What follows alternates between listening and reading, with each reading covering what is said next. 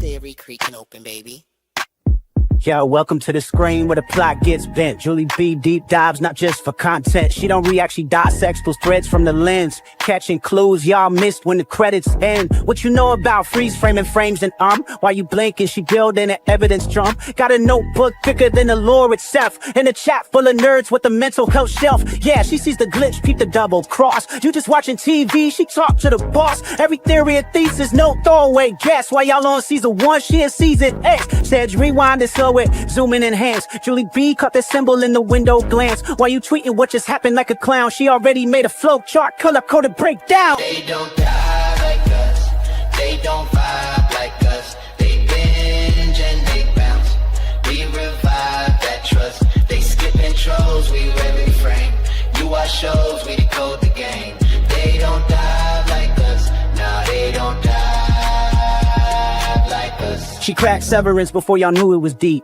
Predicted the Last of Us deaths in her sleep. When the camera pans, she ain't blinking once. Catch a ghost in the glass, call it theory punch. Watch parties lit like apocalypse nights. Call-ins while they bringing alien rights. Hey Julie, I think the trees are spies. Well, I have a spreadsheet that confirms that, guys. Zoom in, boom in, she moving through clues. Spinning Discord in the courtrooms, Lord of views. Got miles of receipts. Time stands with heat. Every rewatch turns into a Reddit elite. You stuck on the surface, we beneath with maps. Cross-referencing lore with the rector's caps. If your fave show got secrets, don't be dumb. Julie got the chalkboard out in Frum's where it's from. They don't dive like us, they don't vibe like us. They skim the edge, we inside that crust. They zone out, we zone in the pain. You say plot twist, we say nope, chain.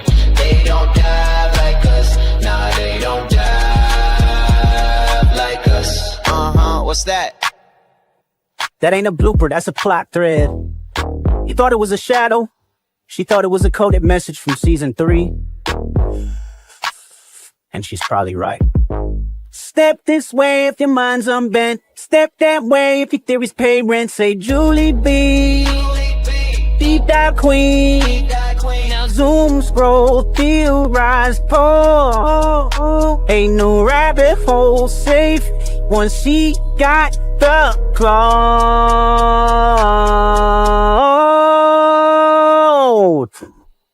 They don't die like us.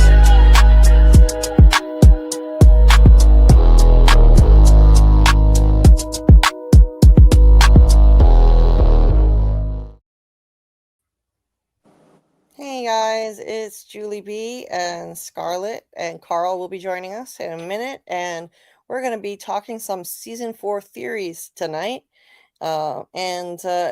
Finally passed a milestone today, which was over a year, over a year in the making, after sitting at 1.9K for definitely a year, maybe a little bit more. Finally got over the hump to 2K subscribers today. So helicopter dance. No helicopter dance here. No helicopter dance here. But I'll buy you the pasties. No. It's nice to finally reach that mark, because I had been stuck for a long time, and just not seeing any growth, and that's fine. I'm happy with our community the way it is. But it's just frustrating to see that 1.9. It's so close, and it just so close and yet so far. That's how it's been for a long time. But it's fitting that of everything that could have caused more growth to happen and get to the next milestone, it was from, of course, it was from that got me there, and all the amazing people in the From fandom who watched my new video today, and the new subscribers. It was 9 new subscribers. That's all it took. I just needed 9 more today, and I think that's all I got. Yeah, I believe it was. No, it's 10. Oh, is that? It's 10 now. Oh, okay. 10 new subscribers, and that's all it took. It was, there was some growth over the last month since it's all because of because it started with the From teaser trailer. That's when the numbers started going up. So it picked up like 45 subs in the last month, and we're here. So so it feels good to finally reach that milestone. And thank you, JT Moore. Nice to see you. Thank you, Bill. Thanks, Michael. And thanks, Daryl. And hey, one of the new subscribers. Amazing. Welcome to the community. Incognito just subscribed 2 hours ago. Congratulations. Well, thank you very much. Really appreciate it. Every single subscriber really counted. You were one of the 10 that got me over the finish line. So thank you. Really appreciate that. It's not asking a lot to like and subscribe to things. It doesn't cost anything, and yet it feels like pulling teeth getting people to do it sometimes. I don't know. Incognito says, now when someone will be asking me where are you from, I'll be like, where do you from? Yeah. We're from in here. Oh, we from all night here. From all We time. from We from here. We from there. You're from everywhere. Congratulations, Julie. I'm gonna kick one back for you. Thanks, Scarlet. Cheers. Yeah, we from all over the place here. We really do. The Fromily, La Familia, the Fromaholics. Yes, all of those. We welcome all whatever you like to call yourself. We tend to call ourselves Fromaholics over here, but we're Framilia too. That's Tony Teflon's name for the fandom, and Fromily is really the most common one, of course. Oh, thank you. I too appreciate it, though. I appreciate the support. I appreciate every new sub and everyone who shows up to the lives and watches my videos. It really means the world to me, because I really do put a lot of work and time into everything that I do here. I enjoy it. Otherwise, I wouldn't be doing it, because this is not a job. I'm not monetized. I reached the threshold for monetization. I could be monetized, but I'm not. And so this is just a labor of love. There are personal reasons I just can't. I don't monetize, but I do. I get kind donations from people sometimes here, and that's always appreciated. But other than that, I'm just doing this because I enjoy it. That's why I'm doing it. I'm not doing it for any other reason. This channel was a lifesaver for me. It really did save my life. This fandom saved my life a year and a half ago, and it changed my life in so many ways. I'm so thankful to everybody who's supported this channel, and just when I had nobody left other than just me and my mom alone in the world, and my cats, but just us and nobody else. The lowest point in my life, this channel brought me back. This channel just gave me something to hold on to, some purpose, and a sense of community, a sense of a creative outlet that I never had. And I suffer from severe pain 24/7. And it keeps getting worse, and nobody knows what's wrong with me. Um, but this fandom, through the channel, being able to tap into the fandom in a really special way and make a connection with the From fandom, it's just it gave me a family that I didn't have anymore. Then I made the best friends I've ever made in my life, and then finally I met my soulmate here, and I moved halfway across the country, now living in Iowa together, with Karl, and it's all because of this incredible fandom, and this incredible show From that we all love so much. And who would have thought, just just choosing to watch a random TV show could change your life so much in so many ways. It's just it's really insane when I think about it. So yeah, I just appreciate everybody so much, and and it's just some of the nicest, kindest people I've ever met. Just amazing. Um, uh, in a world that's just it doesn't have enough kindness in it, truly. Um, thanks, Daryl. I love you guys too. The sometimes the your found family is really even better, even closer and kinder to you than the family you're born into. Um, hold on just a second. I'm just gonna mute myself for a second. Okay, then I could do my joke. It's me. I'm on now.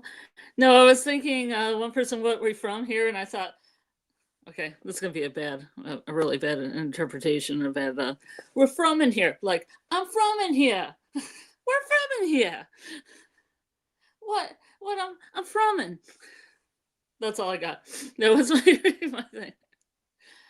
I've been watching episode 10 of season 1, and now I have all these questions. Now there's been more apples. I'm on an apples kick of following all the apples through the Trail of From. I think what I'm going to do is watch those MGM episodes, those 10 episodes, and see if there's a trail of apples. And each time there's an apple, maybe there's a knowledge spot. I'm going to see if any of those apples land. One landed right in front of Dale when he said Pocket Universe. So I'm going to see if that's like a thing. And I just watched Jade just pull a whole barrel of apples when Teacup was making that radio tower. And I'm thinking, Jim took an apple. That was a problem. He shouldn't have ate from the fruit of knowledge. So these are just my thoughts because I just came off watching the first episode of the final season. But I think with the other 2 episodes at MGM Plus, I'm going to only watch the episodes they recommend in season 2 and season 3. And then I'm going to see if there's anything that ties those things to what I think is going to happen in season 4. Because they picked those episodes for a reason, and they only picked 10 of them. So there must be a reason. And I'm going to find that reason. Okay, I'm back. So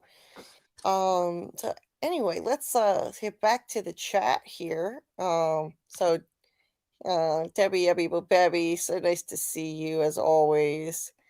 From Community is the most amazing group of people I've ever met in my life. Well, I feel the exact same way. Absolutely. Hey there, KZPM. Welcome. I don't think I've seen you before. Welcome. I'm curious if you found us through the video I put out today.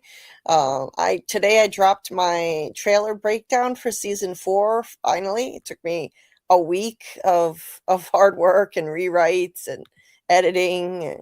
I mean, my videos are not anything fancy. They never have been, but they take a lot of time and effort to actually get them done. And I know I'm a perfectionist nut about it, so I did so many edits to this thing, to the script before I finally recorded it, and it's out. So if you haven't checked it out, you can find it in the link inside the description of this live stream, and it's also it's pretty easy to find. It's the latest video on my channel. And it's a 36-minute long deep dive into a 2.5-minute trailer or something like that.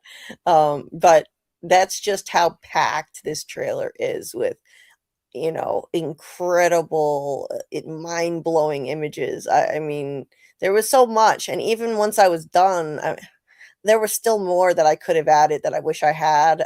There were more things that I wish I had thought of. I mean, but I had to just finally get it done and release it. I kept adding things to it, and it's not perfect. There are things I wish I could add now retroactively, but it is what it is. It's out there. I'm proud of it, and And it's, it's not your typical recap of a trailer. It's got lots of theories and predictions of mine in it, and I try to put that shit crazy hodgepodge of things which are way out of order into something that's logical, scene by scene, going through what is this trailer actually showing us, what is happening here, and what are my theories on the images and what they mean, the different scenes in it, because it's so out of order. It's ridiculous the way that this thing jumps around. Well, Just they're not going to tell it to you straight, Julie. They're going to no. jump it around for you. But they really, I mean, it was like, it was like they took a deck of cards and just shuffled the whole thing like crazy, like Mhm. they took all the scenes and jumbled them all up to an extreme, even for a trailer that I know trailers are meant to to try to lead you astray a Mhm. bit and conceal what's actually going to happen, but still whet your appetite at the same time, give you Mhm. clues, and it sure did that. It definitely is not easy to parse out what is happening here, but I did my best. I took my best effort, and I think I have a pretty good grasp on it. I think my theories are plausible and evidence based as much as possible. I try not to take too many logical leaps Mhm. and just base my theories on what we've seen in the show thus far. Like just for example, the ragdoll monsters, which is something that Mhm. that's a topic we can discuss tonight. It's one of the more out there things that we saw in the trailer. Um, when I had to kind of make myself come down on one side or another in terms of are they real or are they part of dreams? Mhm. Um, obviously it could go either way, but I wanted to just make myself commit to a theory in the video, so I looked at the evidence. I looked at the evidence that we've seen in the show. Mhm. And what have we seen in the show before when it comes to nightmares? Point of view shots. Shots Mhm. where there's a monster coming directly at the camera as if you're in the scene with them. And I found 3 examples in the show where that's happened before. Whereas I can't really remember a real life waking monster attack where they came directly at the camera. In the chat, let me know if you can think of one because I can't. When has there been a monster attack where you saw them come straight at the camera and the person was awake? I don't remember it happening. And whereas I thought of 3 examples of nightmares where there is an entity coming straight at the camera. So I decided on the theory that these things are part of nightmares. However, they'll be a real threat within the nightmares. Just like in season 2, there were real threats from nightmares that could actually kill people. I think that will be in play again. It won't be, Mhm. oh, it's just a nightmare, no big deal. I think they'll actually be a real threat. And then the scene where they're digging them up from the ground, that could be what unleashes the nightmares. Imagine if they, you know, remember how the vegetables out there near Cannibal Village seemed so random and too good to be true. I mean, how did they get there? Who planted them? They shouldn't be out there in the middle of the woods, and they appeared right as everyone was on the brink of starvation. What if they were bait? It seems like they Mhm. could have been bait, and we talked about that back in season 3. Like, were these vegetables bait for something? Is there going to be something out at Cannibal Village that's going to attack people? And were the totems protecting that area from something, and Jade Mhm. took them apart? Well, I think that's finally going to come to fruition. I think it's Yeah. going to happen. I think that the vegetables were bait. They were too good to be true. They're going to dig up those vegetables, and by digging them up, they're going to unearth a new threat, which will be the ragdoll monster nightmare attacks, where they can actually kill you in your dreams. That's my working theory, and I Mhm. didn't just pull that out of nowhere. I based that on evidence based on past events that we've already seen in the show and the way that we've seen things working in the show. Now, I could be completely Mhm. wrong, but And at least I'm trying to base my theories on whatever scant evidence we can find in this mystery box. Well, it's hard first because the monsters are called nightmare creatures themselves. We got that first. Yeah. You know, Right. and then there's like theories that almost it looks like people are building these like vegetable people in the trailer, and who knows about that. And then you also have that oh yeah man that comes through the wall. Yeah. Know? It's very It difficult. looks like he takes out a red shirt, you know. Yeah. So, It looks like the I don't know if Kool-Aid you Man. think that one's a nightmare or not, but that one looks like full on trying to get Ethan. Right. Yeah. For the time. Yeah. So look at these things. They're right next to the cabbage out there, where they're out there to harvest more vegetables that were way too good to be true. And this cabbage doesn't just grow wild in the woods. This shouldn't be there. So maybe it was bait, draw them out there, get them to dig these things up from the ground. And then once they do, They do now, arts and crafts. It almost looks like they're doing arts and crafts with them, and then they become real vegetable people. yeah, and now that Jade took apart this ancient tower of holy scary shit, Yeah, they won't have any protection from them. I mean, this had to be set up for something. It just had to be right here. yeah. I mean, also taking a piss. This is a really bad idea. There's nothing else strong enough to pry that trap open. You really want to start pulling apart the ancient tower of holy scary shit? I'm sure whoever built it won't mind. Oh, Jesus. Fuck.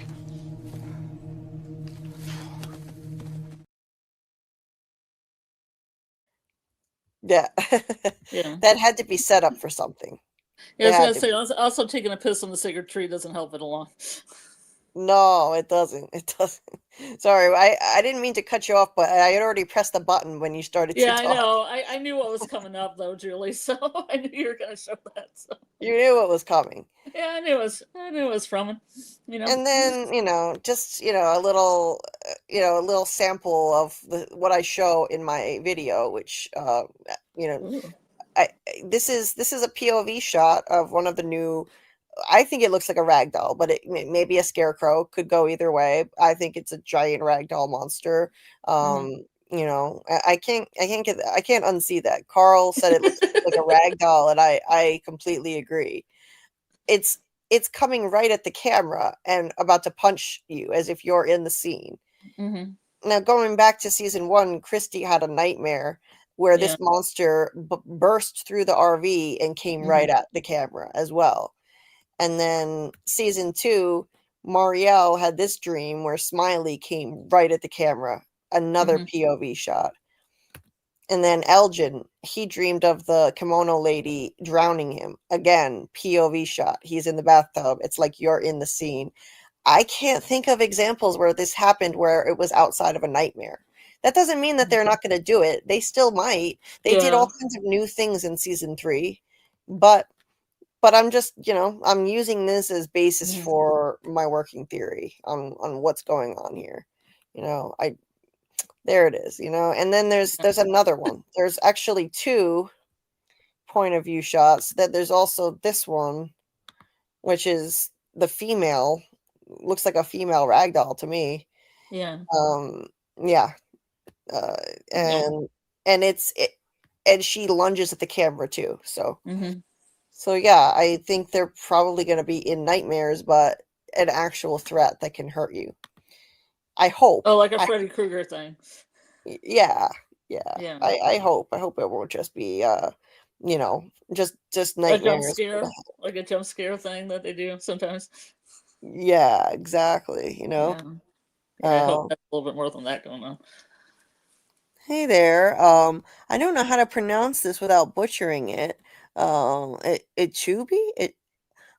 Welcome. Thanks so much for being here. Another new member of the chat. Awesome to see new names and new faces. So thank you so much. And anyone, if you're out there listening and you happen to not be subscribed, please consider subscribing. We did finally get over the hump to 2K, but that doesn't mean, something can't go wrong. And, there's always that rando thing where you gain a few subs, you lose a few subs. I would hate to get over 2K and then find, a few days from now, I'm back down under 2K again. Julie only has enough energy for one helicopter dance, everyone. Yeah, let's just So keep it over 2K. Yeah, let's just keep it with the one 2K celebration, and that's all. Let's try to keep it over 2K now. That's my goal for now. Okay. Yeah. Hey there, Amy, Pixie Vine Gaming. That's Amy's gaming account. Check that out if you haven't already. Amy, feel free to drop your link in the chat for that. That's her new gaming channel. And Bill Chill there, Anon, and hope you're all doing well tonight. I wanted to go live earlier, but I've been dealing with some elevated severe pain that I just had to try to get under control first. But thank you guys for showing up anyway for this very late night 2K party and season 4 theory talk. So anything season 4 theory, anything is fair game. Whatever you guys want to talk about, we'll take a look at the trailer stills again, and we can just dive into all of that again. And JT Moore had been in the chat wondering if this ragdoll entity that told Sarah about the buried candy is also and also the one that was responsible for the Polaroids is some all-knowing omniscient being that knows all their names and backstories. I think it's separate. I think that Sarah's voices are spirits of the dead talking to her, and I think the Polaroid camera hijinks were the evil entity that controls the kimono lady creature, in my opinion. But yeah, that's what I think. But hey there, adorned by Charisse. Nice to see you. My comfort show. Yes, From is absolutely my comfort show too. So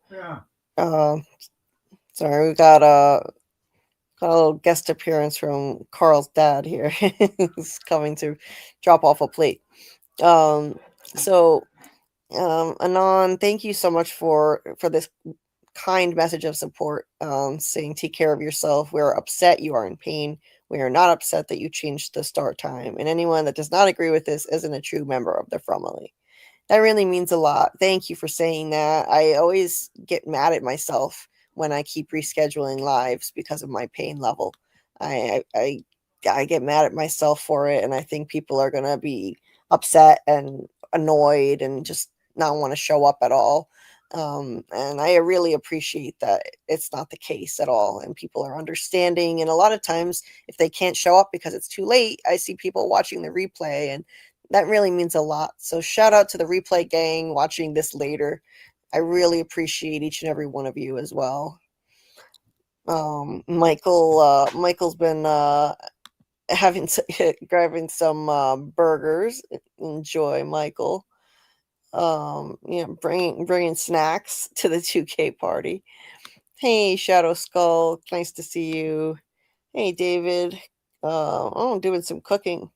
Let's see. Cooking something. Oh no, not so you're cooking a theory. Okay, doing some theory cooking on the One Ring Saturn, Agil, the intelligence of Saturn, and the One Ring to rule them all from the Key of Solomon. Ooh, nice. Yeah, that would suck, Daryl, if they wait till next summer to film season 5. Then we'd have to wait 2 years. I doubt it. They don't usually make us wait as long as some shows do. Ethan would be grown, like Amy said. That's Amy's other account, Pixie Vine TV. So Amy, feel free to drop both of your links in the chat if you'd like to. Anytime, you're always welcome to do that. Let's see. So let's see what else is in here and try and catch up with the chat. I'm a little bit behind. Okay. We from here. Don't forget the frumverance. Oh yes, that's the confluence of the from and the severance fans. Because a lot of us are both here. So Amy got 4. I got 4 subs just from Amy. You were so sweet. Thank you. Trying to help me get over that hump. I really appreciate you. Daryl says actress who plays Fatima started saying Fromily first, according to the actress who played Donna and Ellis.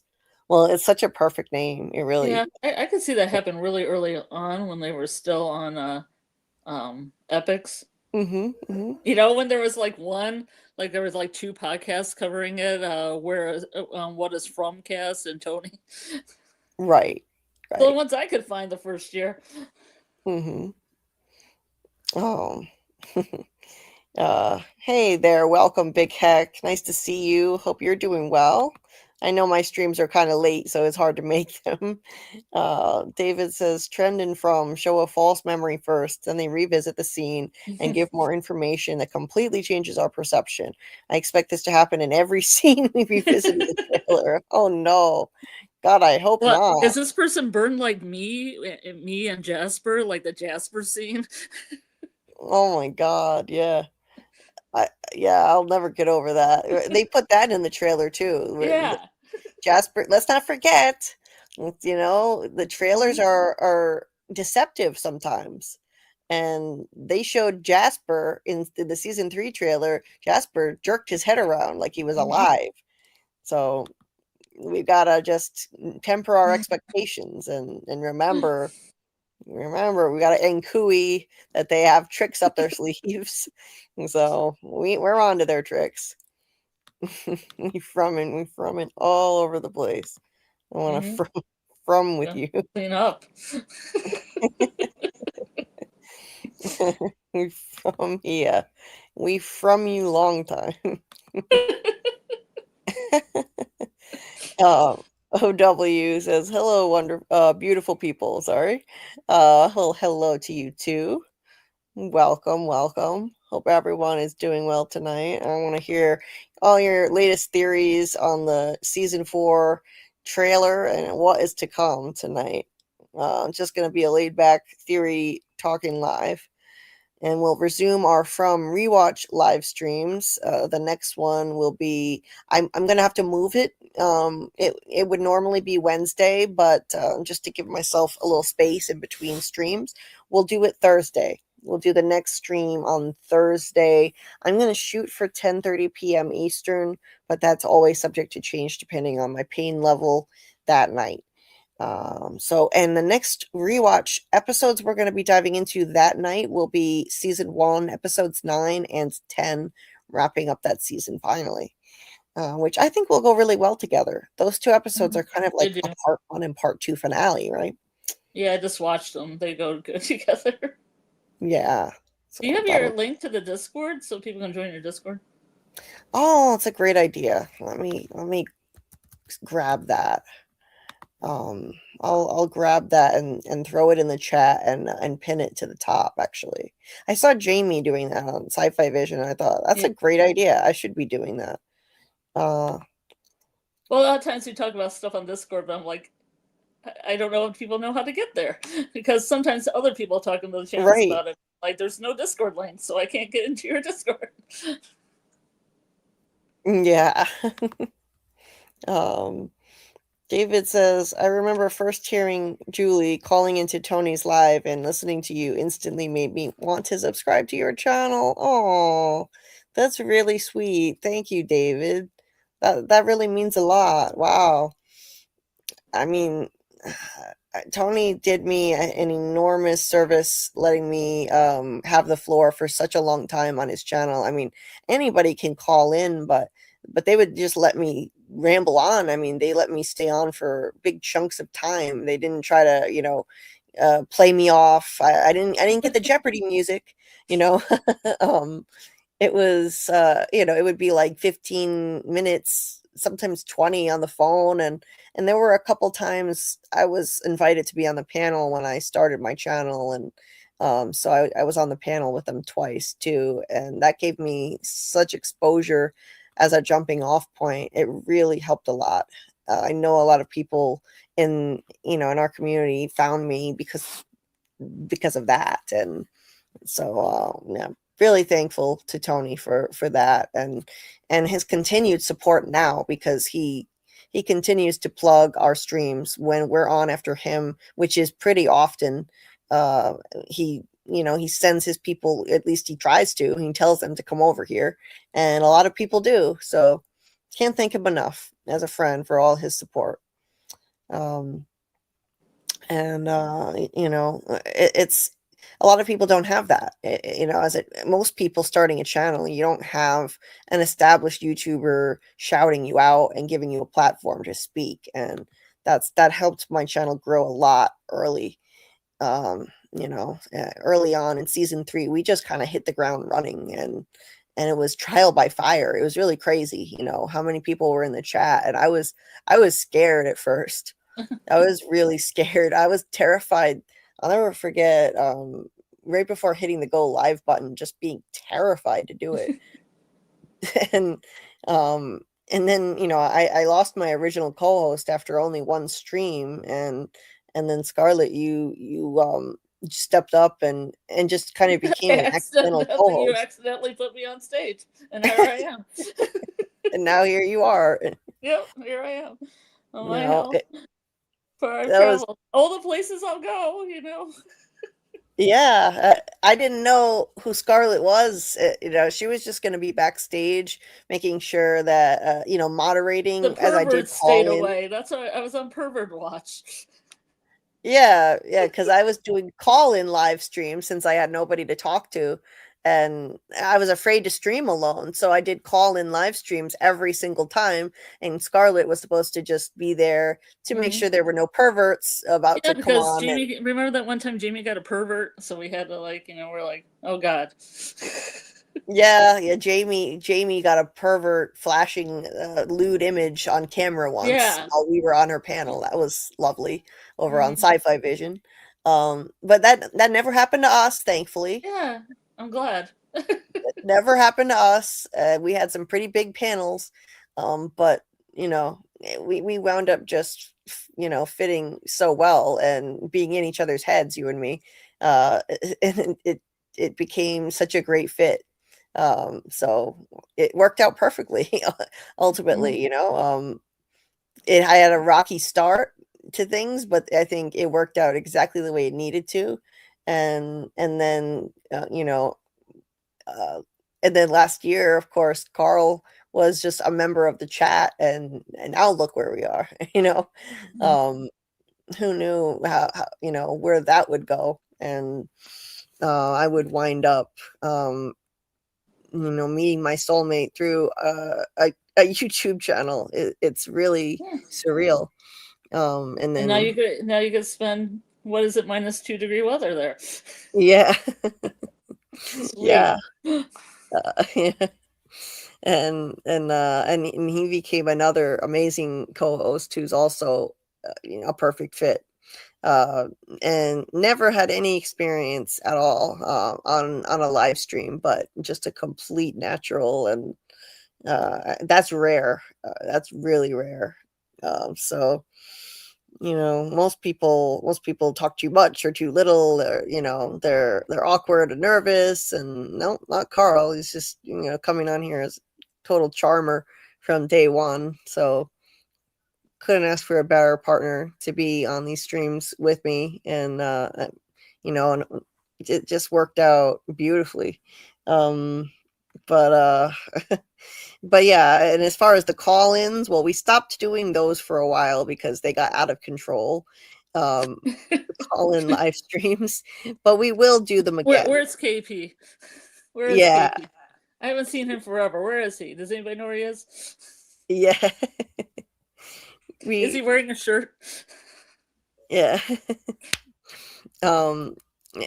He would come on, and he'd be shirtless, and it was a wild time when we did those call-ins, but I didn't know how to control them. I didn't have enough experience. I think it'll be different the next time. So when season 4 starts, I'm thinking we'll do one live stream that'll be an episode breakdown, and just keep it with us, with our panel, you and Karl, and and any guest who might want to come on. Maybe we'll have a content creator guest, and then the other stream we'll let people call in. I'll do that again, and we'll see how it goes. If it doesn't get too unruly, we'll do a second stream that will be a call in, where you can call into the panel and share your thoughts and theories, and it'll be a theory and prediction live stream ahead of whatever episode is going to air next. So yeah, I think that'll be fun. That's what we did last time. We had 2 streams per week for season 3. So that's what we'll do with season 4. And of course, I'm going to be streaming the new episodes when they drop in the Discord every week too. We'll have watch parties.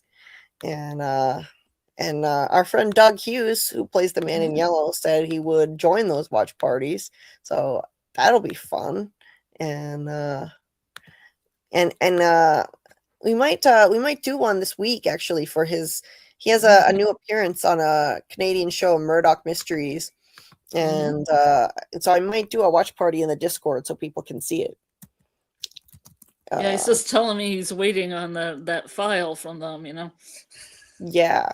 I hope so, because I couldn't get on Gem. I tried. If anybody in the chat knows how. Yeah. Yep. And I'll do an interview with Doug soon for as long as MGM says it's okay, or the people in charge, as long as they say it's okay. Doug said he'd do an interview with me for the season 4 trailer, and then another one like later when season 4 starts. So yeah, stay tuned for that, and I'm going to try and get more interviews for season 4 from as well. So hopefully we can make that happen. I got to interview, I was really grateful to get to interview both Doug and Simon Webster, who plays Ethan for season 3. And, as a brand new channel, I never expected that. So really grateful, and we'll see what happens. Maybe can make some other interviews happen for season 4. We'll see. So, okay, I put the Discord link in the chat, and I'm going to pin that to the top. Let's see, right here. So there it is. So yeah, so join the Discord. It's a great way that we keep the conversation going, and you can share your theories. Sometimes we discuss the theories that if there's something that you want us to share on a live stream that doesn't fit into the live chat, you can put it in the Discord and we can share it on a live stream. We've done that before. And of course, we'll continue to do rewatch parties as well. We've been doing them in the Discord for the rewatch as we cover that new episodes, or the old episodes, I should say. So let me get back to the chat, see what you guys are talking about in there. Hey, Trace, nice to see you. We from you all night long. Okay, no more 11-hour all night streams. If you know, you know. Yes, there was that phase. The after dark. There was that phase of the channel too. The marathon streams got out of control. I think the after dark stuff has kind of reined back a little bit too. Yeah. Yeah, we got into some spicy after dark territory, but yeah, we reined that in a bit. Yeah, you'll have to check all those out, like replay all of them. See when we get spicy. Yeah, so the longest stream that I ever did was 12 hours, and yeah. I think it was like 12 hours and 40 minutes or something. But yeah, I remember you and Lori like waited till the clock came over because I think I was at work. Yeah, you had to go to work. So Lori called in and she was there when we hit that mark. But YouTube chopped it down. YouTube cut it off because they have a 12-hour limit, those assholes. They cut off part of my They cut off Apparently. part of my record stream. But what was I gonna say?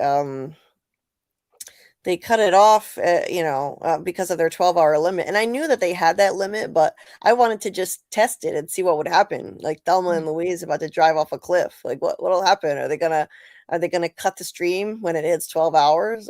And it didn't. So apparently you can just keep streaming indefinitely, but the replay won't be there. YouTube will chop it off. So learned from that little experiment. So let me scan through the chat here and see what's happening. Incognito says a good thing to do is rewatch trailers of season 1, 2, and 3 and see how they twisted facts. Excellent point. Yes. I've been meaning to do that. Yeah, I was gonna gonna say that when we were talking about the trailer for the fourth season. It was like, when you were talking about that, I was like, we should go back to the third season because of Jasper. As soon as you mentioned Jasper and the turn of his head, should definitely look at trailer 3 for the season 3. I mean, yeah. So we'll go back and watch the trailers again. I think I'll go back and I'll try and take screenshots of any previous trailers I can find, and then in next week's live we should like look through them and compare, because I mean, I guess if I play old trailers, maybe it wouldn't trip the copyright, but I don't know. I don't want to take the chance. Yeah, I don't really get it, because some people play the trailer all the way through a couple times. I've seen. Yeah. They don't get, and they don't get blacked out or anything, but then other people barely show anything, and they do. Right. I have no idea. I have no idea what makes one okay and the next not okay. Hold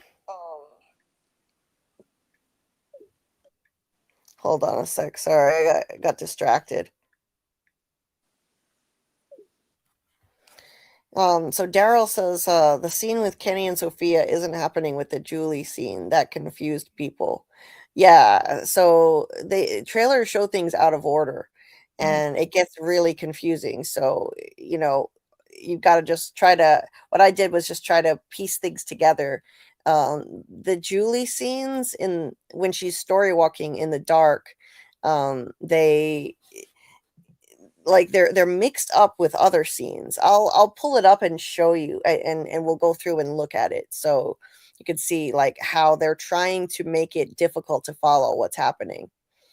And the Julie scene is separate. I'll pull that up in a minute. Once I catch up with the chat, I'll pull that up so we can kind of parse through that, because yeah, it can get confusing.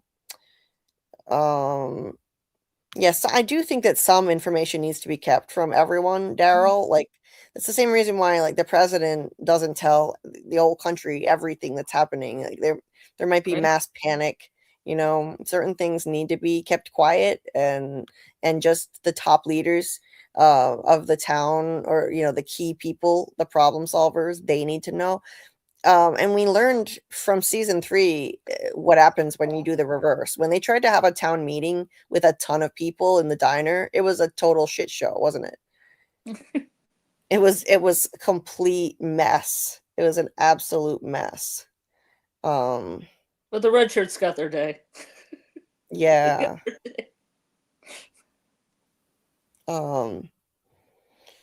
So Anon said, great theory. Oh, thank you. This is when I was talking about my theory on the ragdoll monsters. Great theory. Amazing evidence for the theory. I would not have noticed the POV shots. Thank you. And I could have made a separate video to discuss that, but I figured, I just need to get a full trailer deep dive out, and maybe I'll chop it up into segments too, and really smaller bits for people with shorter attention spans who don't want to watch the whole thing, or for people who are just more interested in certain storylines. I might do that, because it's 36 minutes long and there's a lot in there. Daryl thinks at least one red shirt will be killed in the Scarecrow attack. Oh, I absolutely believe that. There's that guy that's right by the wall. That's like, Yeah. for Yeah. red shirt. Yeah, so that's when I saw that there's a red shirt right near the wall. That's the first thing I thought. Like, yeah, he was placed Yeah. there to be cannon fodder, 100%. I had that square on From Where Bingo, is by that? the way. I have a red shirt dies on my From Bingo card I'm making.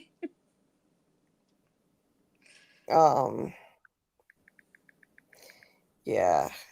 So let's see, where is it? Oh, so yeah, I found the scene. There's a random dude right here.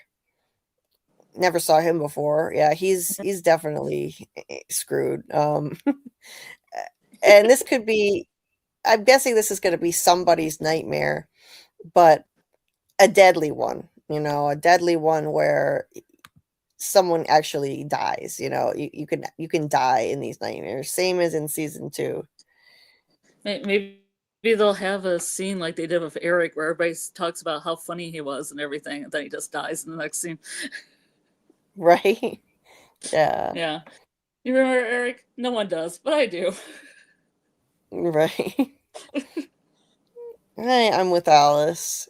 Nice to see you. Hold on a sec, Scarlet. I'm just gonna mute myself for a sec. Okay. Let's see. What? Oh, you know what? I haven't rung the bell or done the ghost yet. Sorry, guys. I'm not really like being on the ball tonight. That's what my goats are doing nowadays.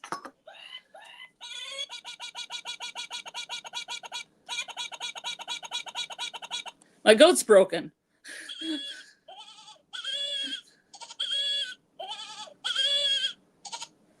I need batteries. They're all skipping, but this one's my favorite.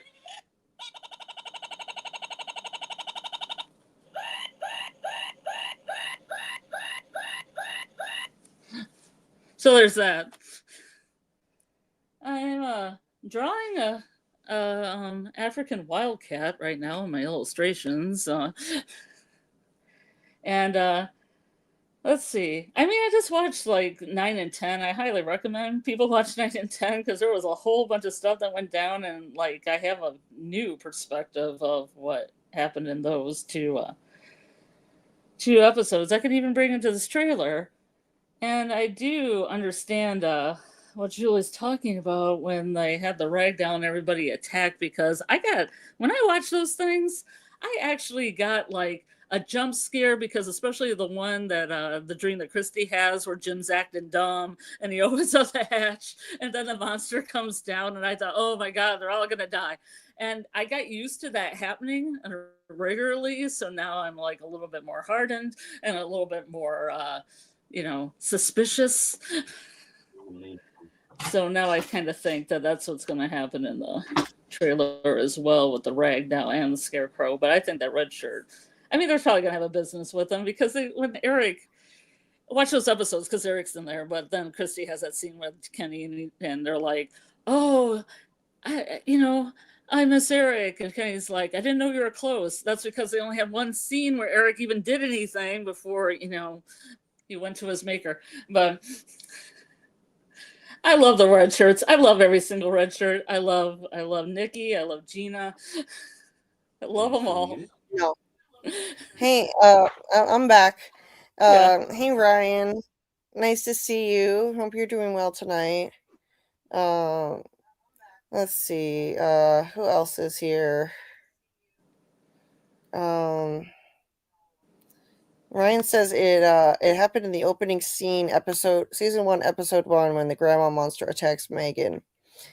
Okay. So let me see. Let me go back and look. Yeah, I guess she kind of does come towards her, but not.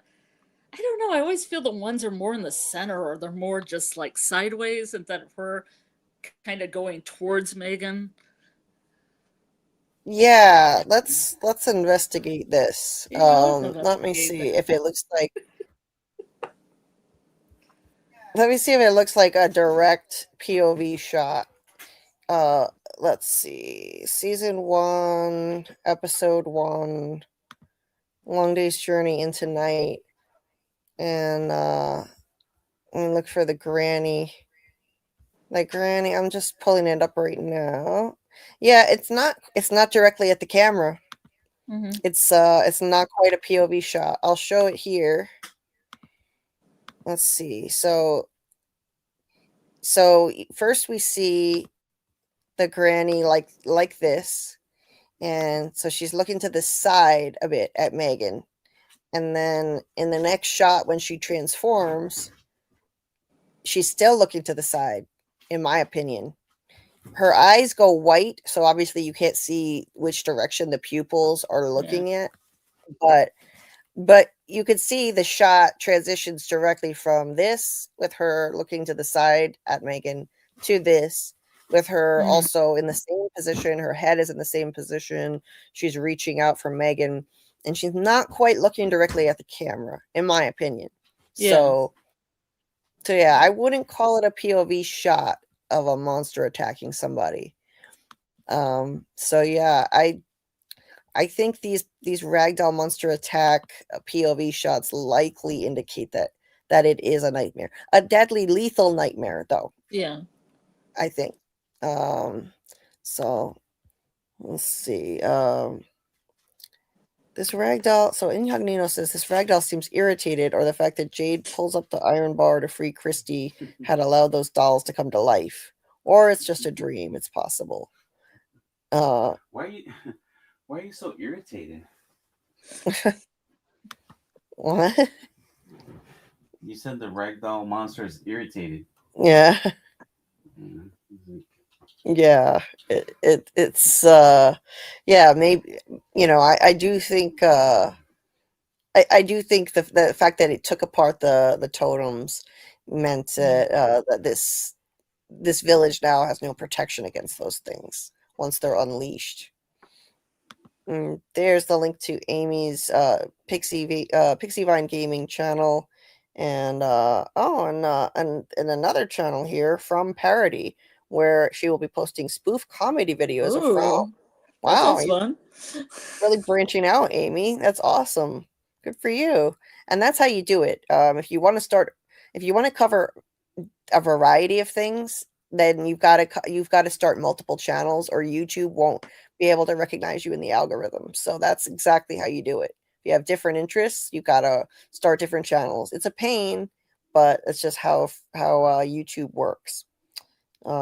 So yeah, awesome, Amy.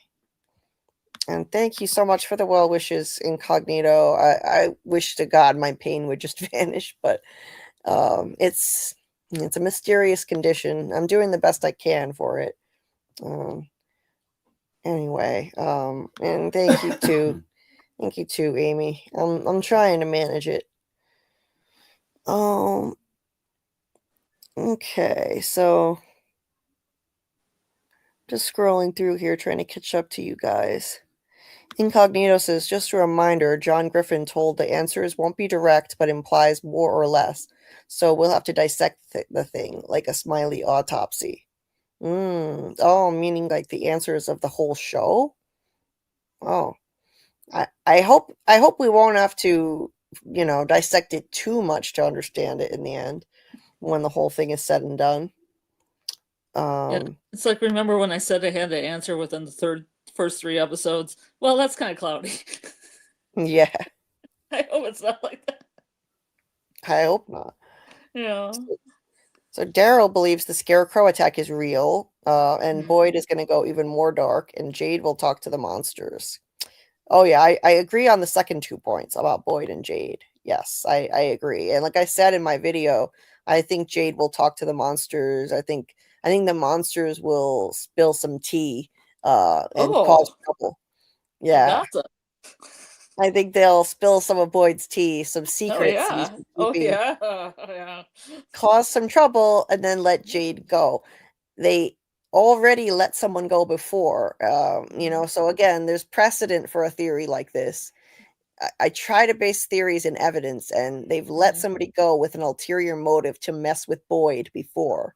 In season 3, they let Randall go with an ulterior motive, just as a reminder to Boyd that he left a man behind. They forced him to leave Randall behind. So with a mark I with think a mark on his face, so every time Boyd looks at the mark on his face, he remembers it too, Yep. And I think they're gonna they're gonna let Jade go, but they're first they're gonna tell him things that Boyd has been keeping secret from the town. And there's several secrets that they could tell him, so they could definitely make trouble. Debbie has a theory. Man in Yellow was just a man wearing yellow who came to town. The evil ancient interdimensional entity shapeshifted into his likeness after he died in the town, and it put on his clothes. The next transformation should be into Miranda, if that's her wedding dress in that suitcase. Great theory. Excellent theory. I agree that the man in yellow was just a guy wearing yellow who came to town in the 70s. Because Victor drew that picture. Let's pull up the picture. Victor drew that picture of the man in the trailer. And he's smiling. His suit isn't dirty yet. Victor draws things, the way they are. He draws monsters looking scary. He doesn't draw evil things looking pleasant, like the man in yellow in the picture. So that tells me the man in yellow was a regular person, and this evil ancient entity just took his shape. I definitely agree. I was gonna say, just don't say the word "it" too many times. Yeah, because I'm hoping it's not like it. I think From is almost plagiarizing from It a little bit. Oh no. I think, oops, I closed it. Let me open it back up. Yeah, From is a lot like It. It's a lot like It. It's sounding more and more like It, with this ancient entity that feeds on people's suffering and fear. Now it's a shapeshifter too, just like It is a shapeshifter. Is looking like it's very similar to me. But yeah, look how happy this man in yellow is in Victor's drawing. And his suit is brown. I feel like Charlie Brown every time I see it. Yes. And his suit is clean, isn't it? And there's a car behind him like he just arrived. And he doesn't have blood hands like he just ripped somebody's throat out. Nope. Hey there, B. Nice to see you. So yeah, this is looking a lot like he was just a regular dude. Just a regular dude who came to town, and the man in yellow took his shape. I'm hoping I get to see some Doug Hughes as in his normal form in some of these flashbacks, perhaps. Yeah, I hope for Doug's sake that he gets enough screen time as this, as the evil entity. Yeah. He doesn't just shapeshift into a giant spider and that's it for the season. Right. Yeah. I mean, wouldn't that suck if he gets one scene, then poof, Doug is gone, and now he's something else. Oh my god. He turns into Jim or something. Yeah. Please hit that like button and help people find the stream. It really does make a big difference. And thank you for those who did hit that like. David says, I am hyped to speak to Doug when the show is completed because I know he can't say anything while the show is running. No doubt we will need a large amount of decompression after the show ends. Oh yeah, we're going to have a lot to say to Doug. A lot of questions, I'm sure. And he is always so happy to talk to us. And we're so appreciative that he does that. Doug comes on here and talks to us. If you're new to the channel, if you're one of the new subscribers, Doug Hughes, who plays the man in yellow, is a friend of the channel, and he does come on and talk to us. We have a regular series that was running every week for a lot of last year, a good chunk of time, with Story Time with Doug, where he told fun, entertaining stories from his life as a theater actor and a bicycle thief. And we also did a series on his novels, where he shared his novels for free with our community, and we read them and talked to him about them. And he's just an awesome person. Can't wait to have him on again and keep talking to him. I mean, he's allowed to talk about From now. He just can't talk about the plot, where it's going to go. But now that the trailer revealed he's going to be in the show still, he is allowed to talk about the show now. So it has changed a little bit. So yeah, maybe we'll have him on again soon. Don't know when exactly yet, but yeah, he will definitely be on again. And when we'll take your questions, you can ask him questions. He can discuss his ideas about, what could be going on. He just, he can't speculate too much, and he can't reveal anything he knows about the plot, obviously. So, oh, hey, Justin. This looks like an alternate Justin White account. Nice to see you. Hope you're doing well, my friend. Miss the After Darks. Julie is the Kobe Bryant of streaming. 12 hours. Unbelievable. Yeah, those days are done as far as the excessive marathon streams, because I've got to take better care of my health. But it was fun while we did those. But I have to do shorter ones now. They're still longer than average sometimes, but hey there, Doc. Nice to see you, my friend. I hope you're doing well tonight. With Alice, were you there during that stream? the 12-hour stream?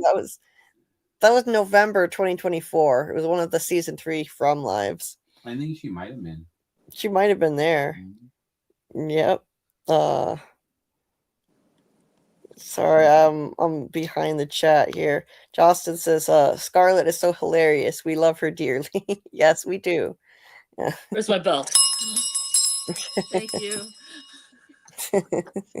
I'm We sorry, sure my do. My goat keeps doing this, Julie. Oh wait, no, it's okay. The other one was kind of rapping a little bit more, but I guess you fixed my goat. Thanks. Yep. Football Finity. Nice to see you. What are those? Are those champagne bottles? It looks like a champagne bottle emoji. Mm-hmm. Like a celebration. Oh yeah. Yeah. Let's get the booze out. Never seen that I mean, emoji it's before. St. Patty's Day. I'll get the whiskey. Yeah. David says From a Gnostic Allegory is a good video idea. No one else has done it with From yet, but there are plenty on The Matrix and The Truman Show. Interesting. Yeah, especially with Sophie coming in, as because Sophie is a Gnostic goddess of wisdom. That might be interesting. Yeah, I'll have to look into this. I've got to watch that video David posted in the Discord, and maybe do the same kind of analysis with From. Let's see there. OW says, I've been rewatching past seasons, and Donna is definitely hiding something. She's always popping up out of nowhere. Well, that is a popular theory.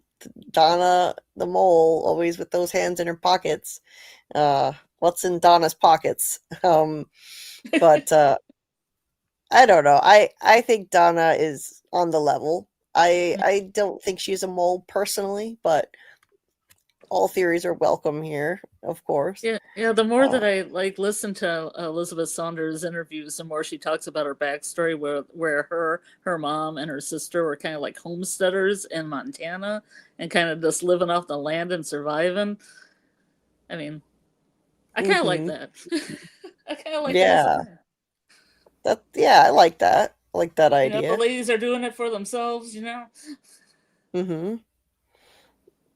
Oh, and thanks, Michael, for posting the trailers for seasons 1 and 2 of From, and season 3 as well. So that's definitely a project for the next season 4 live for next week. I'll watch those and bring up take some screenshots, and then we can discuss those and see if we can get some insight into what they're doing with this trailer from that. Carl Satana is sus AF. You think she's sus, huh? Yeah. She's always appearing right after something bad is happened. Like, hey, what happened? Like, you know what I mean? That's good. Like that kind of. I was gonna say, you could say Yeah, something breaks, and then that same child that breaks everything is right there, like, hey, what's going on? You know? Yeah, She but I thought you could say that about the most of the cast because bad things are happening all the time. Yeah. Yeah, I don't know. Just like, people are saying, what's up with her hands in her pockets all the time? What's she hiding in those pockets? Well, hashtag what's in Donna's pockets. Yeah. But Show me your hands, lady. Like. Yes. In the Man of Yellow, though, as a shapeshifter, then anybody could be the mole, though. Unless there's some rule he can only be the dead. But even then. Maybe Doug is shapeshifting back into Donna. I was going to say the Man in Yellow is in Donna's pockets. Yeah. Hey, nice to see you, Mike Light. If this, they say if the sacrifice took place during the 1700s, why do the creatures wear 1950s, 60s clothes? Maybe that's when the creatures came to be in the 1960s. Maybe Fatima saw a different sacrifice. Yeah, I mean, I think that they must steal clothes off of people who came to town and died there over the years, so they just update their wardrobe every now and then. That's what I think. They're kind of overdue for an update at this point. Yeah, I was gonna say I'm kind of interested in seeing what Smiley picks out once he's reborn. If he just goes back to the cardigan or chooses a new look. Mm-hmm. Yeah. Maybe 80s look. Mm-hmm. Yeah, that would be cool. They'd all have like teased up hair and mustaches and all kinds of questionable 80s fashion. Some Giant gelled-up hair. shoulder pads. What? The shoulder pads and what, Scarlet? Oh, the gelled up hair. He'll have gelled up hair and shoulder pads. Yeah. Bright neon. Yeah, that would be fun. So you weren't here. I still don't know how to say this. It's Shuby. I'm sorry if I'm butchering that. So I was saying my theory on the ragdoll monsters is that they're part of nightmares, but they will be a real threat. Like they can murder people in their nightmares, and that's because in the shots that we see in the trailer, they're attacking from point of view angles, just like in a nightmare. So like this is a point of view shot, and this is a point of view shot. And in previous seasons of From, I can only ever remember monsters attacking from this angle, from a point of view shot in nightmares. Like this from Christie's Nightmare Season 1, Marielle's Nightmare Season 2, and Elgin's Nightmare Season 2. That's, again, in a nutshell. But if you rewind the stream a bit, I went in a little more detail into that. So that's what I'm thinking. And I think that they unearth those monsters, those ragdoll things from the ground. And that's what unleashes the threat. Basically, the vegetables planted out near the village were bait for them to dig up these things. Anyway, so that's that theory for now. And don't be sorry. Just glad that you're here. Thank you so much for being here. 47 people watching. Awesome. Please hit that like button and make people find the stream a bit easier. Michael hopes that we get more of Abby's backstory and find out she was Eloise, all grown up in the real world after PTSD, amnesia, growing up an orphan, etc. Well, on the subject of Abby, there is something interesting I wanted to bring up in this trailer, but let me try and catch up with the chat first because I'm still way behind you guys. But mental note, Abby. There's something about Abby in this trailer that I want to mention. There's something about Mary. There's something about Abby. Yes. I'll write a note for you and I'll tell you. Something about Abby in trailer. Okay. Yes. And by the way, just real quick. Yes. Daryl is emphasizing the point that Tom was killed in a POV shot.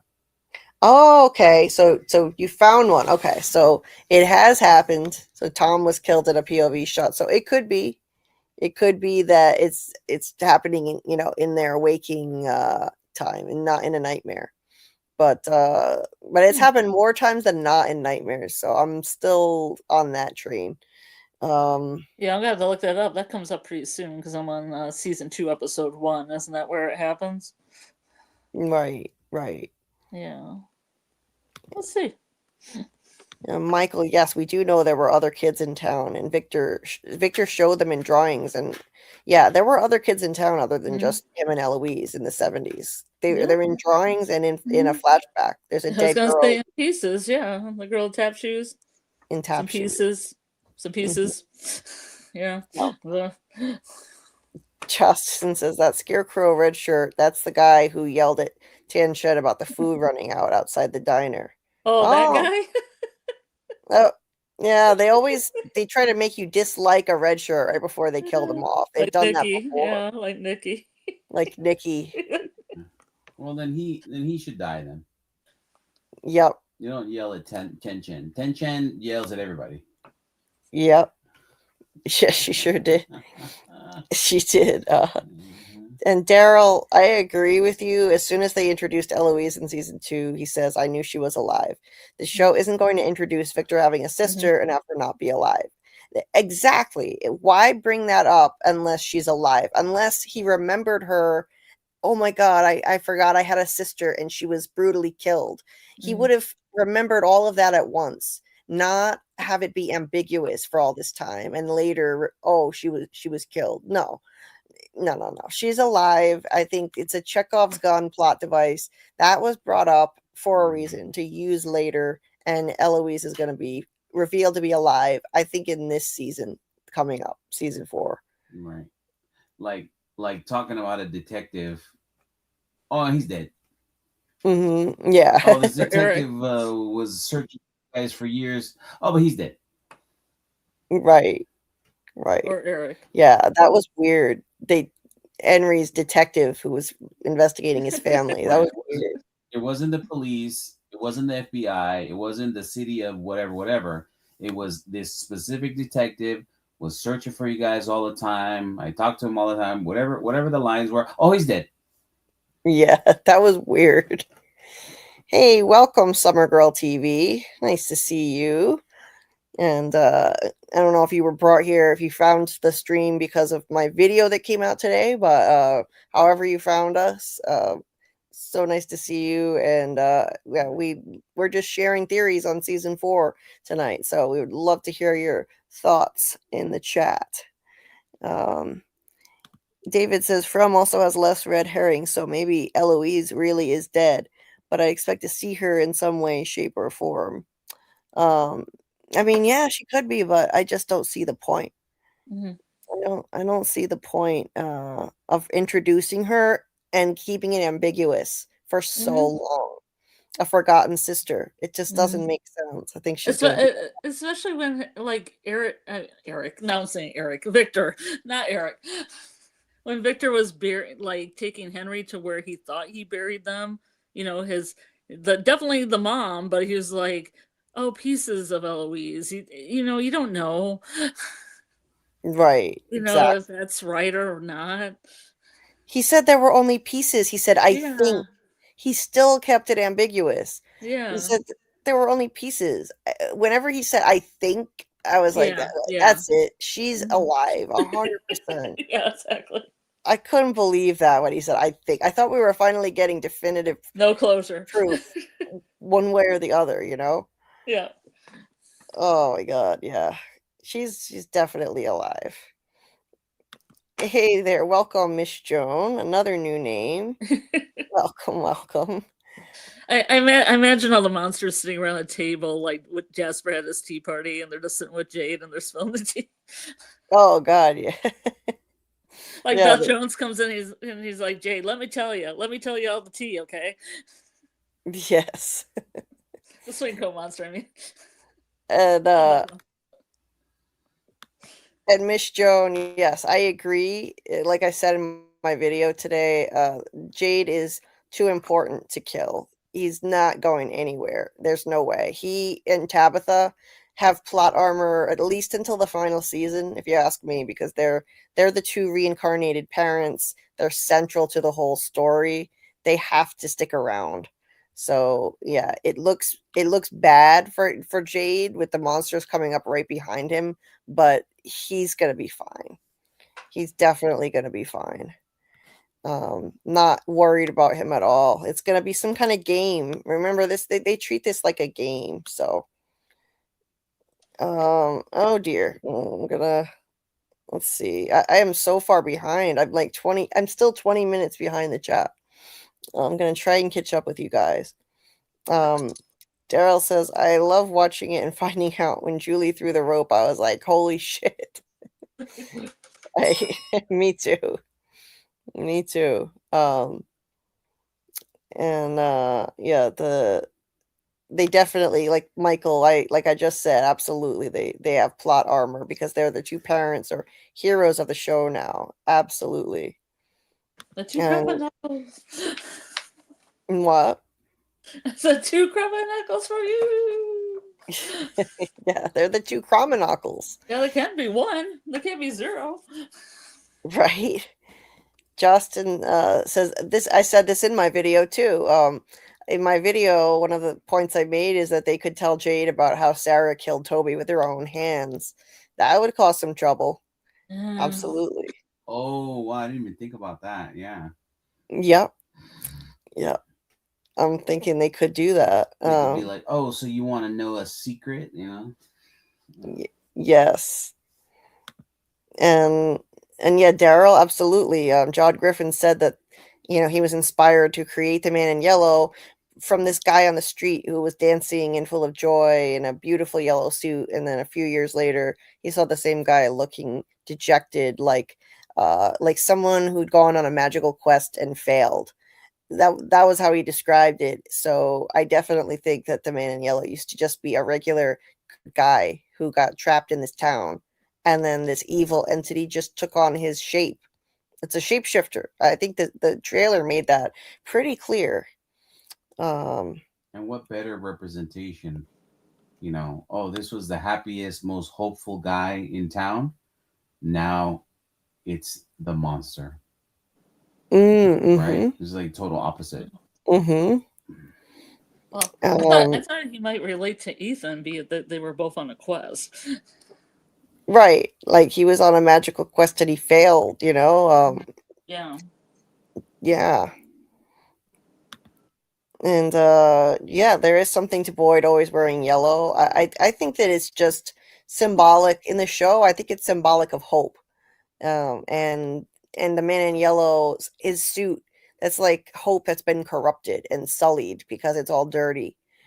You know, people tie a yellow ribbon around their trees for troops, family members who are overseas in the military. Yellow, it's because yellow symbolizes hope in Western cultures. So I think that that's why Fatima used to wear yellow and now she doesn't anymore. She lost her hope when she gave away her yellow sweater. That's when everything went bad. It was the Colony House massacre when she gave away her sweater. She was traumatized by that. And it was like the symbolic loss of her hope. So I think they're definitely using a lot of color symbolism in the show. Let's see. Also, see, David said dissecting from with the Man in Yellow. Ambiguity gives us another opportunity for a good video idea. I mean, I don't know what you mean, like, in terms of ambiguity, like dissecting. What do you? Yeah, Ambiguity? yeah, ambiguity. I'm not sure what he means there, but yeah. Let me know what you think. What you meant by that, David? We could dissect with him prior from stuff, but not the current stuff. Right, like if you're talking about Doug Hughes, we could like dissect the show, you know, the previous seasons with him. Yeah, he'll take down all you guys' theories that he thinks is dumb. Yeah, he's not shy. He will do that. I already know he doesn't like Ethan as a Man in Yellow, but it's fine. Yeah, it's okay. Justin said, "Be careful if you keep saying it too many times. He might appear in Maine with Julie's old cats." Yes, Mish. Doug is a cool guy. We love Doug. Yes, he is a cool guy. What if the blue on the drawings represents the flood? Yeah, I think it does. I think there is going to be a flood incognito. I do. I think it's coming eventually. And maybe the end of this season, because there's an episode title. The penultimate episode is The Calm Before. Maybe it's the calm before a literal storm in the finale, the flood. Yep. You know. Hey there, PR Ragland. He says the man in yellow. Oh, sorry, I don't even know if I think you're a he. I don't want to misgender you. The man in yellow was a picture that Tabitha saw among Miranda's drawings in Henry's basement. The man in yellow is someone before the 1970s. Okay, could be. It could be before. That's true, because she drew it before she got to town. That's a great point. Unless she was having a vision. I mean, she was having multiple visions of the future, though. She was seeing this place, this Fromville place, before she ever got there. So she could have been painting visions from the future.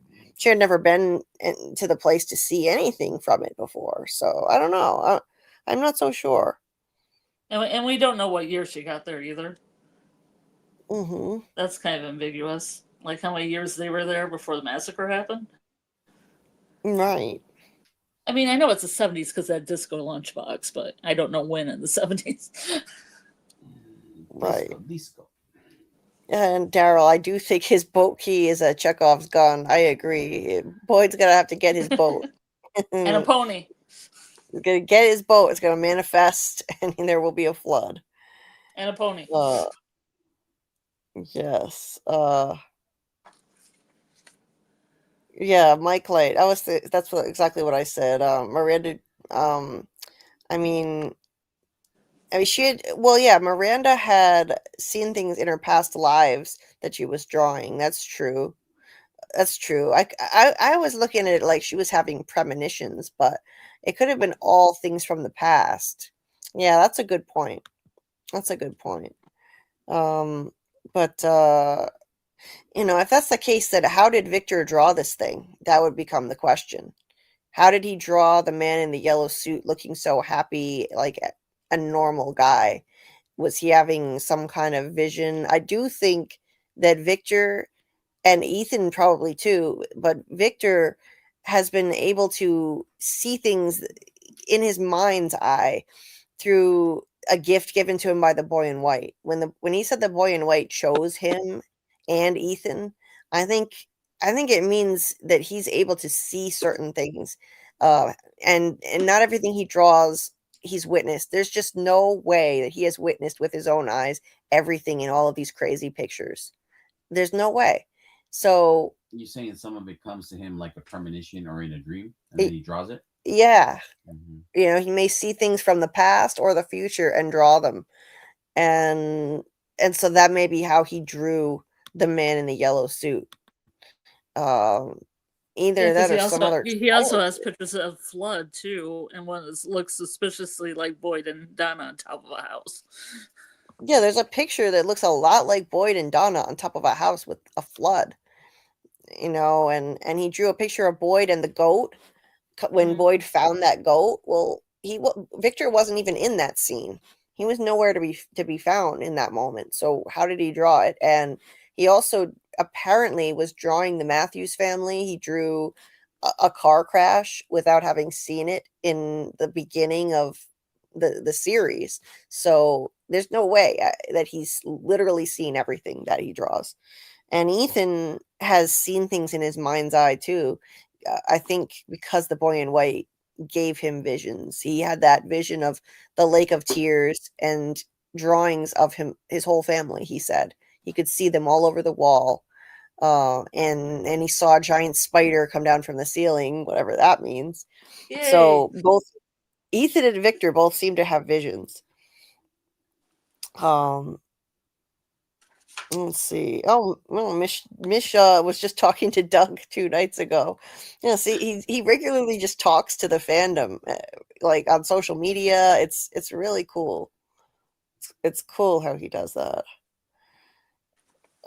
Debbie says, I've been comparing Man in Yellow to the Man in Black from Lost, and it's almost certainly a similar entity. My overarching theory is that From is the place that holds the darkness, just as Lost contains the light, so it's logical. Interesting. That's a great theory, Debbie. I can totally see the parallel that you're drawing there. And I am going to be doing a stream on Lost eventually when we can fit that in. Right now, things are a little crazy with From, but Sponsored by J. yeah, JT Moore requested this live stream on Lost, and I did just recently finish the series. So we're going to discuss Lost and parallels to From in a live stream. I'll let you guys know when that's going to happen. PR says the fact that Miranda drew the picture in 1978 means the Man in Yellow is someone she saw from a previous lifetime. Yeah, I mean, yeah, that like either that or she had a premonition because remember, Tabitha had a premonition dream in season 1. She saw things that hadn't happened yet. So Miranda probably also had premonitions as well, visions of the future. Tabitha had a dream where she was going up the lighthouse steps and then she saw Jim hanging and screaming at the top of the steps. We all know that dream very well. Well, several things from the dream later came true. By the end of season 2, she went up the lighthouse steps for real. She passed a toy ambulance on the steps, and an ambulance came to town in season 3. Jim winds up dead, and I think that was symbolized by him hanging upside down in the dream. So Tabitha has visions of the future. I think that means her past selves also did. So that could have come from the past or the future, the things that Miranda painted. Hey there, Kelly. Kelly was at the 12-hour stream too that I did. Oh, it's awesome. You were there for that very special occasion. Yeah, good times. I don't know why MGM chose those 10 episodes for their rewatch list. They chose 10, but honestly, I think that a full rewatch is necessary, and there were some big omissions that they made that I don't know. You know what I'm gonna do, Julie? Before I What? watch season 2 and season 3, this is just on my own. I'm gonna watch those episodes they recommend and see if it does anything to me. Make any connections or anything, clicks with the trailer or anything. Because I just want to do it just because. I don't know why they picked those episodes, and I just want to know. Yeah. Yeah, me too. Me too. But we are going to pay extra special attention to those episodes that are on the list for sure. Last live stream we did episodes 7 and 8, and I can see those were really important episodes. But I mean, every episode, especially in season 1, is really important to rewatch. B, I agree.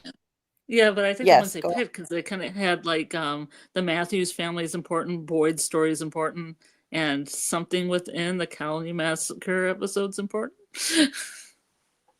Right. To figuring out Fromville in season 4. Yeah. So B, I agree with you. Donna's hands are in Donna's pockets. I don't think Donna is a mole. She's just a survivor with no fucks to give. And yeah, I think so too.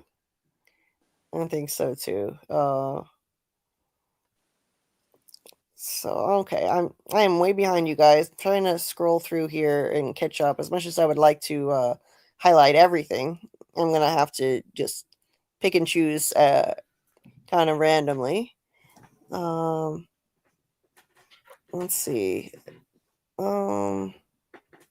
And certainly seems like buildings from different periods as well update. Yes, there are buildings of all different ages. So like we were talking about how the clothes eventually update, and obviously the monsters were not always wearing the clothes they have on now, way back in the olden times, but they've changed them eventually. And the buildings update too. We have buildings of all different ages. The church, which is very old, Colony House, less old, and the houses in town and the diner, those are more 20th century.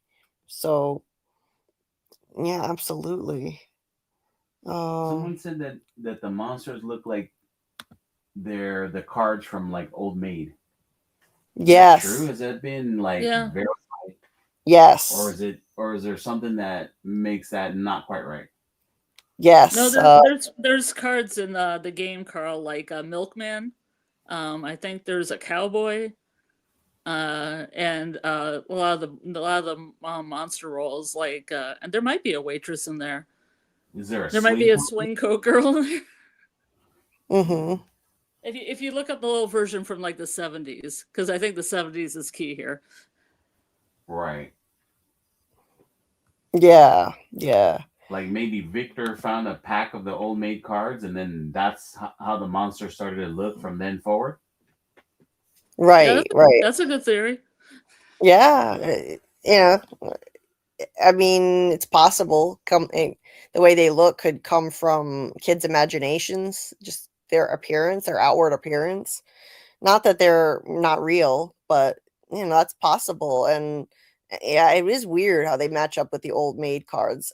Somebody left a comment about that on my video today. I don't know if they're in the chat, and I haven't seen that yet because I'm a little behind you guys. But yeah, I had forgotten about that.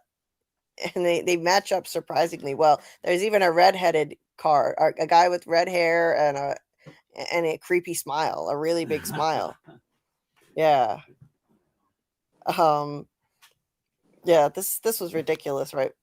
So Victor's memories were like, I was in the root cellar with mom. Wait, I hid sister's drawings in trunk of car. Wait, it was mom and sister in root cellar. Wait, sister went after mom. Wait, I think my sister's dead. Wait, I only found small pieces and never really identified her. Slowly leading toward had a sister, forgot sister, thought sister died, only found pieces. Yeah, his memories are so ridiculous, and yes, I do think we'll find out more next season. I have a I thought it theory was Jade. I thought it that was Jasper, but it's Civilian White. there's that one too. That bait and Yeah. switch memory. It was Jasper was talking to Christopher. Oh no, wait, it was the boy in white. Oh my god, his memories are never correct the first time around. You gotta wait for the second version. Anytime he has a flashback, now we're gonna have to remember that. Hey, Mark Yablonsky, nice to see you. I hope you're doing well. It's been a while. He says, I haven't been present for a live stream on Julie's in forever. Oh, nice to see you again. Oh, the family's getting back together. It must be from season. The whole family is reuniting. It's like a family reunion here. Jay says, when Martin told Boyd to hurry up before they come back, he was talking about story walking Julie since she had just dropped the rope down to Boyd. I mean, could be. He said they'll be back soon. It would be kind of weird to refer to Julie as they. You know what I think it means? I think it means something you might not expect. I think he was just referring to the worms, because literally he said, when the music stops, they'll be back soon. He said, you've got to get out of here before the music stops. And then the music box stopped, and who came? Nobody except the fucking worms. The worms went crazy in his arm, and he scratched Boyd at that moment and gave him the worms. I think he was honestly just referring to the worms, believe it or not, which I know is kind of a letdown because I was always hoping it was going to be some other entity, and I couldn't wait. I couldn't wait to see what that was going to be, but I honestly think nobody was ever coming. Nobody showed up. Anyway, okay, David explained what he had meant. He meant in terms of the show ending in ambiguity and being able to have Doug on to dissect it with us. Oh, absolutely. If it ends in ambiguity, then, I'm sure Doug will happily, try to parse that together with us. And, hopefully it doesn't end too ambiguously, though. I want clear answers. I don't like vague endings. Ambiguously gay duo. Incognito says, important question. How the fuck are they going to escape from Bill? It must be by breaking the curse of the children sacrificed. This is one of the hardest questions for me. Honestly, this is one that I am really not sure about yet. They have not given us enough evidence to really make a solid theory on this. You're gonna have to make a lot of assumptions to come up with a theory on how they're gonna do this. I mean, the most obvious way would obviously be for Julie to story walk back to the original sacrifice and make sure it doesn't happen. But I don't think that's possible. I don't think that is possible with the model of time travel that they're doing on this show, that they've already shown us with the throwing of the rope, which I think is a bootstrap paradox, determinism, closed loop, time travel.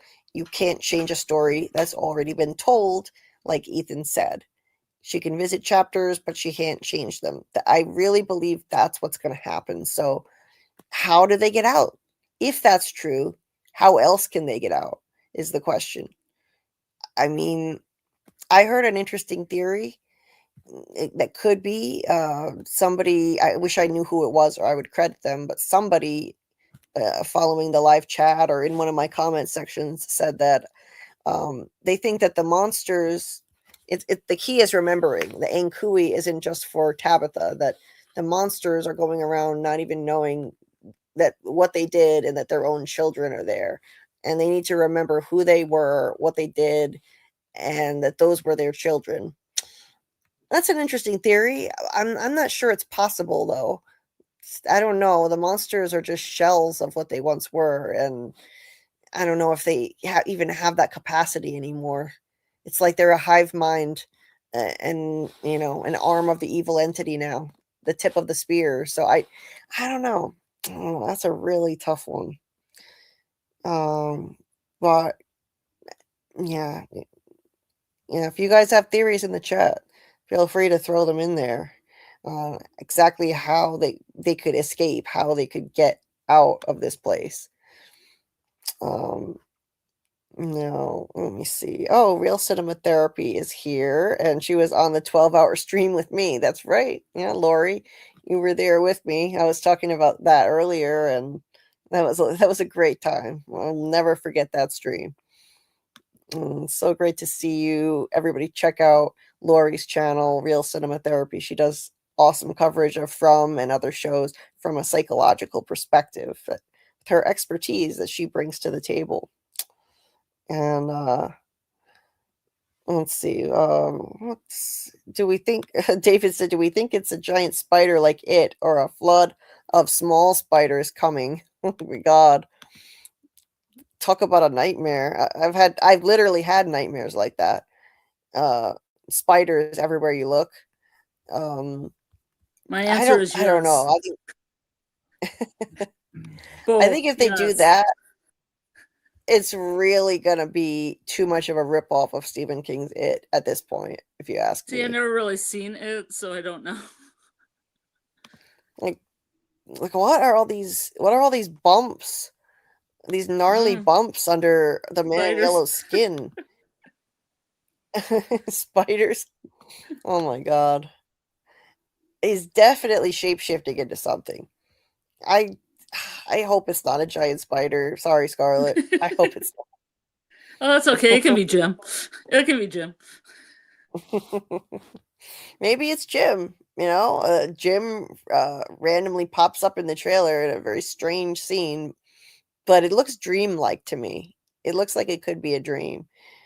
Okay, so I wasn't misgendering you. Good, just checking there. Okay, so PR Raglan's name is Patrick. Well, nice to meet you, Patrick. So Miss Joan, but he has been there 40 years. Yeah, I know Victor's been there 40 years, but I just don't believe that he could have witnessed some of the things that he did and still survive. Some of the bloody things that are in his pictures. How is he alive if he was there to draw those things? These all different monsters oozing blood and massacred people everywhere.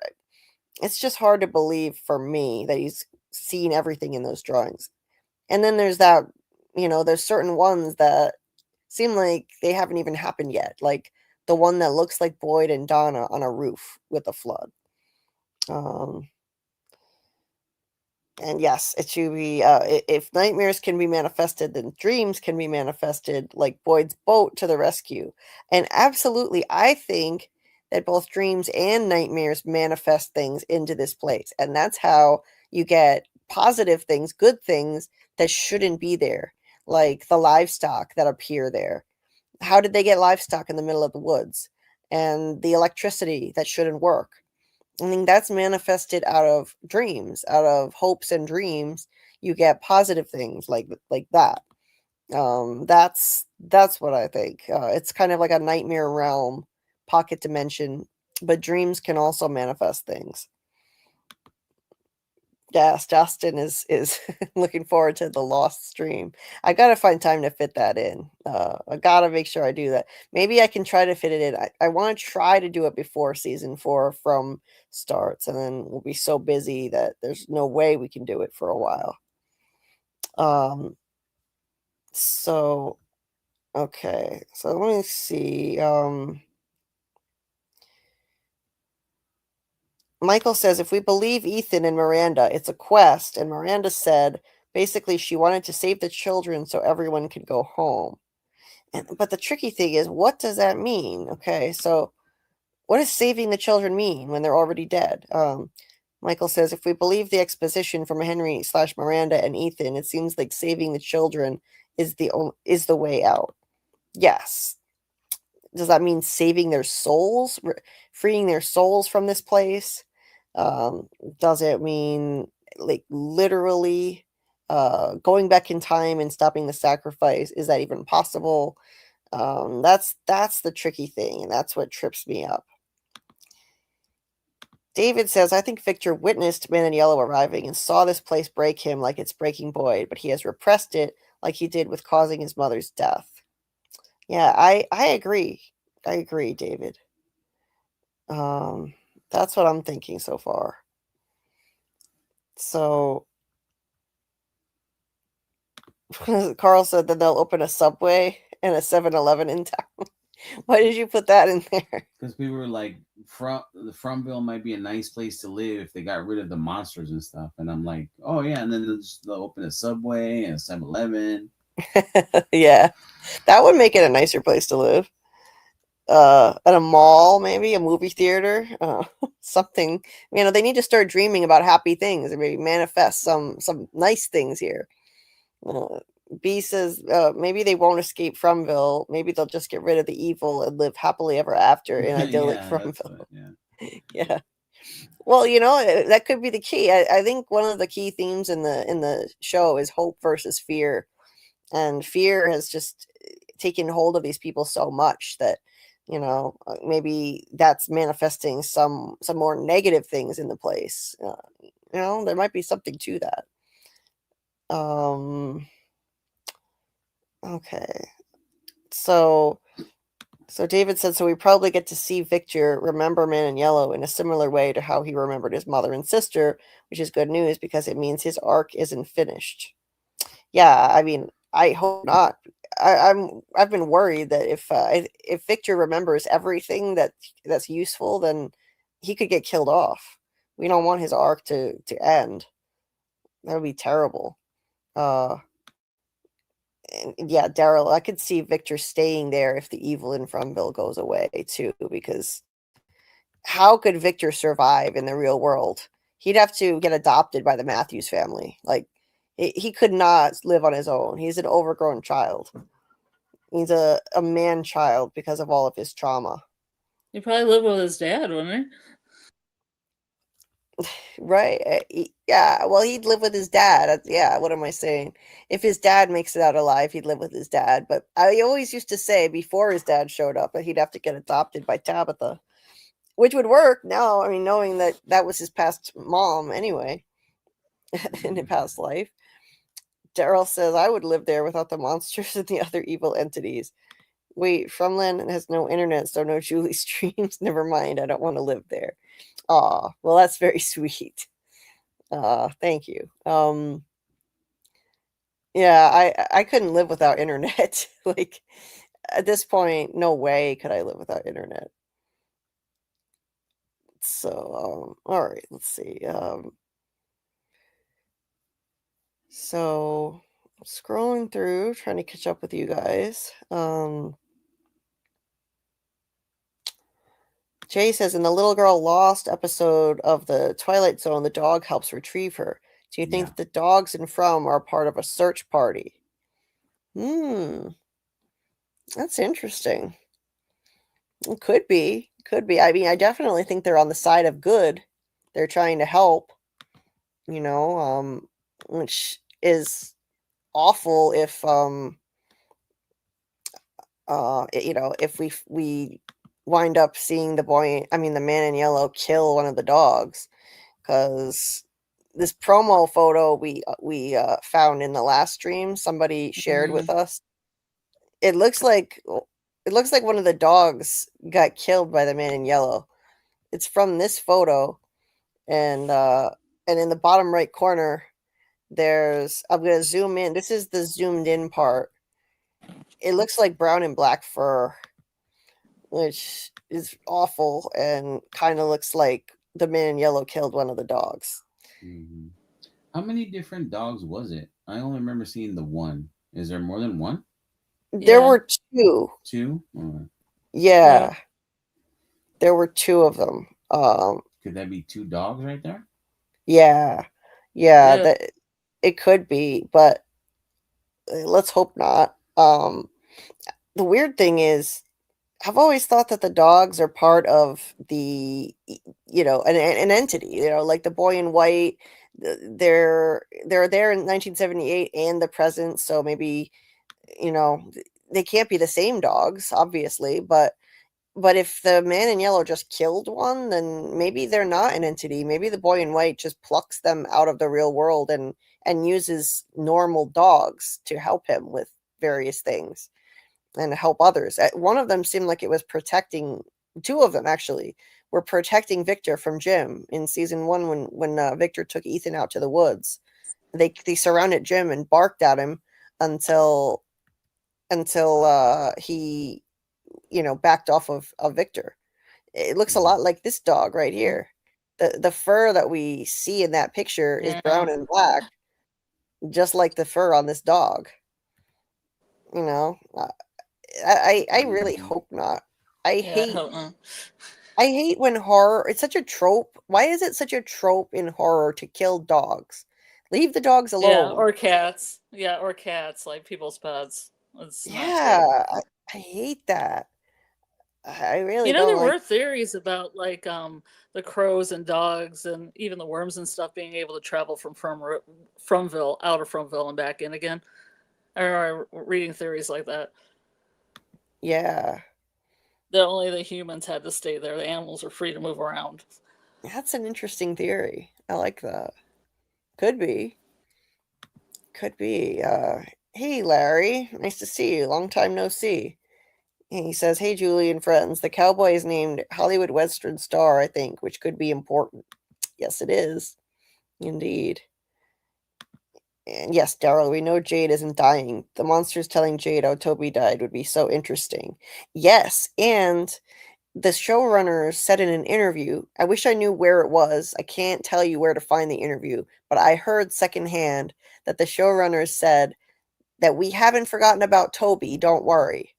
So that means they're going to bring up that weirdness of Toby's death later at some point. So maybe this is it. Maybe the monsters are going to tell Jade Sarah killed him with her own hands. That's his childhood best friend.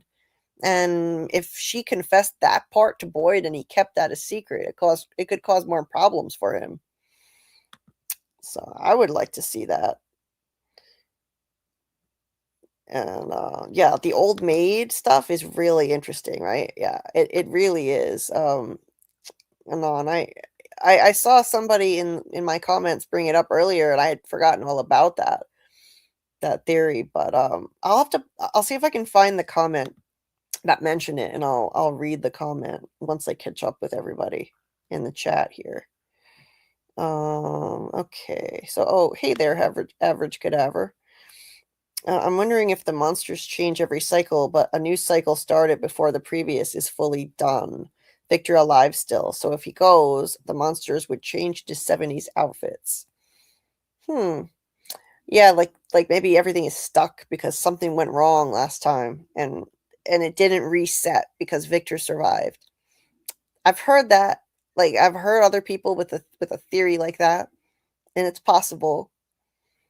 However, I think that in every cycle, it would make sense if there was always a lone survivor like Victor, so that this evil entity there would always have someone suffering to feed on in between while waiting for more people to show up. I mean, that's a lot of suffering, that would be in a lone survivor who just got left behind with the whole town killed off. And just think of all that trauma. That would be a feast for this evil entity there.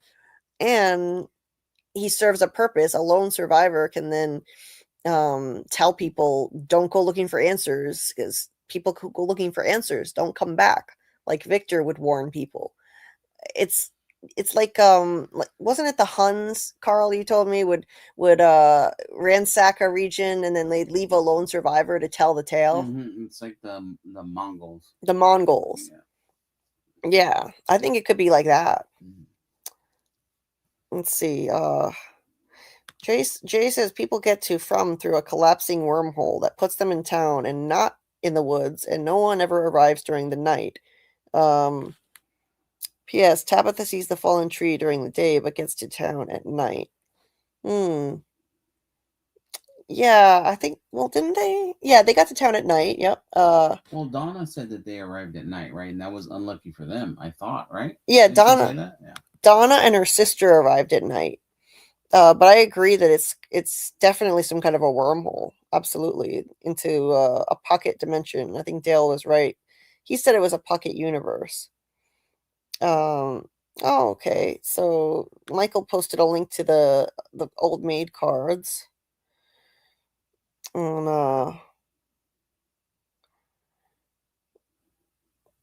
let's see. Incognito. Remembering is resolving the problem, and Cooey.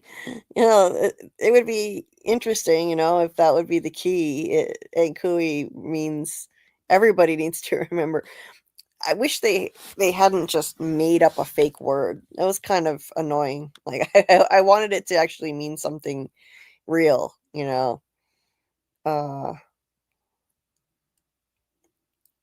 let's see. I'm just scrolling through here. So David says, remembering they are the monsters that sacrifice the seven will set them free, but I do not know how the show will make that work. Me neither. Mark says, I think the way out for them is the characters need to recreate the movie Rocky Horror Picture Show to a meticulous detail. Wouldn't that be entertaining? Oh my God. So Larry thinks that the man in yellow is shifting into Jim. This was a surreal scene in the trailer. But doesn't he look angelic though? Let me put this back on the screen. Yeah, his face is very soft, kind of.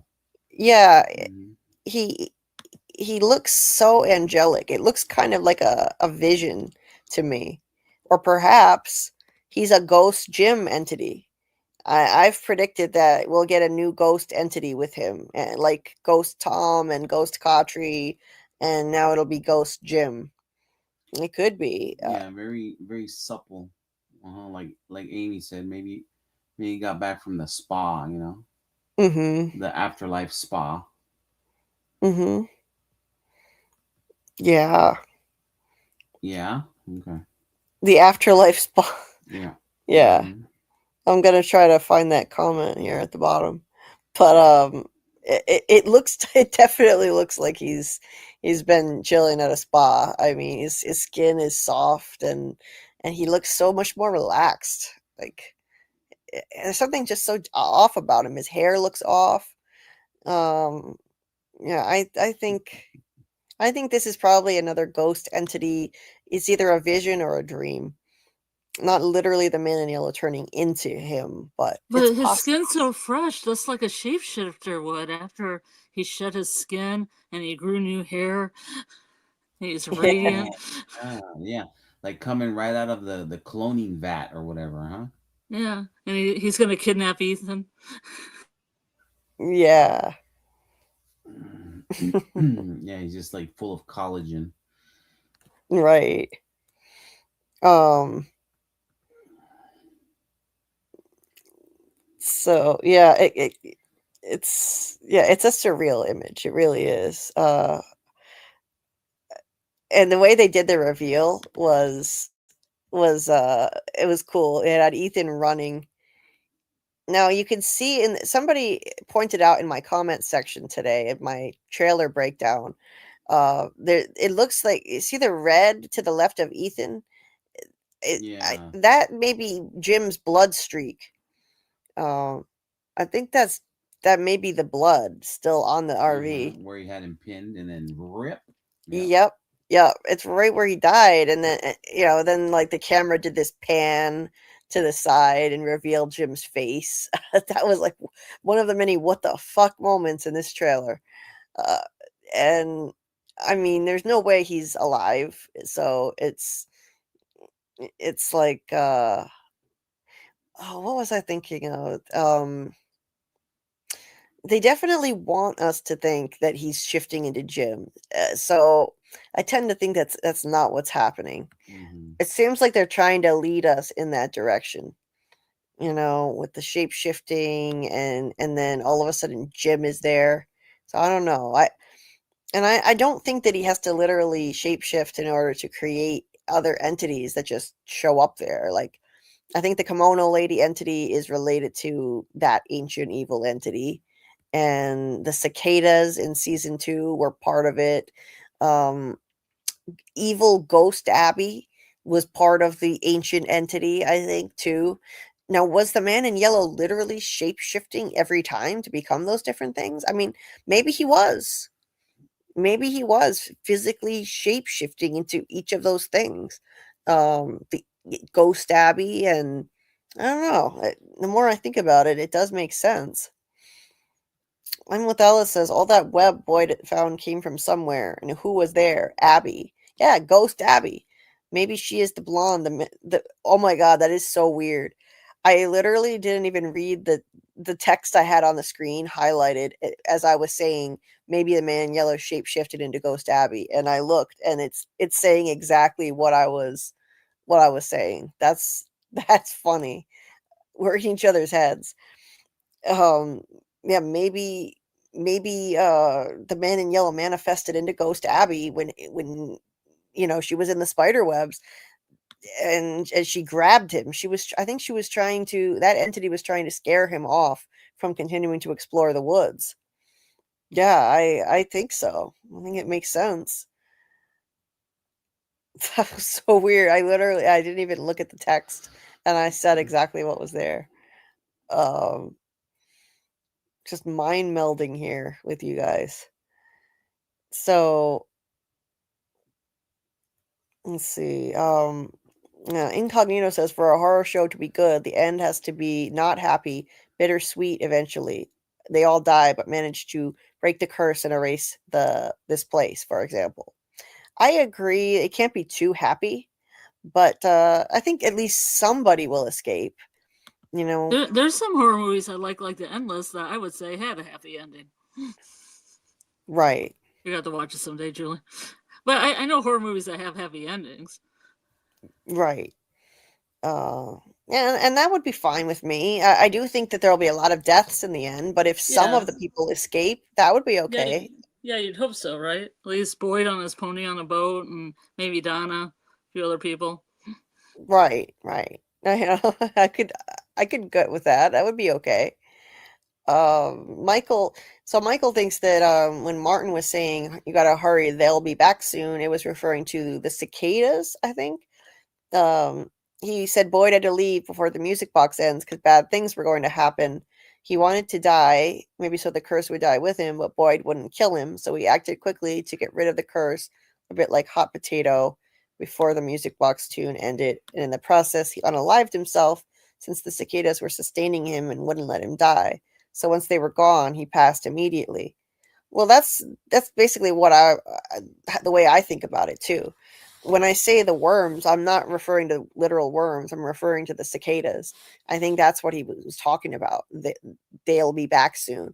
Those were cicada nymphs in him, not actual worms. So that's what I think too. That's what he was referring to. They'll be back soon. Yes, so the cicadas coming back.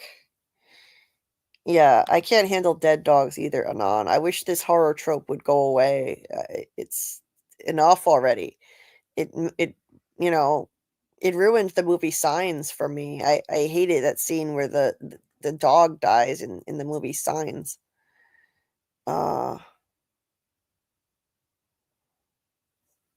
Okay.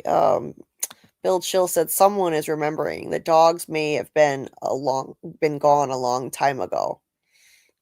Okay, it could be. Anon says maybe Sophia's dog. No one's ever brought a pet with them to town, have they? Um, a cat or a dog, like people take their dogs places all the time. That's odd when you think about it. So Gus looks like a Belgian Tervuren. I don't know how to say that, but Tervuren.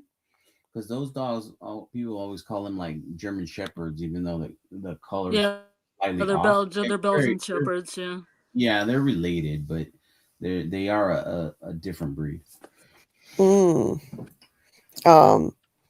Miss Joan, thanks so much for the support. 55 here. Please hit that like button. Thank you, thank you, thank you. It's so important. It's not just like, hey, I'm showing support. We like your video. We're enjoying it. It's not just for a good feeling. It's actually it's important for the YouTube algorithm. When you hit that like button, it pushes the video out to more people. The more people hit the like, the more YouTube will push the video out and show it to more people as they're browsing through YouTube. So yes, please hit that like button and subscribe if you happen to not already be subscribed. We finally crossed that 2K subscriber milestone today, and it would be great to stay there and not kind of fluctuate up and down at all. It would be good to just stay there. I think it's at like 2011 or 2010 now. Yeah, you're at 201K. Yeah. Stay there. You got to keep going. Yeah. Now it's on to 3,000. Yeah. Now 3,000 will be the next goal. Absolutely. And if anybody out there hasn't checked out my breakdown video of the trailer that came out today, it's a full deep dive with theories and predictions. So it's a long one. It's 36 minutes, but I go through every bit of the trailer, and even I kind of go from most important to least important. But you'll want to stick around to the end because the entire thing is packed with mind-blowing stuff. This trailer is amazing, so I really wanted to just cover everything and explore it. So yeah, that's linked in the description of this live stream.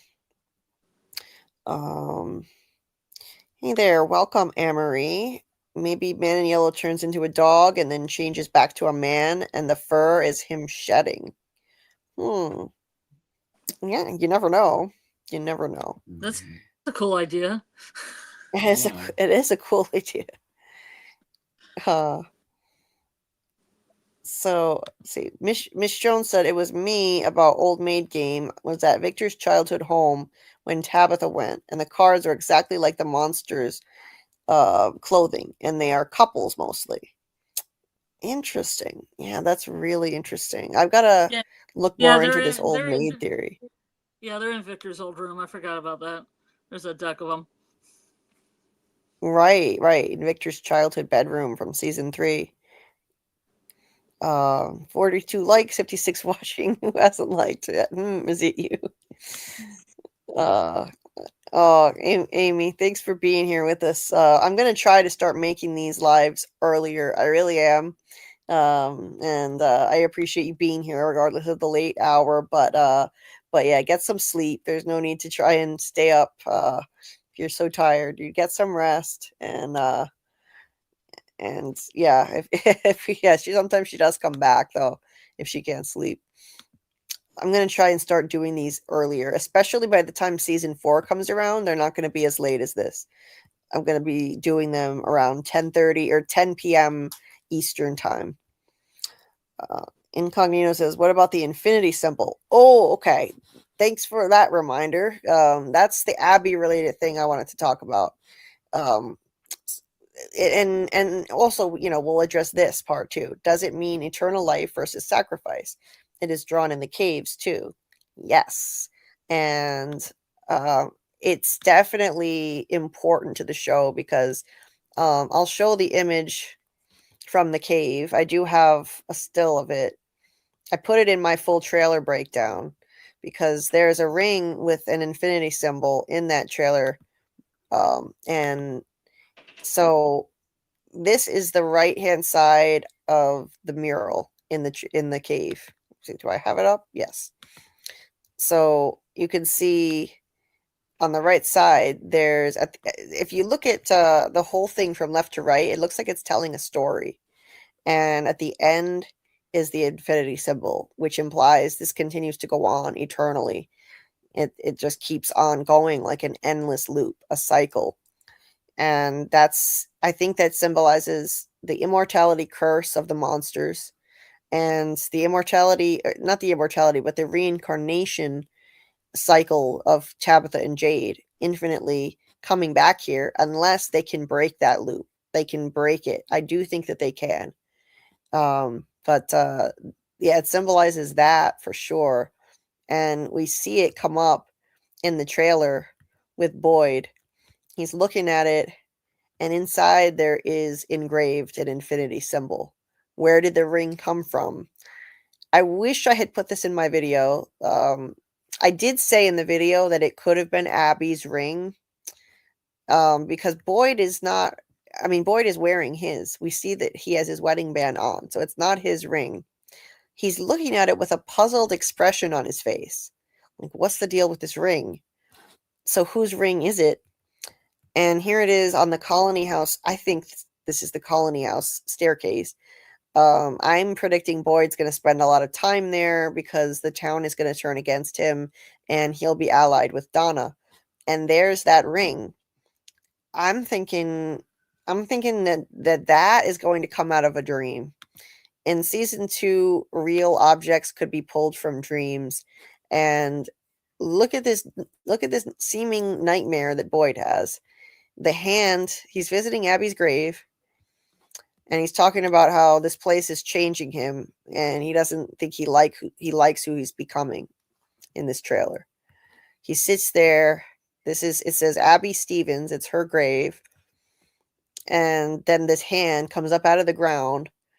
People have said, oh, this hand is too big to be Abby's because it is kind of large, but some women have largish hands, and the actress who plays Abby looks like she has hands that match this. I've seen pictures of her. She's over there cracking lobsters in half and stuff, Yeah, she might be cracking lobsters in half at the dinner table, like Seinfeld's date.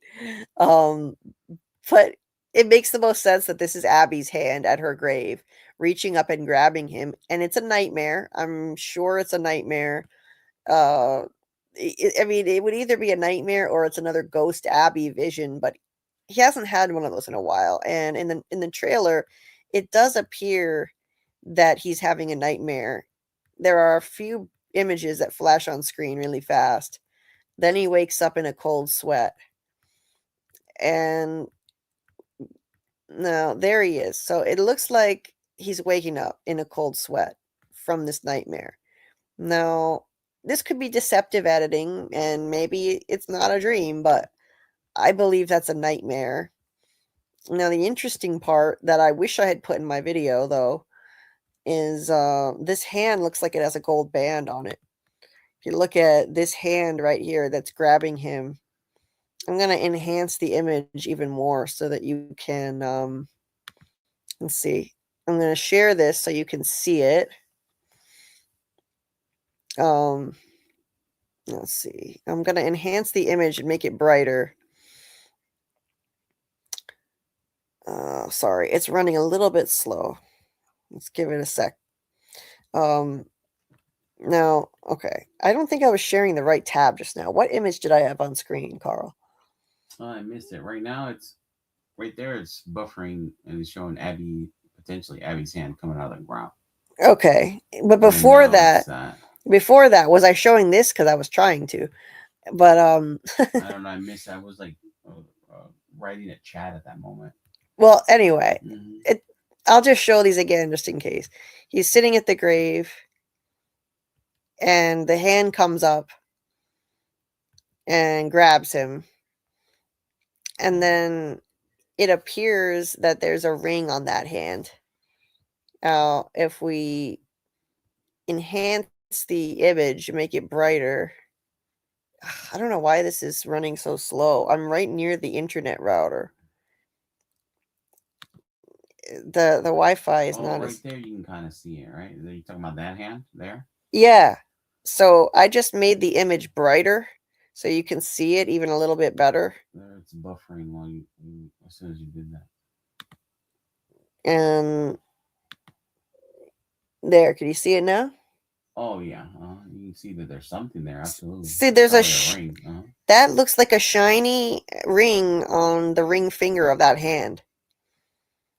Right there. Mm-hmm. So that looks like Abby's ring, and Boyd is going to be looking at it with a puzzled look on his face. So I just saved that version of the image. He's going to be looking at it with a puzzled expression on his face because he'll be wondering how this ring came out of his nightmare.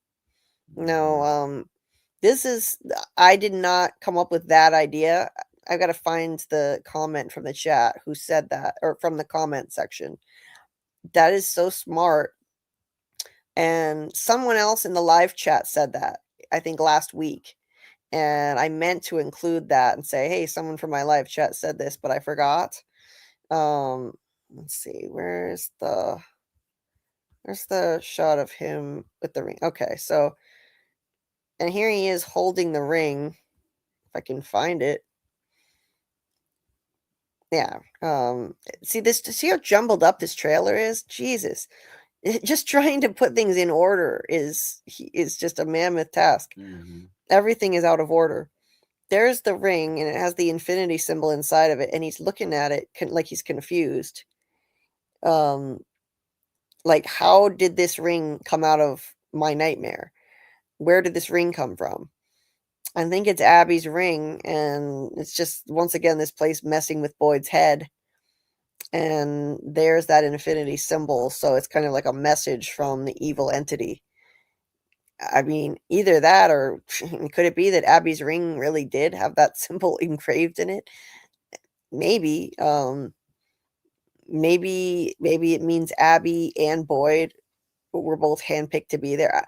I personally think Boyd was chosen to be there, and Abby happened to marry him, but it's possible Abby was chosen as well, and she, she has this infinity symbol. Now, it's also a common romantic thing, so could be a coincidence, but I mean, are there coincidences in From? It's definitely linked to this place. But yeah, I mean, romantic couples give each other things that have infinity symbols on them. But in this show, we know it has other meaning, and it's on that cave wall. It represents the eternal cycle, Maybe it's meant to taunt Boyd, like this is never going to end.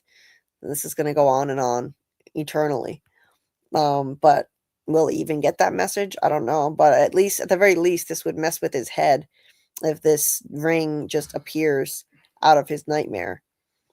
And in season 2, there were physical things that could come out of dreams. Elgin was almost drowned for real in a dream, he woke up. He said that he woke up coughing up water. They must have cut the scene out, but that's what Elgin said. We learned about it through exposition. Kenny got a burn on his arm from boiling water in a dream, a real burn on his arm. Boyd pulled a torch out of a dream state, a lit torch. So physical items can be pulled out of dreams in this place. And I find that really interesting. So, yeah, I'll be curious to see where that goes. B had said, I don't think it's what's happening, but those bumps on Maniela's back made me think of him sprouting wings like gargoyle wings. Oh, man.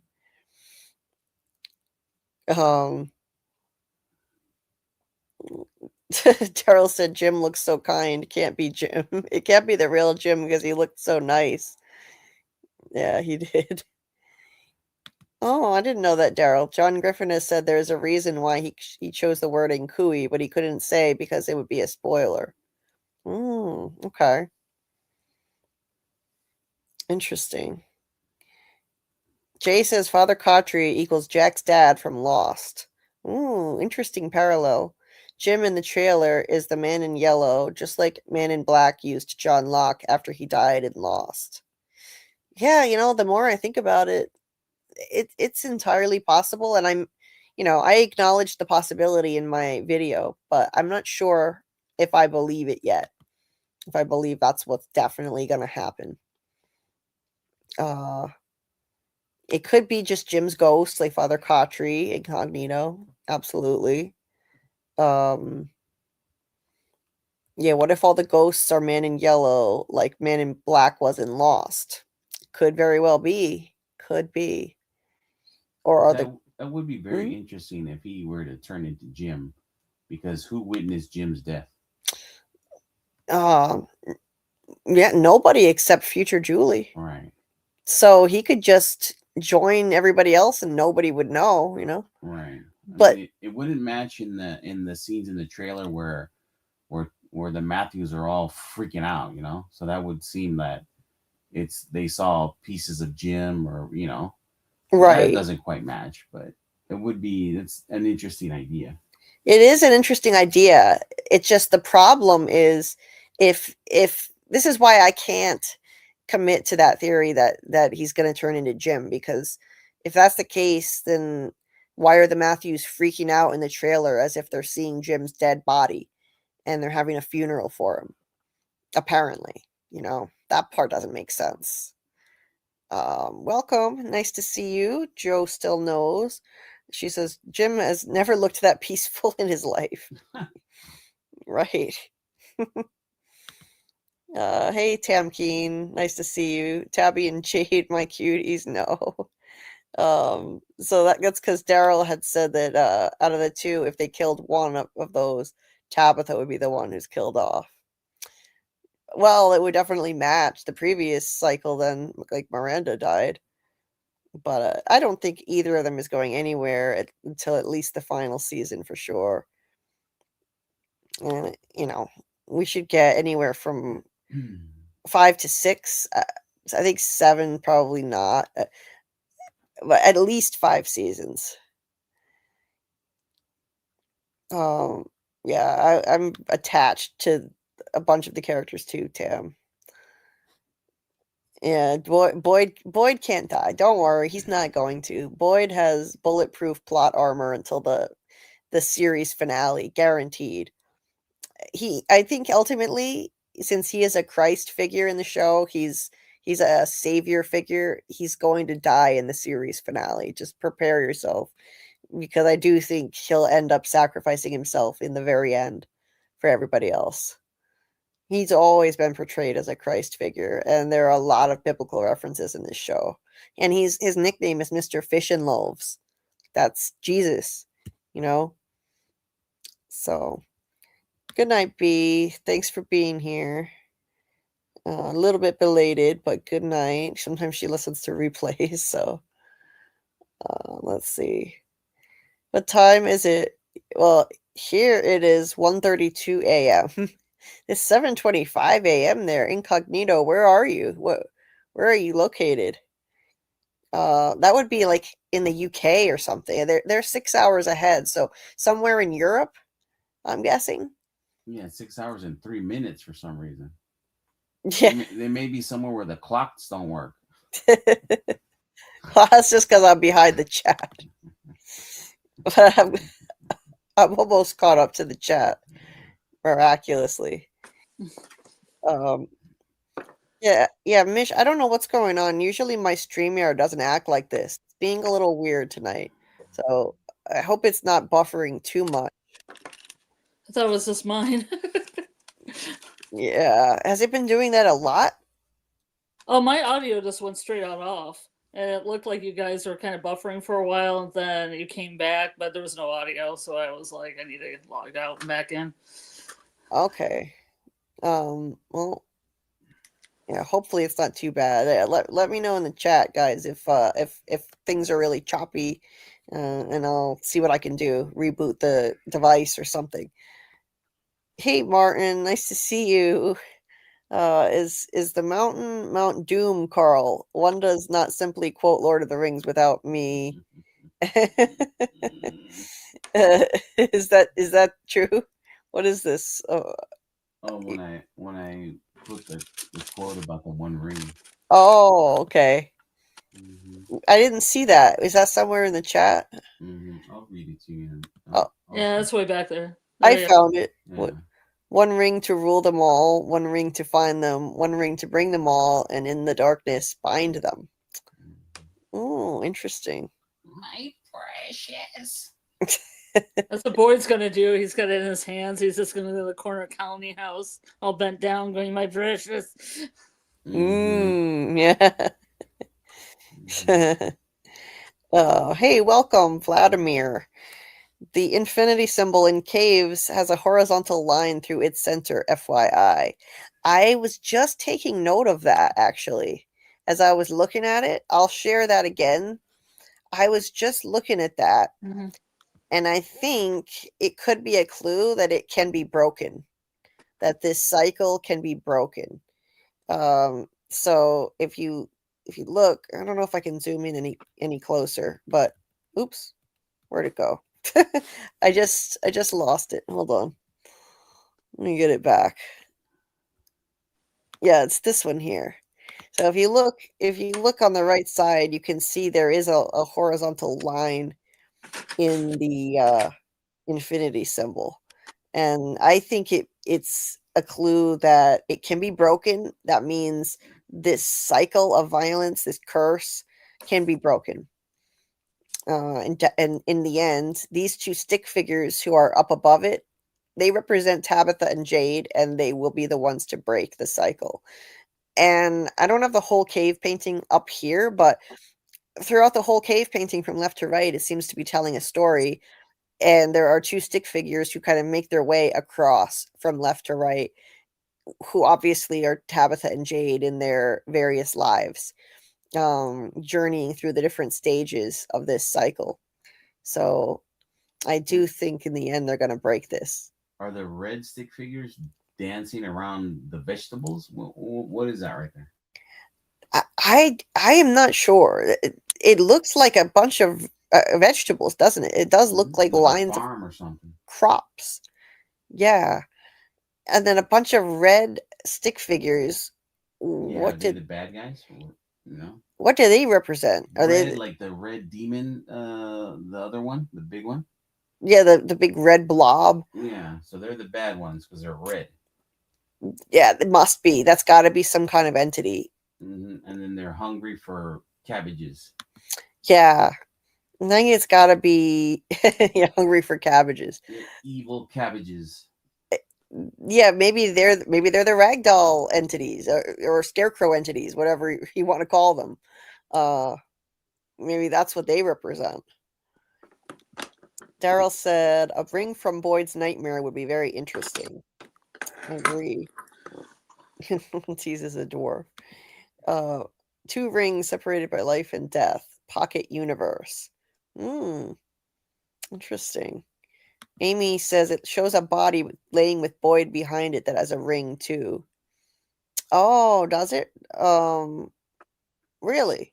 Where was that? Was that the because I didn't see a hand. I didn't see the dead body's hand that they're carrying into the church. So let me know where that is, Amy. Daryl says the ring being on that hand's finger was something I was thinking about on this stream, but I never said it. The ring coming from the nightmare makes the most sense right now. I absolutely agree. Vladimir says ring with infinity symbol. Jim was wearing a ring, as is the corpse brought to the church in the trailer. FYI. That's true. It could be, I mentioned in my video that it could be the pastor being brought into the church. He has a daughter. Pastors can get married, so I'm sure he was married. Yeah, my boyfriend's dad's a pastor. Oh, really? Yeah, my boyfriend. So there you go. Yeah. Still, I mean, what makes the most sense for Boyd to be holding that ring and looking at it with a strange expression on his face? To me, I think the most logical thing is this came from his nightmare. The most logical thing in this crazy show is that this ring came from his nightmare and it was Abby's ring. Yeah, it is, but Abby doesn't have a thick band like that. And I want to believe too. I mean, has anybody gone back and looked at Abby? Yeah, we did on Discord because I showed a picture of Jim with the thick band, and then I showed a picture of Abby that was kind of blurry, and then somebody else on the Discord helped me. If it's anybody in the chat, thank you, and said it's a thinner ring. Her wedding ring. Right. Well, still, this is a nightmare, so it doesn't have to be accurate. It could be this is like a different ring, it could be that they retconned it, I hope they don't retcon it. Yeah, I mean, it could have just made it, and it's possible that they made it bigger just so that they could engrave that infinity symbol into it and show it on screen. For logistical purposes, it might have been too difficult to engrave it on a big enough ring that you could see it clearly in a shot. Weren't we always saying the actress that plays Abby has pretty big hands? Yes. Yes, we have. Yeah. So you would think that would be, but if it was Jim's ring, it'd be kind of weird. Yes. Yeah. It would be weird. I mean, why would Boyd be looking at it like that? What's the significance to him? He looks confused. Tony, hey Tony Teflon, nice to see you. Thanks for popping in the chat. He says most likely an infinity symbol, but could also be an hourglass. True. Tick tick. The sand's going through. Yeah, time's ticking for Boyd. Time's running out. It could double. Honestly, it could even serve a dual purpose in that way, because Boyd said in the scene with Donna, Tabitha, Jade, and Ellis in the sheriff's station, he said we're losing. We're running out of time, and we don't even know the goddamn rules. We're running out of time. So yeah, that's a great point, Tony. Great to see you. The Don himself. The Don Tony Teflon. Yep, always good to see Tony. And up pretty late. Up later than average, huh? Yep. So yeah, the only other person I thought might be who had a ring like that would have been Father Kadri, but I don't see any rings on his hand, but I haven't gotten any close-ups on his hands enough to see. Right. Because Boyd and him were close, that might be a sign of something. Yeah. So Mish, I'm pretty sure it's a pastor.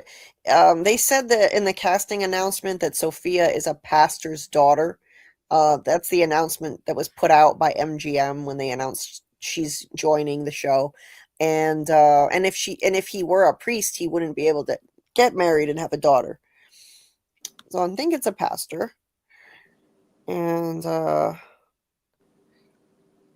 me see. Let me go back up a little bit. So I missed a few here. I saw one that I wanted to highlight and now I lost it. Where'd you go? Oh, right. It was Jordan here. Jordan said, "Congrats on 2K." Thanks, Jordan. Appreciate you. Yeah, it was nice to finally reach the 2K sub milestone. It's been a while trying to get there, so it was a good feeling. It was a good feeling.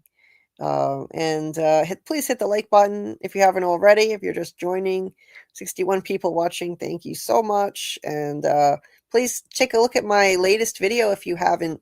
It's linked in the description, and it is a full deep dive breakdown, the deepest of dives into the full trailer with all my theories and predictions based on that trailer for season 4.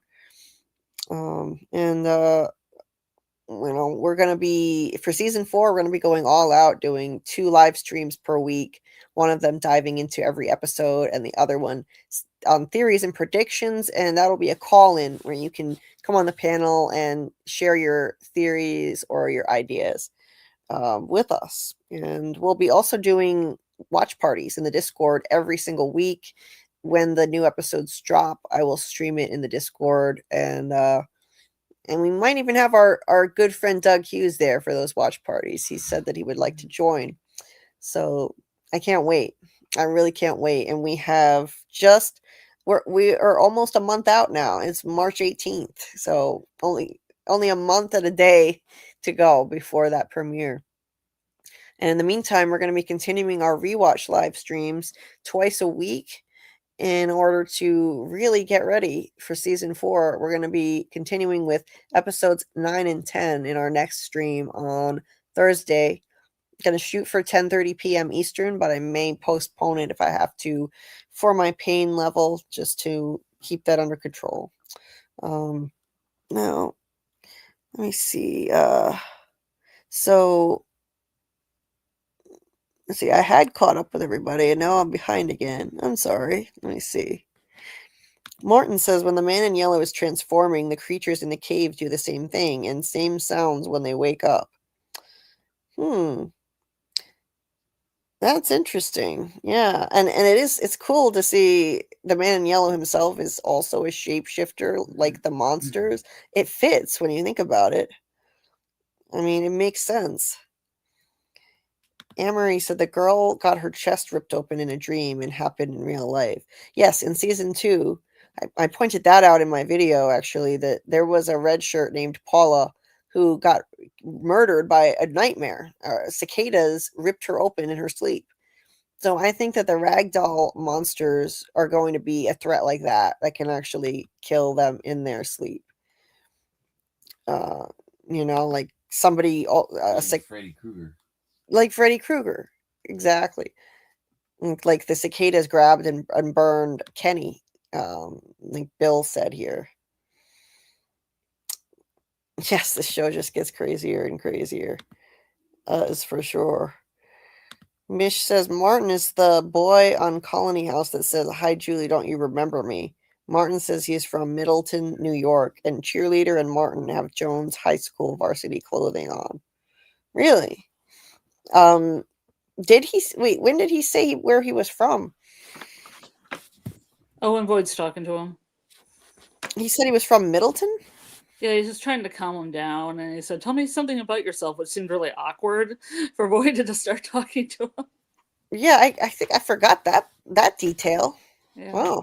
I remember the Geek Academy actually got a account for high school reunion stuff, so we could go on and look at the Jones High School varsity clothing. Oh, okay. Interesting. Like the cheerleader has a similar outfit on from that picture. It is pretty close. And I think it's from the 70s. Somebody in the chat. I don't know. I'm tired. Yeah, I knew 70s. that. Sorry, I knew that about the cheerleader and the teen boy monster both having that same uniform from the Jones. It looks like Jones High School, but I didn't remember Martin saying that he's from Middleton, New York, though. Interesting. The only problem with that is, though, the monsters are all the people from the original cycle, though. So I don't know. I mean, I don't know how he'd wind up being one of the 3 in a cicada coma chained up, because that's what I think Martin was, that he was targeted in a past cycle, like Randall, chained up, like Randall and the other 2. So I don't know. That's interesting. Maybe some cheerleaders got stuck there, like from the high school, and then they died, so their like outfits became part of the like, whole colony house like clothing pool. Right. And then the monsters took it. Maybe. Or maybe off their bodies. I don't know. One monster wanted to be a cheerleader really bad. Right. Average Cadaver.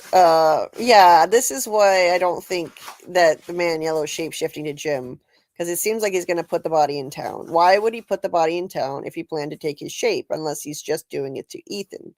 Yeah, I agree on that. I agree.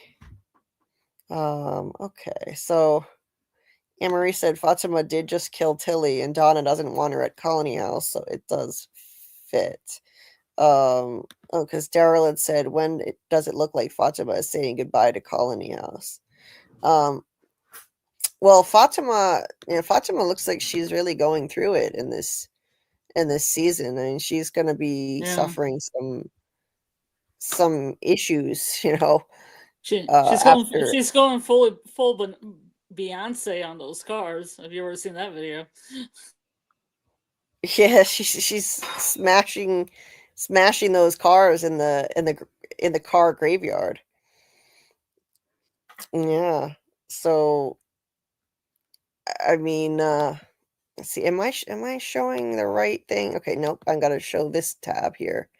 Yeah, she's gonna have some issues. I don't think she's gonna be pushed out of town or anything, but it's gonna be difficult, because I think the truth is definitely gonna come out about her. Out there.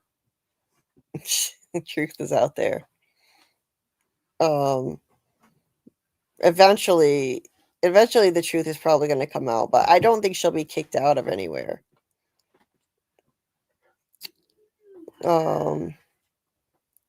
Let's see. Tony said, I'm sick, and called in, just took some meds and turned on the TV, and boom, Julie B holding it down with Pan, and Scarlet. Oh, sorry to hear that you're sick. Hope you feel better soon. I like that Tony gave me a nickname. That's cool. Yeah, Scarlet O. Well, feel better soon, Tony. And okay, so yeah, I hope to see you on some more From Theory Crafting lives soon. Those are always a good time. Yeah, I started out watching Tony's videos first too, Daryl. When I started watching From, I would always check out his videos right after each episode. And that one, and the What is From cast too. Hey, Mackie's here. Nice to see you, Mackie Vals. 2K, I'm so happy and proud to see this. You put in the work and you deserve it. Can't wait for 20K. Well, thank you very much. That means a lot. Thanks for the kind words. And I definitely put in work, I'll tell you that. It takes a lot of hours just to make a single video like the one I put out today. Oh my God. It's like, a labor of love, and it's worth it in the end. And I'm always glad that I did it. And, it's a lot of fun. I definitely was happy to finally see that 1.9K turn to a 2.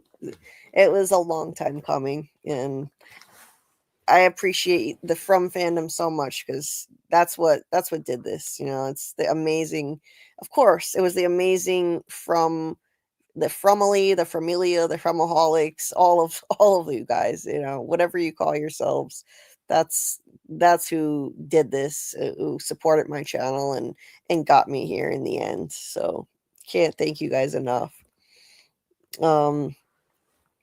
So yeah, the What Is Fromcast is great. And it's very entertaining, and it was the first thing that I listened to because I couldn't find anything else breaking Me down too. every episode. Yeah, I really love the hosts of that show. They consider me a friend of the channel because I talk a lot on their chats, and they know all the actors, and people should check them out. Yeah. They check it out when I don't think they're doing anything now, but definitely check it out when From starts. Yes. And Miss Joan thinks Martin is a time walker. Well, my friend in the fandom, Fromaholic Fletch, also thinks that Martin is a story walker, and I've decided I agree. I think so too. So, we'll see. We will see. I don't know. But I'm gonna be putting out a theory video about that. And I think I can give a pretty good explanation for how everybody died in 1978 too. I'm gonna put that in a theory video coming soon. And it's gonna be related to Martin. That's going to come into play as well. He'll be part of that video. So anyway, so what else? What else do we have going on in this trailer? We've got Sophia and Kenny praying, and everybody's really quick to think that Sophia is going to be a problem. I don't necessarily think so, but it is a little ominous that her name means wisdom, and you could substitute that for knowledge comes at a cost, and maybe that means Sophia comes at a cost. So there's that. I don't know. And Sophia took over Jim's spot. Sophia. I heard a really interesting theory. Someone wrote in my comment section today that the man in yellow will shapeshift into Sophia, and that she's coming as a cost, and that's the man in yellow masquerading as this young woman. And That the would first be sorry, I was gonna say that would be fucking bananas. would be fucking bananas. The first episode of season 4 is going to be titled The Arrival. So it would be really interesting if that happened. And I had a theory back before we got any trailers. Just a pet theory, not based on any evidence, but I thought it would be awesome if the new arrival this season is actually the man in yellow, but no one knows that he's the evil entity. But then I saw the teaser trailer and I thought, okay, no, that's not going to happen. And, I saw our new arrival was going to be Sophia, but imagine if it's the man in yellow. That would be a wild twist. I'm always open-minded to things like that. I'll keep an open mind. You never know. Yeah, I think that it's possible, but in the meantime, yeah, it's interesting to see that another religious figure is brought to town. Seems like there's always a religious figure. Started with Katri. He died. Then Tilly came to town. She held a prayer circle. She died, and now we have another religious figure. Seems like a trend here, and I wouldn't be surprised if she's a helpful entity. I mean, the other two were Katri and Tilly, and maybe there's a helpful entity like I think the boy in white bringing helpful people to town who can bring hope. Religious figures are a potential source of hope. So, it could go that way too. And thank you, Ryan. Thank you. Bill says the price of knowledge is wisdom, reflects the idea that acquiring knowledge is an investment, with the ultimate return and cost being the wisdom to apply it properly. Oh, that's really interesting. Knowledge comes at a cost, and that cost is wisdom. Sophia. Well, the more I think about that, I mean, she could be a negative thing. Interesting stuff. And good night. I'm so sorry. I still don't know how to say your name properly, but it's Shubi. Good night. Good night. Thank you for being here. Miss Joan, was that you who wrote that? Are you referring to the man in yellow turning into Sophia? Because yeah, I was just mentioning that comment that I read. I got a lot of awesome comments today, so I apologize if I don't remember who said what, but it's hard to keep track. See, what I was thinking about Sophia was that Jim died because he attained knowledge, and then he was replaced by Sophia, whose name means wisdom. Mm-hmm. That kind of thing. Yeah, That's what I was going for. If I wasn't clear the last time. it makes sense to me. Absolutely. So, yeah, it's definitely fascinating that they named her that. David says, Sophia and the gift of the goddess. The hero returns with the gift of Sophia, wisdom and knowledge, remembering the truth. Good stuff. Good stuff. So Daryl doesn't think Sophia's going to be bad. Yeah, I mean, it's hard to say. Yeah, let me know what you guys think in the chat. What does everybody think? And now going through the trailer here, I said I was going to do this earlier, and I'm just remembering now. Let's just look at how confusing it is, how much it jumps around, trying to mix us up. So we've got the funeral scene, and the crows showing up, and then Boyd at the grave talking to Abby. The hand comes up, grabs him. Then we start flashing into all kinds of random shit. We've got the staircase coming up from the caves into the secret room in the root cellar. We've got a totem from Cannibal Village. What looks like a corpse and a rat coming out of its mouth.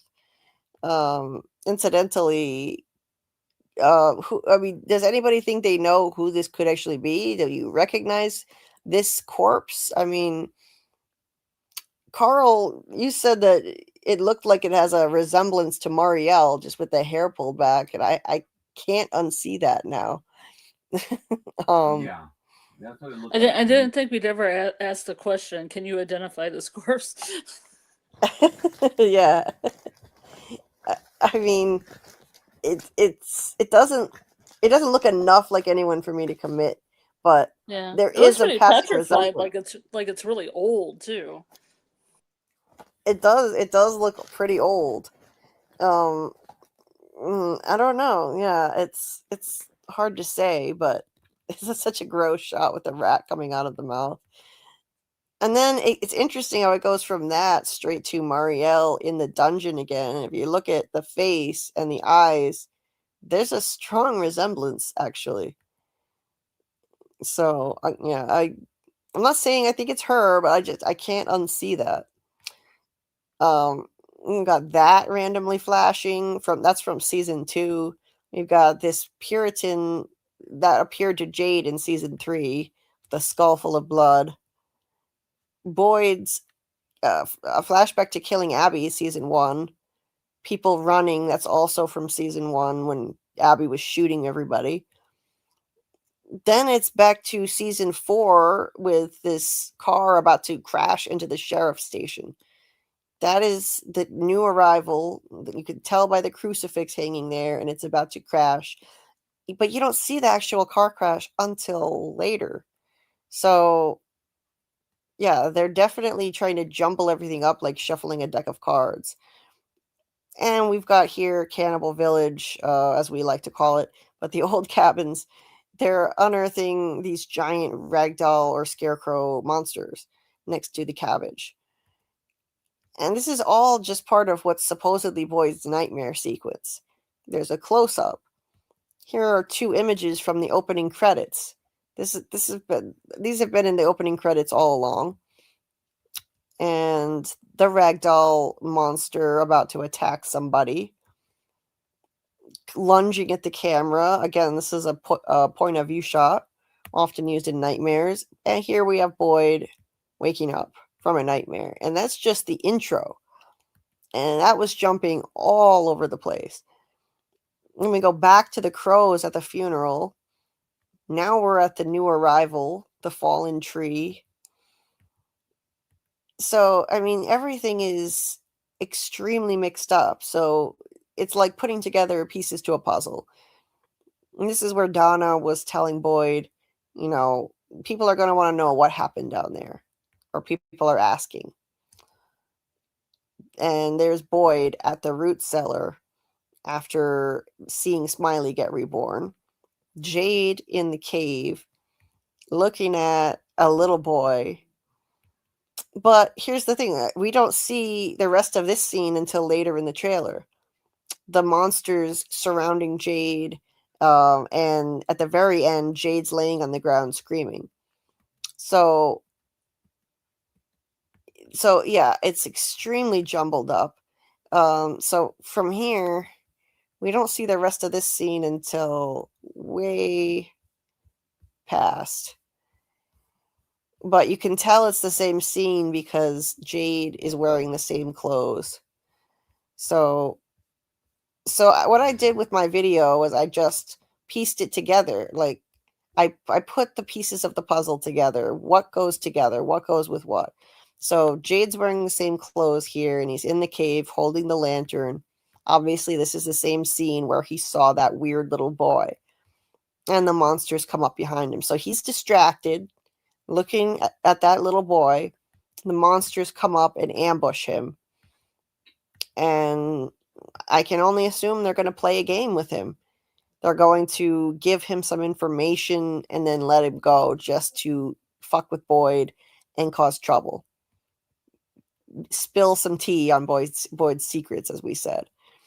But then we don't see until the very end of the trailer the last piece of that scene, which is Jade laying on the ground screaming. Let me see. Where is it? Right here. So this is what they do. This is how they try to confuse and avoid giving too much away while still whetting our appetite and giving us insight into what's going to come this season. But you see here he's wearing the same shirt. He's got the Tabby Cat shirt. He's got a button shirt, the button-down shirt that's light-colored, open. It's not his gray sweater that he had on in other scenes. So that's part of the same thing. They probably scare the shit out of him. He's cornered. He's laying on the ground screaming. And then they wind up just talking to him and then letting him go. Behind him, there looks like a skeleton hand, a small skeleton hand. I said in my video, I shouldn't give away everything I say in my video, but I think it's the hand of an Ankui child. They were most likely sacrificed in the cave, and so yeah, that looks like a tiny child-sized hand. The skeleton hand. If I'm turning up the brightness here so you can see it better. That's definitely a skeleton hand back there. And I can't see what else is next to it. But that has to be what that is. I'm going to save a copy of this so I have it. It screws up the quality of the image, but it does allow you to see a little bit better that there is a tiny skeleton hand behind him. So yeah, that's the Jade part. And let me go back up to the little boy. He definitely looks like a young Jade. So let's see. That's Jade in the barn. It was before this. Okay, here it is. It looks like young Jade in modern clothes. If I zoom in a little bit, he's got wavy dark hair and stay there. Okay. He's got wavy dark hair like Jade, and he's just standing there staring at him. So, young Jade, a vision of young Jade. Tabitha had a dream of a young version of herself in season 1. This could be a waking dream, a vision for Jade. We know about his visions by now. And he's I think in every one of his visions, he's seen past versions of himself. Now, this is a little bit different. In these other visions, he saw past versions of himself in Fromville. In my opinion, they were him, all of them. And it showed how they failed in past timelines. This is different. This is a child, and it doesn't look like it's from a past timeline. It looks like it could be from this lifetime, based on what he's wearing.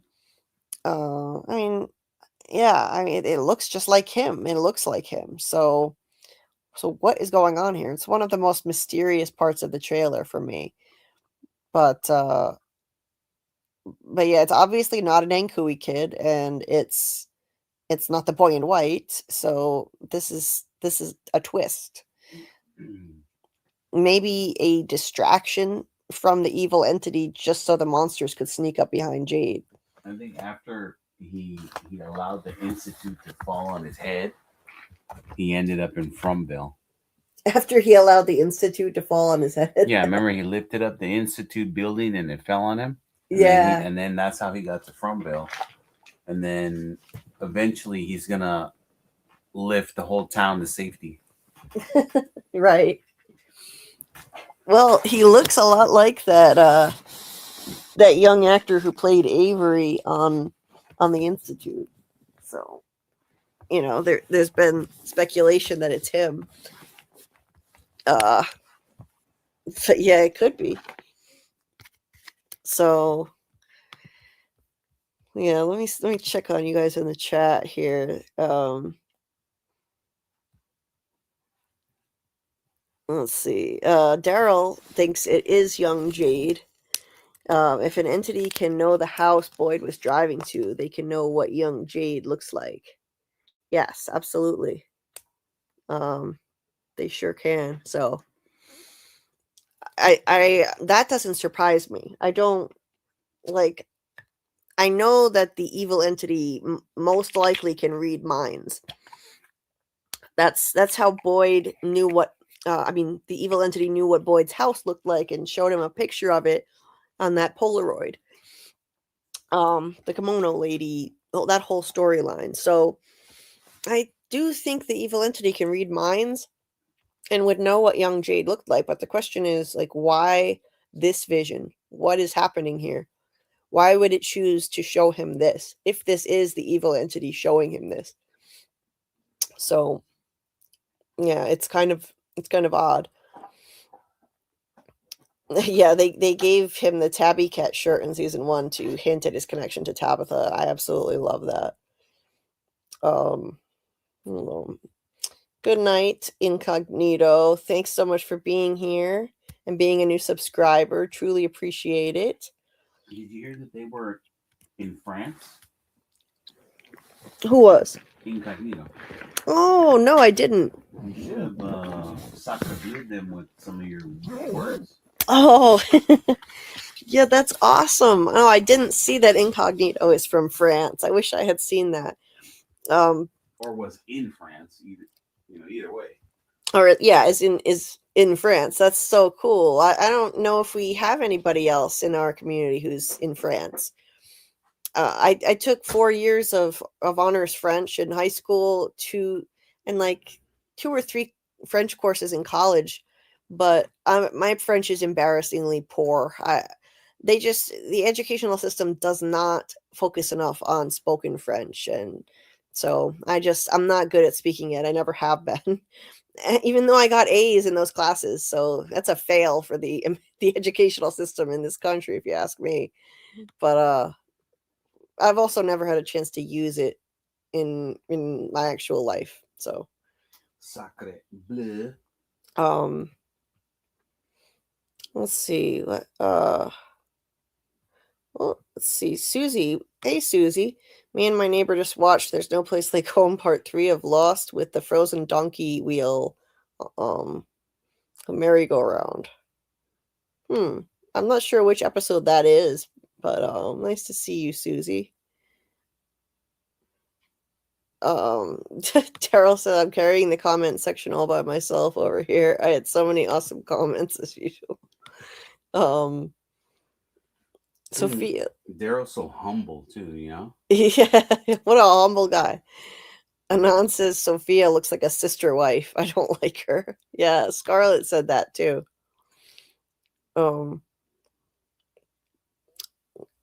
So I was across the room yeah, and what ran over here because somebody said sister wife. yeah, I was down in the basement. I'm like, sister wife? Yes. yeah. She does kind of look like a sister wife. She looks that, like a good that, time, man.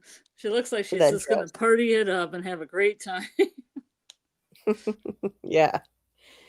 What is this? Who is this in reference to? 13 minutes ago, Daryl said, I don't think we're supposed to know who he is. Oh, the corpse. The corpse that I was showing on the screen. Yeah. Okay.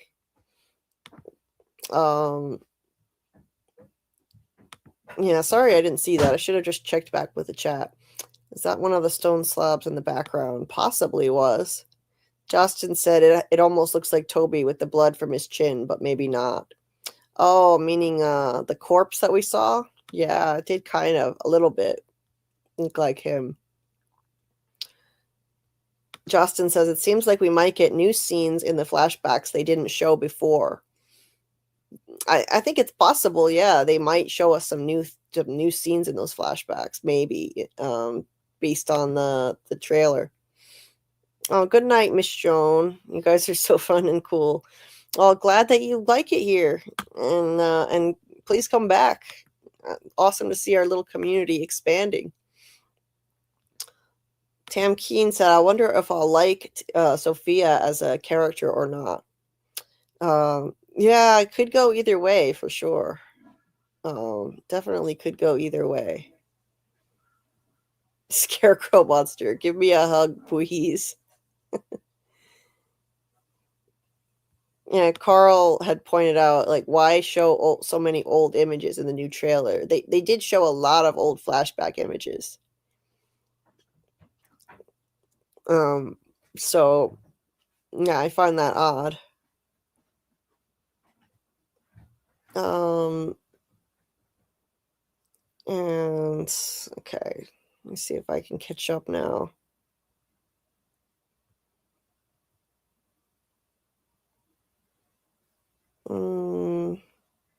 Yes, Henry is in the Institute as well. Jay said no one is talking about Smiley being reborn amongst the other monsters in the daytime, and that's why it's no longer safe during the day anymore in Frumville. I don't know. I don't know if it's no longer safe at all in the daytime. I think that since Smiley was reborn in the darkness of the cave below, that, you know, that doesn't mean that he can come out in the daytime. I think that they still are going to just come out at night, and the talismans will still work on the monsters that we know. But I do think that all of the promotional material, I've been talking about this from the beginning. I do think all of the promotional material is trying to hint to us that daytime is not going to be guaranteed safe anymore. And I just noticed, you know, they're highlighting daylight a lot. I'll show you what I mean in a minute. Let me just try and catch up with the chat here. Hey, Nene, Rochelle, nice to see you. Thank you very much. Let's see. Hey, Miss J, nice to see you too.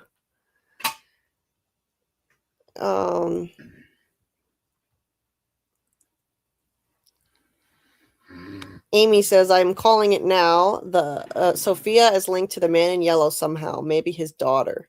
It's possible. It is possible. Hey, welcome, Sprinkle Kitty. What a cute name. Another from tuber. Oh, I like that. From tuber. I've never heard that term before. Another from tuber says that the statue is the man in blue, a deity, or it that the former townspeople worshipped. So, which statue? Oh, you mean, are you talking about the thing with the rat in it? Oh, okay. It does kind of look like it could be a statue. To me, it looks almost like a. I was thinking corpse. Let me go back and look at that again. But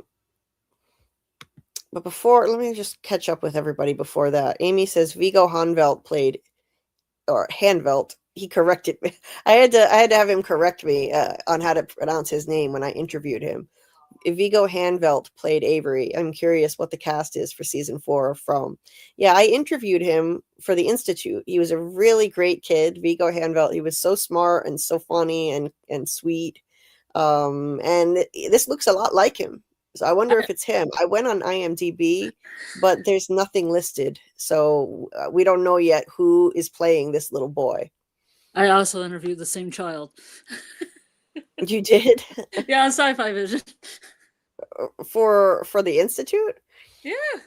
Oh, I didn't know that. That's cool. Oh yeah. Yeah. He was a great kid. He loved rocks. He was really big into geology. Yeah, he was awesome. I loved talking to that kid. A lot like Simon Webster. I think child actors tend to be unusually smart for their age and wise beyond their years. Just to be able to do that really difficult job. Hey Joyce, welcome. Nice to see you. Hi Frumley, jumping in the middle of things as usual. Hope you're well, Julie. Well, thank you. I'm struggling a lot tonight. To be honest, I know I might sound upbeat, but I'm struggling a lot. This live stream is a good distraction for me. My pain is awful. It's awful tonight, but you guys are, taking my mind off it as always, and I really appreciate that. So oh, Scarlet. Yeah, Scarlet and I both interviewed Avery on different channels, Amy. Yeah, it's quite popular. Yes. Thank you, Susie. Sprinkle says that does look like Avery. Kelly, Henry, and the dad from season 1 are all in the Institute, so that might be him, right? And that's typical. People who produce different shows tend to cast the same people in them. It's a common thing, and we have some of the showrunners are from who created the Institute, so it could be him. So yeah, let me go back to the thing that I think looks like a corpse, but let me see if I could see it as a statue potentially. Here it is. I mean, this thing looks like it could be a statue. It could pass for that. What do you think, Carl? Statue or a corpse? You see how the eyes are grayed out? Yeah. They have that almost like a cataract on it. Yeah. That makes me think it's a corpse. Yeah, and we've also seen other people who were killed here, or people who were under some kind of evil influence, like Marielle and the others in the dungeon. They have the white eyes. Mm-hmm. And same thing with the guy that had the boulder on him in the root cellar. Yeah, he had those eyes. Something. It would fit if this is Toby. If it's Toby's body. Look how bloody his chin looks. Sarah stabbed him through the neck into his mouth and tongue. I wonder if I went back and looked at Toby, if it would resemble him. But let me see. I saw somebody say something else about this thing. Sprinkle says it looks like a statue to me personally. Okay. It's possible. Bill says the skin looks like bad, right? But then the opaque eyes and then the detail in the teeth. Yeah. I mean, looks like a corpse. Bill says, I think the corpse in blue is a Boyd trauma scene. Brian Kelly. Why don't we just for comparison's sake, I'm going to go back and just remind ourselves of what Toby even looks like, because he only appeared in what, 2 episodes? So okay. Here's the first episode.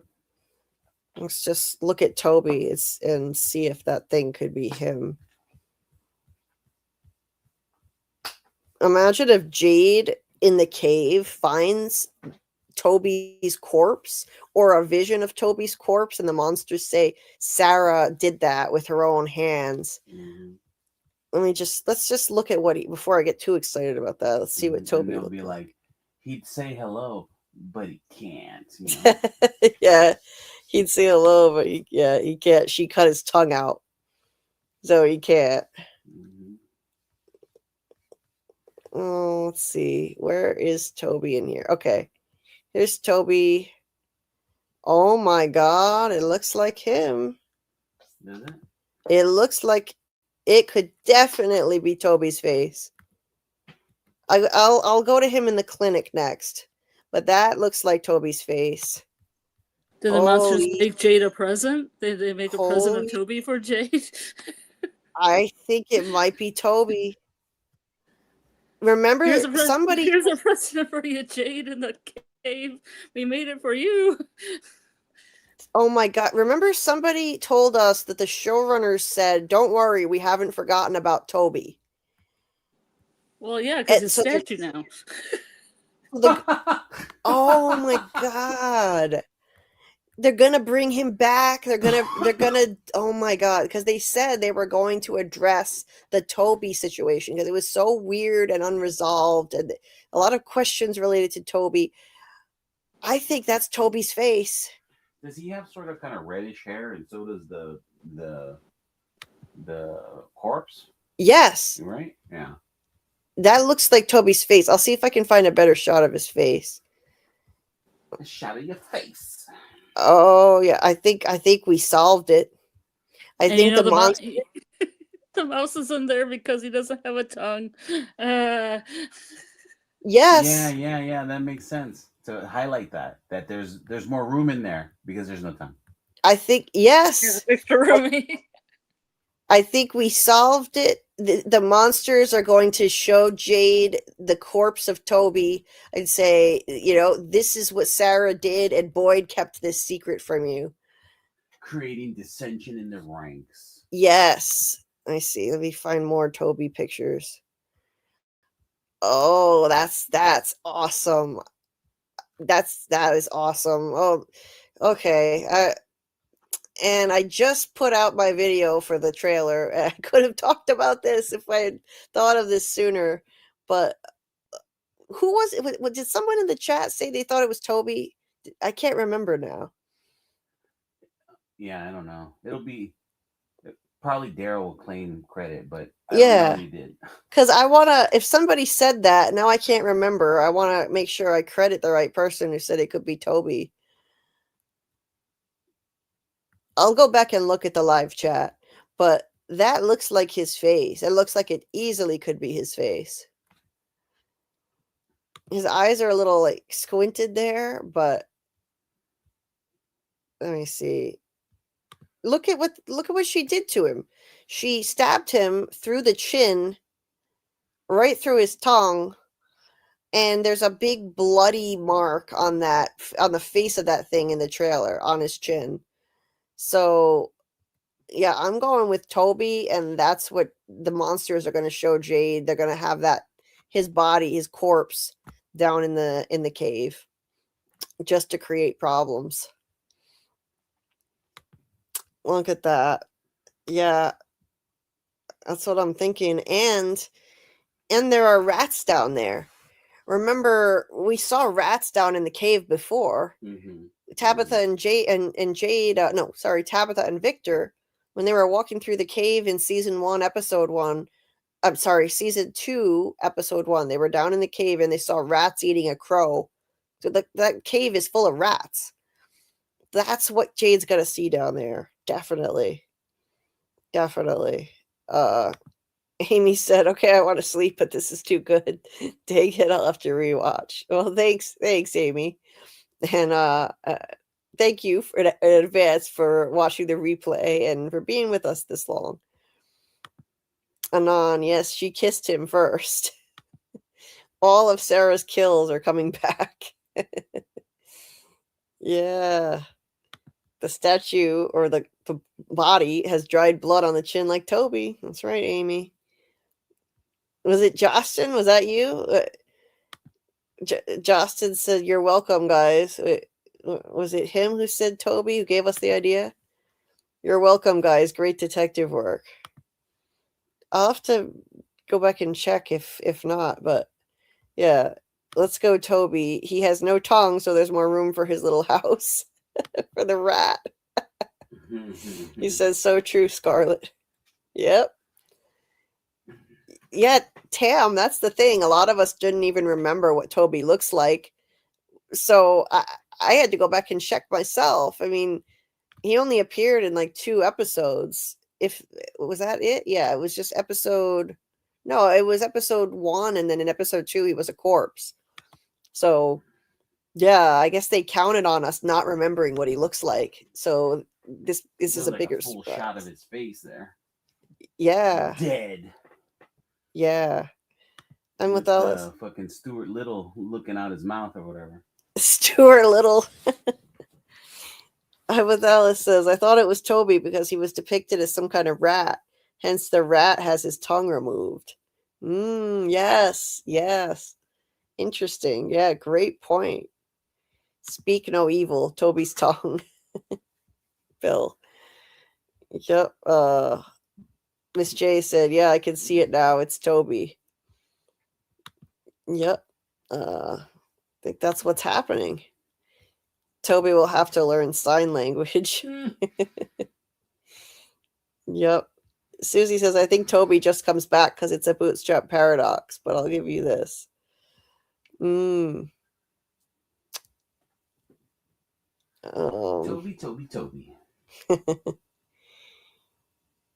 Yeah. Why did she kiss him, Gabrielle? That was one of the most bizarre scenes ever in the show, and that's saying something.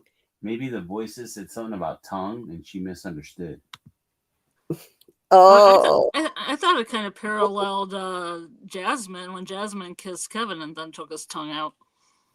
Right. Yeah, a little bit. Definitely. It's like, you guys said give him tongue. And they're like, no. Take his tongue. Oh, the whole thing? Yes. Anon says Nathan and Toby looked alike. Oh, now we've got to look at Nathan too, just to make sure. We're going to have to look at Nathan, but I do think Toby makes the most sense since Jade is down in the cave. Yeah, that's what I'm going with.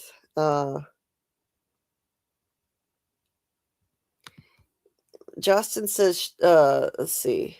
Justin, talking about Sophia, said she seems very likable. This place doesn't seem to like its religious figures, and they will be at war with her. Yes, I agree. Yeah, absolutely. It took out Katri, and then Tilly was a target as well. So Sprinkle had said that another from Tuber says this statue is the man in blue, a deity, or it the former townspeople worship. I don't know. Now that I've looked at Toby, I think it's going to be Toby, but that's a really interesting theory, though. So, yeah, Give him some tongue. I'm gonna have to make a video on this. I think I'm gonna be making a video. And yeah, came up with the idea live on the air here. Hey Taryn, nice to see you. The dog in the sack. That is a good question. That the dog. So well, before I get to that, let me just double check and make sure that Nathan. That corpse doesn't look as much like Nathan as it does this Toby. Let me see. Which episode did Nathan die in? I think it was Silhouettes. That'll give us a good view of Nathan's face. But I think it makes the most sense for Jade to be shown Toby's corpse down in the cave. And I know Jade has never talked about Toby again, but that was his childhood best friend, and Jade has just been preoccupied with trying to find a way out of this place above everything. But I think he'll still be upset if he finds out that Sarah killed Toby with her own hand, and then Boyd kept it to himself and lied about it for all this time. Okay, so here's Nathan, just to do a face comparison. And yes, there are similarities. He does look similar to Toby, but I'm gonna go with that. That's Toby's body down in the cave. I think it looks a little bit more like Toby, and it just makes more sense for it to be him. So, okay, Justin. It was you saying that a long time ago, because John Griffin said that at a convention, that they didn't forget about Toby and just noticed that image when you flashed it on screen. Okay. Thank you, Justin, for giving me the inspiration and noticing that, because I think we just solved a key piece of this trailer. Maybe. I mean, we could be wrong, but I think this is a solid theory now. I'm going to be making a theory video next. So I'm going to go back to the trailer images now. And let's see. We'll take us back to the trailer and we'll look at the... I also have the dog image, which I showed earlier. So Taryn asked what I think of the dog in the sack. I think that the man in yellow is going to kill one of the boy in white's dogs. That's what it looks like, as kind of retaliation, additional retaliation. I'm not sure why the dog.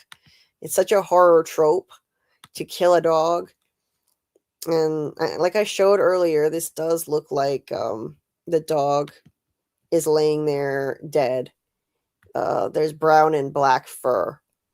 But I don't think that this is what's hanging from the motel sign. That sack doesn't appear to have any blood on it. The sack that was hanging from the sign was soaked in blood. That's what I agreed about. I agreed about the shapeshifter throwing off the fur, being the dog. Yeah. But I think if the man in yellow killed the dog, it's probably because the dog helped Boyd. Right. I don't think that he would hang the dog from the motel sign, though. It doesn't make sense. Jim would be the one to be put on display as a warning to everyone else. Like, don't do this. Don't, seek this forbidden knowledge. And that's what people in times in the past used to do. They would mount people's heads on spikes in some places to warn others not to do something. Why would you hang the dog from the sign? It has to be Jim's head in a bag, I think. Yeah, that's what Cersei did. She's like, oh, the battle's for us traitors. Cut their heads off and mount them on spikes as a warning to anyone else. Right. Exactly. That kind of thing. It's Game of Thrones kind of shit. People used to do that in real life. So yeah, going back into this now, what? Me and Bill have been putting a couple of "you shouldn't have done that" stuff, Jim. Oh, right. So he said something and I said something, but then this one he's like, "Your son shouldn't have liked that goat, Jim." It's like so random. Yes, it is. So yeah, like I think we did some good live detective work here. I think Jade is going to be given some information by the monsters, and then they'll let him go and they'll show him Toby's corpse. It does more damage to everyone to tell him that, right? And as opposed to like killing Jade or something, right? Maybe creates more despair with everyone. Right. I think so. Anon says Boyd didn't know that Sarah killed Toby directly. Father Khatri might have known. Well, That's unclear, actually. We don't really know. If you go back and rewatch, we don't really know exactly what Sarah confessed to Boyd or to Kotri. Even with Nathan, she was vague, so I'm not sure what she told them. And off screen, she may have told Boyd what she did to Toby. She may have. So, and like I said in my video that I released today, even if Boyd didn't know, and so that part, you take that piece out of it, the knowledge of what Sarah did, if that gets out, that I think that would still cause problems. They need Sarah as our resource. She's tapped into this place in a way that no one else is, with the voices in her head, and they need to use that. And so if that knowledge gets out that she actually killed someone with her own hands, I think that could still cause problems enough for the monsters to do this, to tell him this, to cause problems with, by doing that. So we don't know. We don't know exactly what Sarah confessed to. How much do they know? Justin says, what if this nice gym with Ethan is before the scene at the barn where they find out it wasn't really Jim, it was the man in yellow? Justin, that's possible. That's possible. Maybe he shifts into Jim just as a cruel, sick game before they find, his dead body. That's an interesting thought. Could be.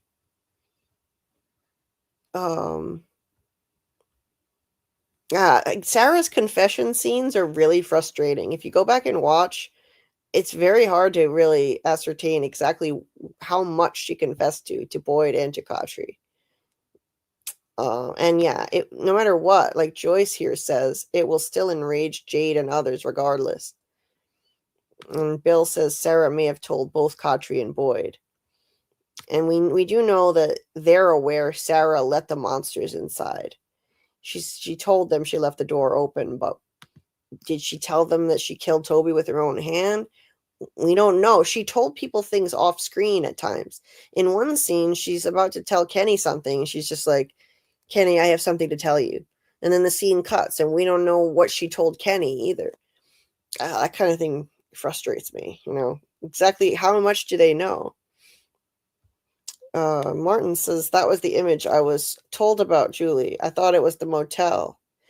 Oh, okay. The new image of Boyd, Jade, and Tabitha. It is, I think, at the base of the motel sign, I thought. Because the pool's in the background. Yes, the motel sign would be right next to them. And the pool is on their other side. So, yes, absolutely. That's okay. So that was what you were talking about, Martin. You weren't just teasing me. There was a real image that they released. Okay, so moving on from that, let's see, what else can we go over here? So this, I wanted to just go over this again. This is a mysterious image that flashes on screen fast. We don't know who this is going to be, and I think it most resembles Randall, but you guys in the chat, if you think it's somebody else, let me know. I do think that the eyes look most like Randall's. They appear to be blue. There's a furrowed brow like Randall gets as well. And just as an example, I'll share this tab with Randall's face. And you can see his eyes, his furrowed brow. I try to zoom in, but I'm having issues with my device. But you can get an idea. The eyes, they're kind of close together. The wrinkle between his eyebrows, they're brown eyebrows, and they look like the same shape. So I think that may be Randall. The actor actually has like green eyes, not blue. Oh, okay. Well, they could be green. It's hard to see. All I know is they're light colored. Yeah. They're light colored. But so that's another. There's just so many mysterious things about this trailer. So much to theorize about. Anon thinks it's a female. Justin says, I thought it was the drunk guy in the box, but you could be right. Anon thinks Christy. And hey there. Let's see. Blazian? I don't know how to say that, but welcome. Whatever happened to the box? We got girls running around killing people with zero consequences. Yeah, they don't do anything to them. They don't even lock them up. That's what I'm saying here. I think Sarah is let me see. Why does this say my browser has lost connection to my screen share audio? Let me know in the chat if you can't hear me. I don't know what that means. No, I can hear you. Okay, I think my audio is fine. Yeah. I think they were extremely reckless to just let Sarah go free and not lock her up when they would have no idea what she's going to do if she's capable of murdering somebody else. She should have at least been confined. I don't think they should put anybody in the box again, but she should be locked up. At least back then, she should have been locked up just to make sure that she wasn't going to hurt anybody again. So, yeah, I mean, there's just no consequences anymore. And what's going to happen to Fatima? She just killed Tilly. Is she going to just go free and nothing happens to her? I mean, the problem is Fatima was controlled by that smiley pod. She didn't do it on purpose. I don't think she had any control over her actions at all. It's a little different than Sarah because now the smiley pod is gone. She's not pregnant with it anymore. So I think Fatima is not a threat to anyone. Whereas Sarah, how do they know that she's not going to hear voices telling her to kill someone and try it again? It sounds like that movie Revenge, where there was a pregnant woman whose fetus told her to kill. Right. Right. I never heard of that. That's highly recommended by me, everyone. Revenge, because she's pregnant and it stars a one woman from Dark Place. If you know what Dark Place is, if you're in the know with that and IG crowd and all that, and you know, British humor. Right. So, yeah. So Fatima's no longer a threat, I think. I personally don't think Sarah is ever going to kill anyone again or harm anyone unless it's, you know, in a Machiavellian way to help like she did with Boyd, so that Boyd wouldn't have to just degrade his moral character even more by hurting Elgin more. I don't think she's going to hurt anyone, but it's too reckless to just let her wander around like they have. And let her have her own house all to herself. It's just not really fair. No, bad fetus. Yeah, that fetus was a murderer. Yeah, it's true, Anon, that all of them are trapped in Fromville, and maybe that's punishment enough. But the problem is, it's not just about punishment. It's about public safety. And I just think with Sarah, they should have locked her up just to make sure she doesn't hurt anyone else and doesn't have access to any sharp things. That's all. It's not about punishment. I don't think she's not evil. None of them are. They, Sarah, Elgin, Fatima, the things that they did, they thought that they were helping. They were, and Fatima was just taken over by the smiley thing. And she couldn't help killing Tilly. It was out of her control. So, they don't really deserve punishment. They just, in some cases, you kind of need to protect others from them. Jay says, Man in Yellow turns into Jim in order to kill or attempt to kill Ethan. Julie, Story walks back in time to try to save Ethan by stopping Jim from being killed. Oh no, I've gone cross-eyed. Man in Yellow turns into Jim in order to kill... Okay. In order to kill or attempt to kill Ethan, and Julie, Story walks back to save her by stopping Jim from being killed. Go back in time and steal my mojo. That's interesting. Yeah, that was a good impression, Carl. Great idea, Jay. Great idea. I don't think it's possible to stop Jim from being killed, in my opinion. I have a theory video on how I think story walking works and why Julie can't save Jim, in my theory. And you can see that in the description of this live stream. There's a link to it, how I think it works and all. So I don't think she can save Jim, but hey, I could be wrong. Anyway, so oh, Paradise. Are you talking about the current show Paradise on Apple, not on Hulu, rather? Yeah, that's a great show. I've just started recently watching it. Very much enjoying it, but I'm not caught up to the present yet. Still on season 1, wrapping that up. Martin said, is this an old shot too? Could be when Fatima had her mouth covered and she didn't look herself, if you know what I mean.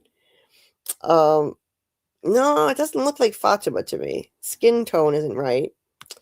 Hey, nice to see you. I feel like that is Christopher on the screen. Did we find out who that is yet? No. We don't know who this is.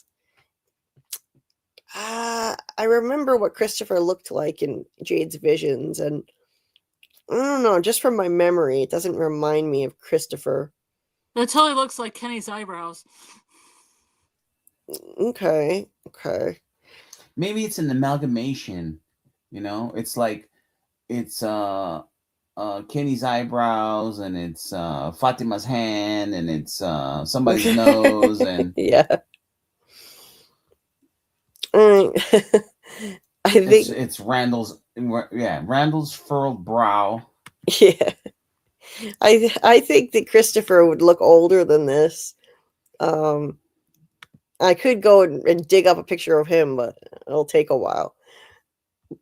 Oh, I think I got off track. I was going to address something about daylight, and then I forgot what I was going to say. But I was going to say that in all of this promotional material, it looks like they're trying to send the message that daylight is no longer guaranteed safe. All of the text in this full trailer is colored bright yellow, like sunshine, and like the man in yellow. So you got that. You've got from in gold, daylight color, from trailer starts, and then now, right? And then all the other text later said, become what you fear what you become. Also color of daylight. And in the teaser trailer, at the end of it, it showed sun breaking through behind the From logo. It just seems like they're trying to tell us through all this promotional material, daylight is no longer guaranteed safe. Then there was a reel I saw released by MGM that had bright flashing text on it. It was flashing daylight with, I think it showed bright daylight on trees, and I don't know, every time I see promo material, it keeps doing this. Become what you fear what you become. And then, yeah, I just get that vibe. And then in the promotional post that MGM put out listing all the episodes that we should rewatch, that was bright daylight colored too. I'll find that and put that up on screen. But I also have that saved somewhere on here. It'll be easier to just get it off of Facebook, though, I think. But does that mean that the talismans aren't going to work and they're going to be running around in total pandemonium from now on? No, I mean, that would be an unmanageable kind of plot line. But I think it just means that daylight is no longer guaranteed safe, because you have an entity like the man in yellow who can just saunter out and rip your throat open anytime he wants. Who knows what these new ragdoll monster entities, if they're real, who knows what their rules are going to be. If they can come out in daylight, I think that they can. But before I get to that, here's what I was talking about with the episodes we're supposed to watch. From episodes to watch ahead of season 4. Bright, blinding daylight with trees in the background. Season 1. season 2 and season 3. Well, somewhere in here is season 2. What the heck? Oh, there it is. So what they're doing here is they're subverting convention, and they're making daylight scary. Traditionally in horror, nighttime is associated with fear and murder, ghosts and all of this horror stuff. It tends to happen in the daytime, but they're going to make daytime scary now. Daytime is no longer guaranteed safe. They can't just walk around pretending like everything's okay anymore just because the sun is up.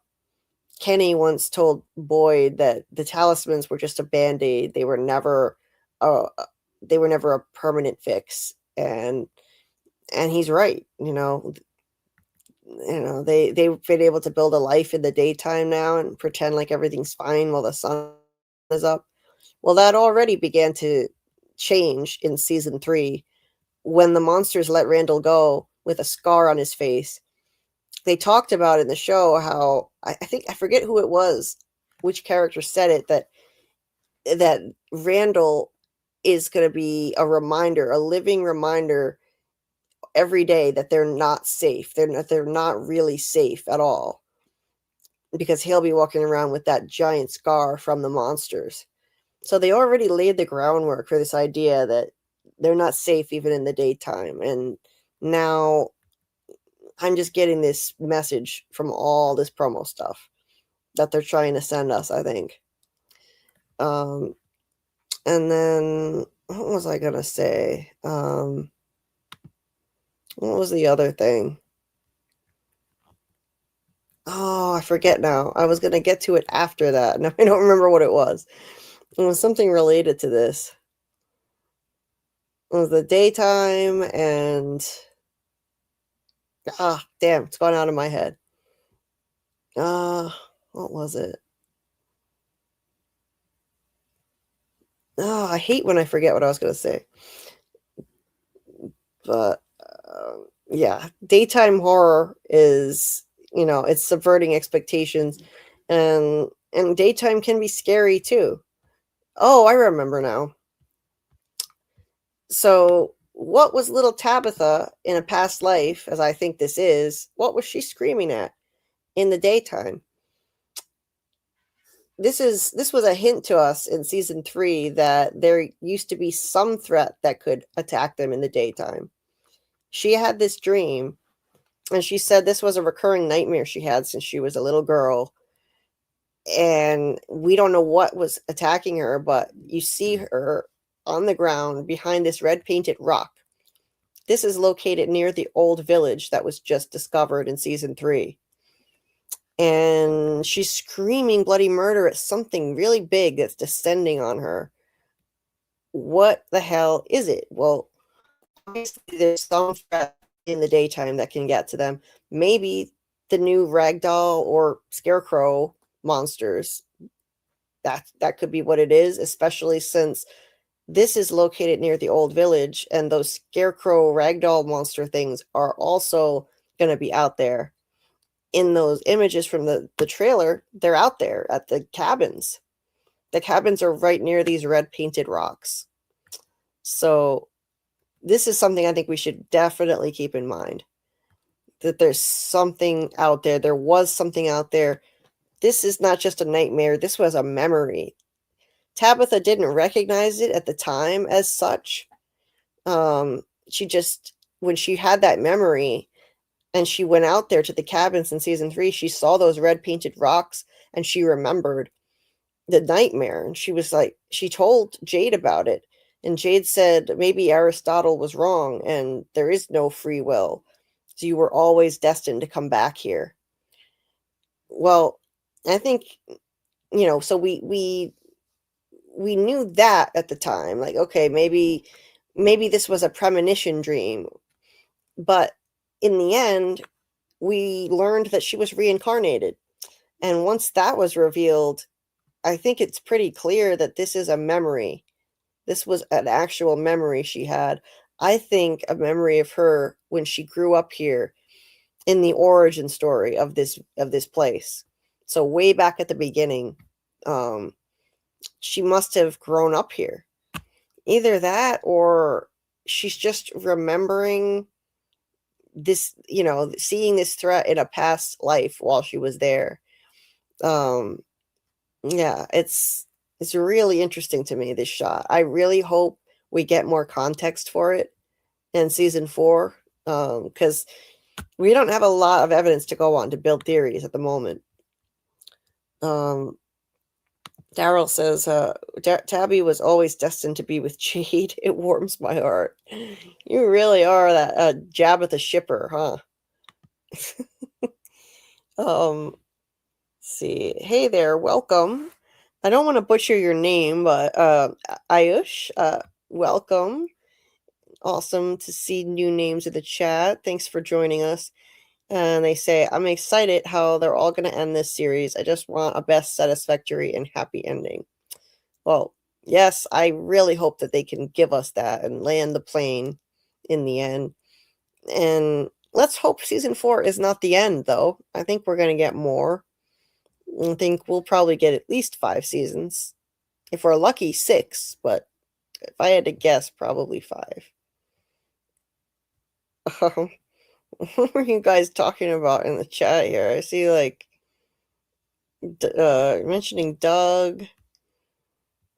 What, From of the Rings? Yeah, and I'm seeing, like... From of the Rings, the 2 cabins. And, like, Naked Doug.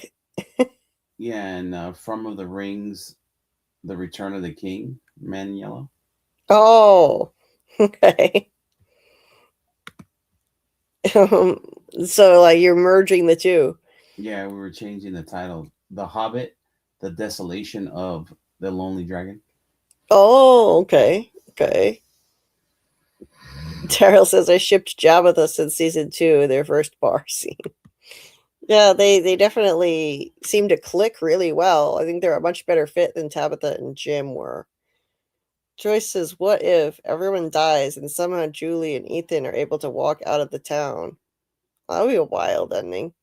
I don't think they break the curse and then Julie and Ethan are the only ones who get out in the end. That would be interesting. And they walk out of town and then they throw a grenade over their shoulder and then it just blows up. Yeah. Oh, imagine. Bill says, remember, the cabin was safe at night. That's true. In season 3, it was. It was at night. So maybe you're saying, like, it's not safe in the day, so it's flipped. It's safe at night, but not in the daytime. But then in the full trailer, we did see at night the ragdoll monster was busting through the wall at night. Mm-hmm. He was like, oh, yeah. Yeah. Justin says, yes, everything is in the daylight, which is wild. They are breaking the mold of horror. Donna also said recently that knowledge comes at a cost to each character differently. Yeah, and I like when horror subverts expectations. Midsummer was a horror movie that all played out in the daytime, and it was really disturbing. So yeah, I'd like to see that. This Blasian says yellow, blue, and daylight night are embedded themes throughout the series. Like the Ankui kids are seen in the day, their monster parents are creatures of the night. Yep. And they're never able to see each other. It's right. Mm-hmm. Like that movie. What was that movie called? Was it Nighthawk or Ladyhawk? Mm-hmm. Where you never saw that movie, right? No. Yeah, Matthew Broderick. Yeah. And Rutger Hauer. And Michelle Pfeiffer. Mm-hmm. Well, this is a really interesting comment. Yeah, that this dichotomy. Yeah, I like that. Yeah, you've got the juxtaposition of the light and dark, the Ankui kids in the day, the monster parents at night, and they never cross paths. Yeah, that's interesting. Oh, nice. The bridge to Terra Jabitha. Oh, like Terabithia? Yeah. I read that book. Bridge to Terabithia. Oh, Oh, Susie, sorry that you're not feeling well and your back hurts. Oh, so much to say, but my back hurts. I understand, I'm talking through a lot of pain all the time, right now included. So I understand and feel better. Feel better. I'm watching every episode. Thanks for the recommendation, MGM. Yes, Daryl, exactly. We have to watch all of them. That 10 episode list is not enough. We're going to be rewatching every single one and continuing to do rewatch live streams. Although we are going to pick up the pace because we're short on time. So now at this point, we're going to be covering 2 episodes at once in our rewatch streams. And then once we get to season 3, I'm going to need to escalate it to a 3 episode at once schedule, which I think is fine because in season 3, we got a lot of answers and less of the mystery, and it was fresh in our minds. So we'll do 3 episodes at once so that we can finish the rewatch in time for season 4. Blazian, I apologize if I'm butchering that name, says the cabin was previously safe at night, but then Jade disassembled one of the totem figures for a pry bar. Yes, he did, and I really think that is going to turn into something, that now the cabins won't be protected from this threat. Once they unearth the ragdoll monsters from the ground, and like they apparently are doing in the trailer, I think that now the cabins will not be safe. This is a really bad idea. There's nothing else strong enough to pry that trap open. You really want to start pulling apart the ancient tower of holy scary shit? I'm sure whoever built it won't mind. Oh, Jesus. Fuck.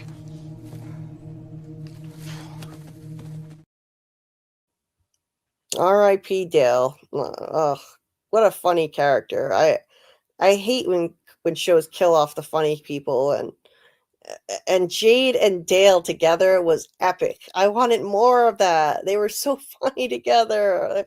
They have the funniest lines in the series, those two. But they set up, yes, it was comedy gold. It was comedy gold. It was nice to see at least once. And I really think they're setting up a big event at the cabins. So it can't be just a harmless nightmare if those things are in a nightmare, the ragdoll monsters.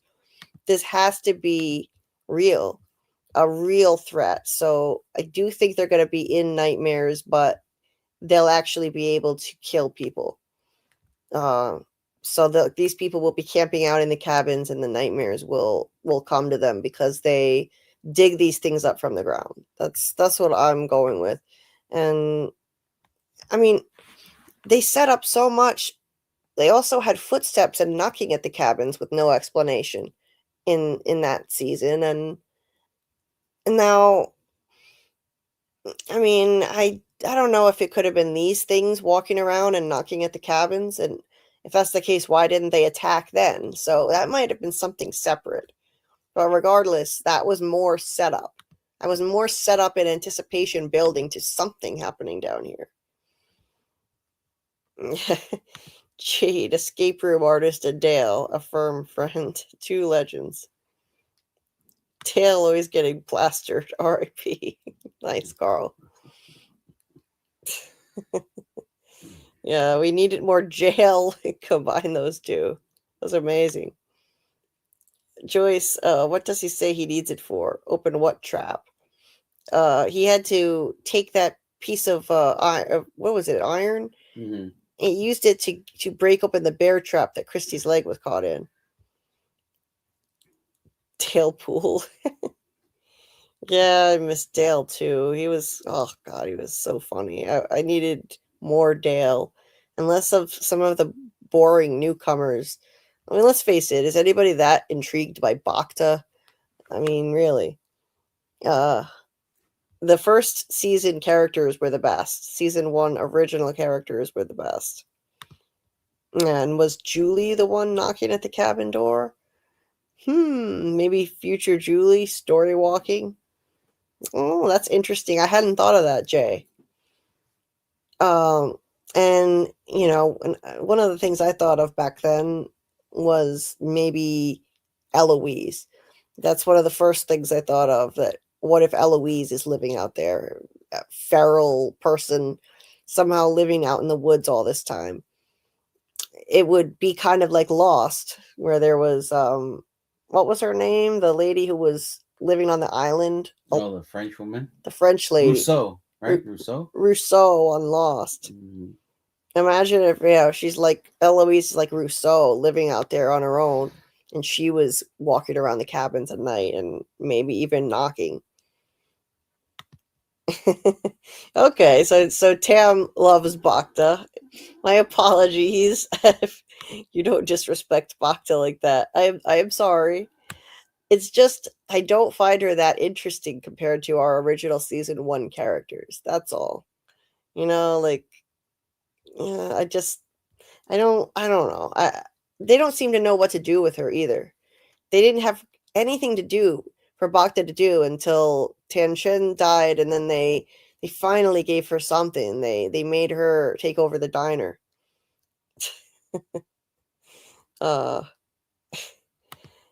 Ayush says Boyd wants to kill the monsters with the bile. He got it by coating it on a bullet.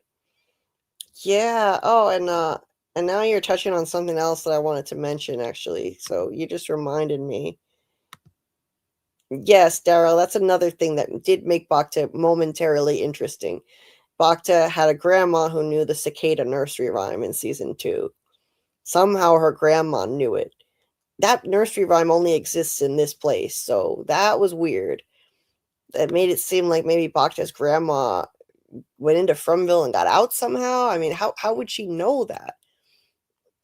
It's weird. That's a really strange thing. I wonder if they'll ever answer that. Bacta, keeper of the lonely cave of treasures. Sarah all day by Bacta. Yeah, I mean, she's just not as interesting as our OG people. Just being honest here. No shade against the actress. It's just the way she's written. That's all. It's the way she's written. She seemed like she was going to be interesting when she first got to town. She seemed bossy. She wasn't listening to Boyd, and then that all just went away. Just poof. Now she's just, set dressing in the background. Joyce says, did anyone see In a Violent Nature? It's from the lumbering POV of the killer, and I believe it's mostly shot in daylight. No, I've never heard of that. That's interesting. Yeah, daylight can be scary too. Let's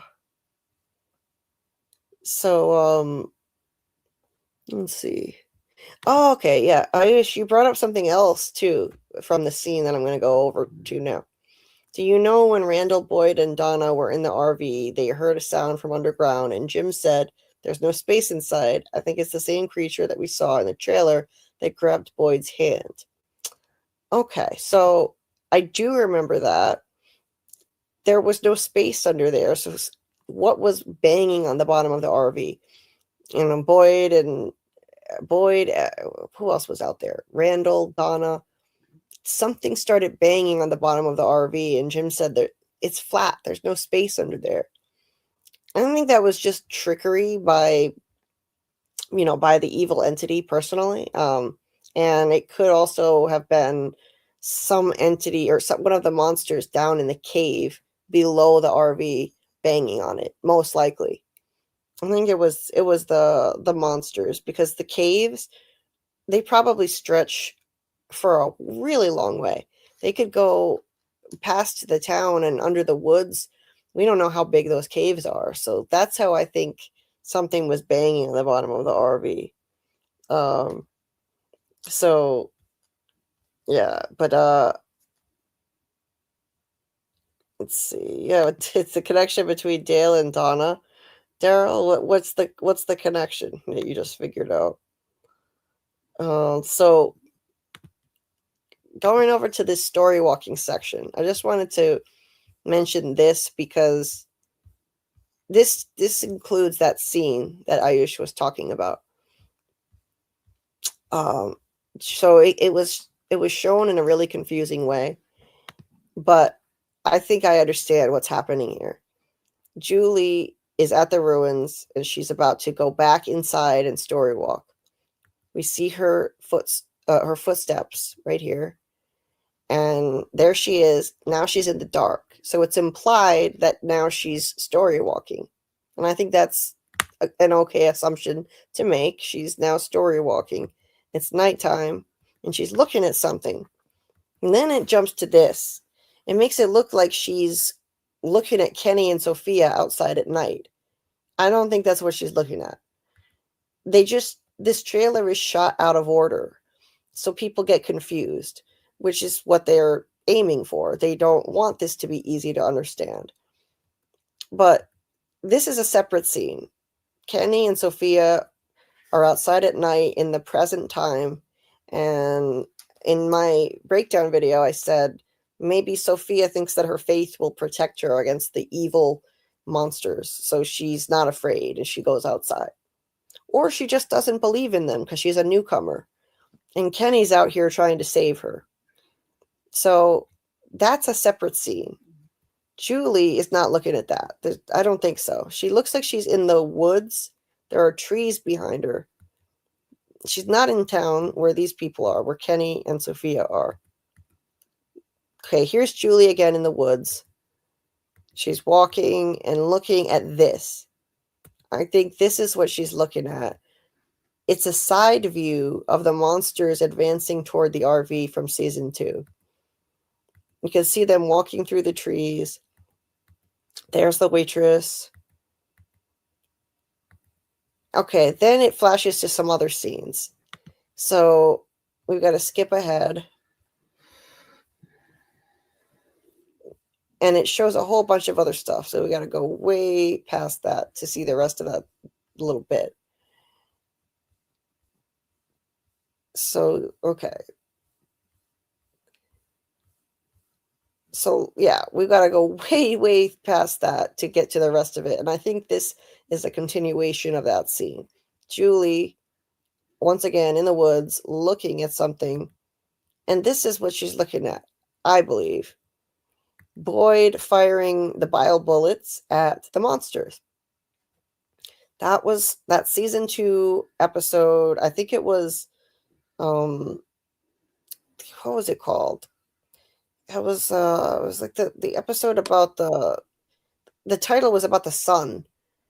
Yeah, it was episode 9. I can't remember the title. It was something about the sun, referring to the sun, but it was season 2, episode 9. And the monsters were advancing toward the RV. Boyd fired the bile bullets, but it didn't do anything. And Julie, I think, is looking at that. Okay, that was it. This shot was taken directly from that episode, and so was the Boyd shot. I remember this clearly. The 4 monsters, just like that. And then, is there any more, or is that the end? I think that might be the end of that. Yeah. Ball of magic fire? That was it. The ball of magic fire was a reference to the sun. So that's the episode that was taken from. So it looks like Julie is going to go back to that time. And what I think is happening here is the monsters stopped. And Donna said, something's wrong. They don't do that. They just stopped inexplicably. Why did they stop? I think it's because the entity that controls them was present. The ancient evil entity was present. Because at that time, the police radio came on in the RV, that one that kept turning on and playing static. And it started playing the ballerina music box song. The lights started flickering, and that something banged on the bottom of the RV. And I think all of that means the ancient evil entity was present and the monsters stopped because they deferred to it. So they didn't do anything. And then Randall ran out of the RV and the cicada entity got him. He was the first one that the cicadas got.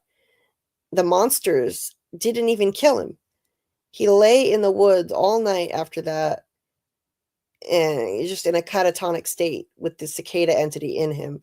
The monsters didn't harm him because they deferred to the entity above them that controls them.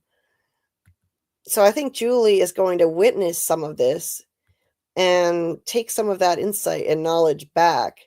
Maybe it'll give some, some insight, like I'm saying, into how things work. This is the kind of thing I think she's going to do. Instead of saving Jim, like I've said from the beginning when I made my video on how storywalking works, in my opinion, I think Julie will visit scenes from the past, not just things we've already seen, I hope. I think she's going to go back to things we haven't seen from past timelines, and she'll take stuff like this back with her, and maybe they'll get some insight. I think she'll bring back some knowledge and insight on things that have happened that could help Tabitha and Jade as they try to piece this puzzle together. So, yeah, let's hope that she doesn't just go back and see stuff like this that we've already seen, but this could She give comes some back and insight. tells them, and we're like, we already know, Julie. Yeah. It's a really shitty story walking. Right. Yeah. But maybe she'll take some kind of insight from this, like, oh, okay, the monsters stopped. Why did they stop? Maybe she'll see something else that we didn't get to see too back then. Maybe there'll be some new thing added. So I think that's interesting. I'm excited to see where that's going to go.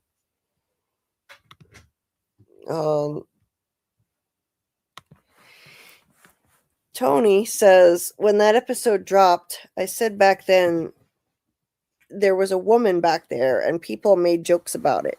Now we see the truth. Really?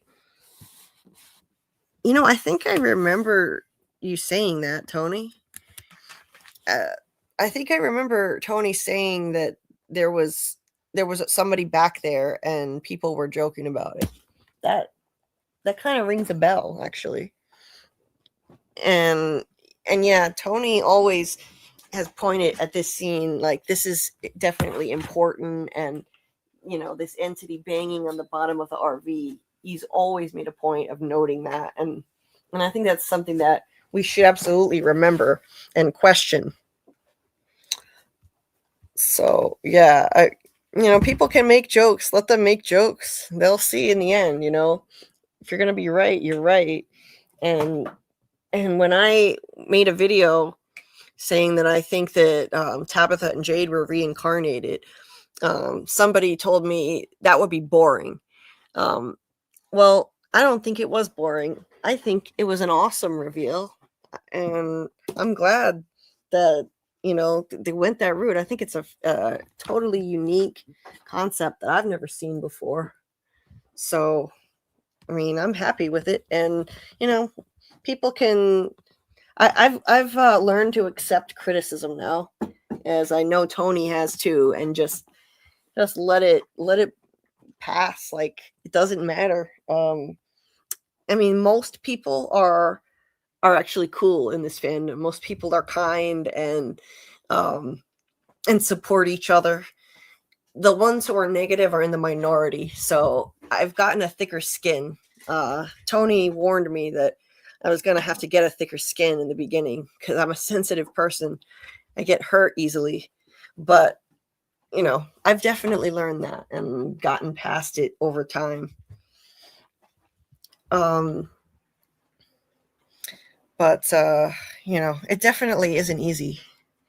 It takes practice. It takes time to get used to some negativity. Like, I did get somebody saying something nasty on my latest video, something I won't even repeat because it doesn't matter. And I don't care. Like, I'm not going to let it get in my head because the majority of people are kind and supportive, and the negativity is just noise. Like David Alpay said to me in a cameo that was given to me. He was like, just ignore that negativity. It's just noise.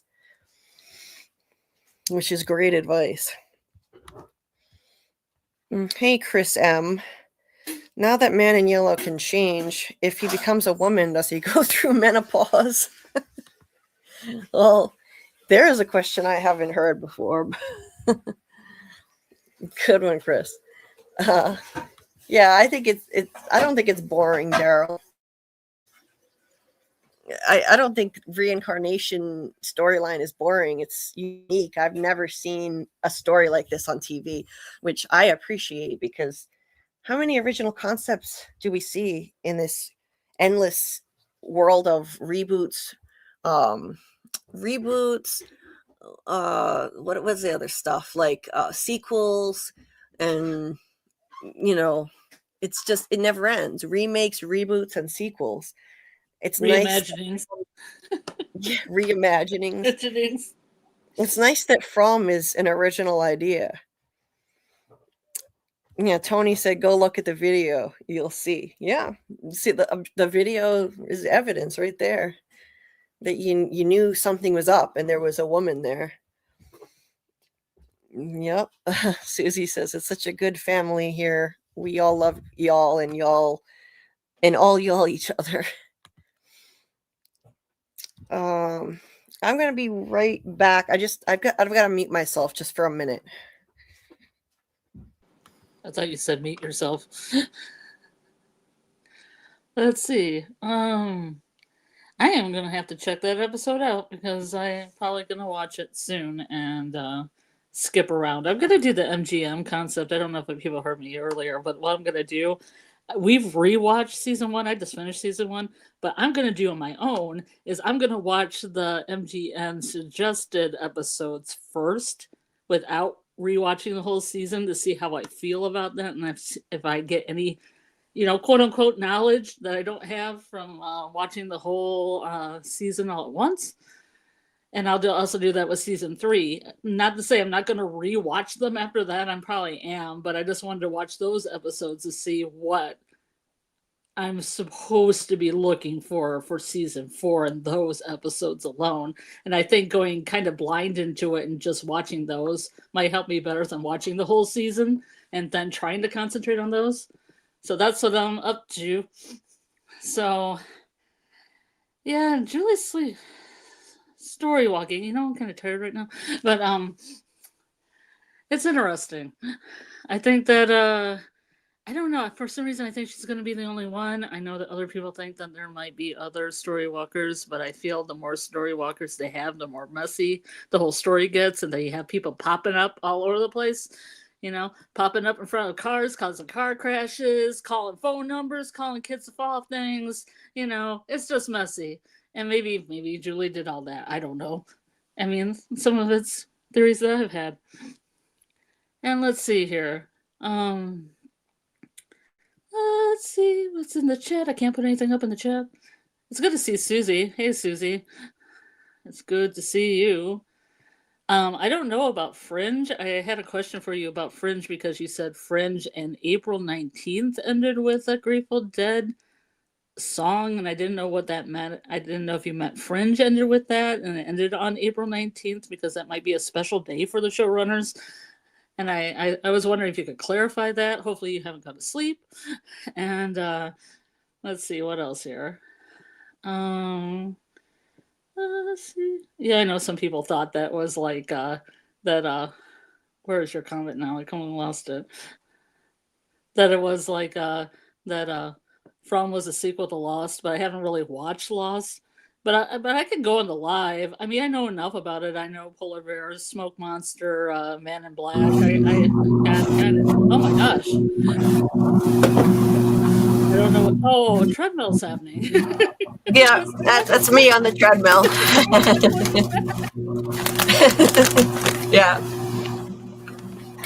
it's just the treadmill. Sorry, go on. I was pretty much done. I didn't know if you knew anything about Fringe ending with a Grateful Dead song, or if you knew that April 19th had any significance with Fringe. And also, I thought it was funny that a lot of people think that From's a spinoff of Lost, which I haven't seen. And that's basically what I talked about. Oh, okay. Yeah, I don't think From is any kind of direct sequel to Lost, but it could be just it could be sort of inspired by concepts from it. That's possible. Hey, Jehovah's Sins, nice to see you. Block them and continue being awesome. Thank you. That's great advice. Yeah, it's just part of content, unfortunately. You're going to get some negativity, no matter what, in any group of people. Tony said, yes, I did. Answering the chat question. Yeah, you can't let people get to you. You just have to put your stuff out. Nobody knows. We're all just guessing. Absolutely. Anybody who acts like they know exactly what's going on, like you don't. You're not in the writers' heads. So, we're all just saying what we think at the end of the day. And that's, if we're wrong, we're wrong. But it's fun theorizing. Jehovah's Sin says, if Boyd's wife had the same visions as Tabitha, does that mean the writers made a mistake with going with the reincarnation plot instead of using the simple replacements plot? I remember the replacement theories that people were filling certain roles or replacing others. And instead now we have this actual literal reincarnation of Tabitha and Jade. I don't think it was a mistake. We don't know a lot about Abby's vision, her dream. We don't know that. I got into this a lot on the last live because we talked about that episode. We rewatched that episode. I don't think that Abby necessarily dreamed about Fromville as a little girl. She didn't literally say it. She said, I keep remembering this dream I had when I was a little girl, essentially. And she said I was, and then she didn't end the sentence. She stopped talking. So we don't know if she dreamed about this place or not. I personally think she dreamed, like she had a horrible nightmare, and when she died in the nightmare, she woke up.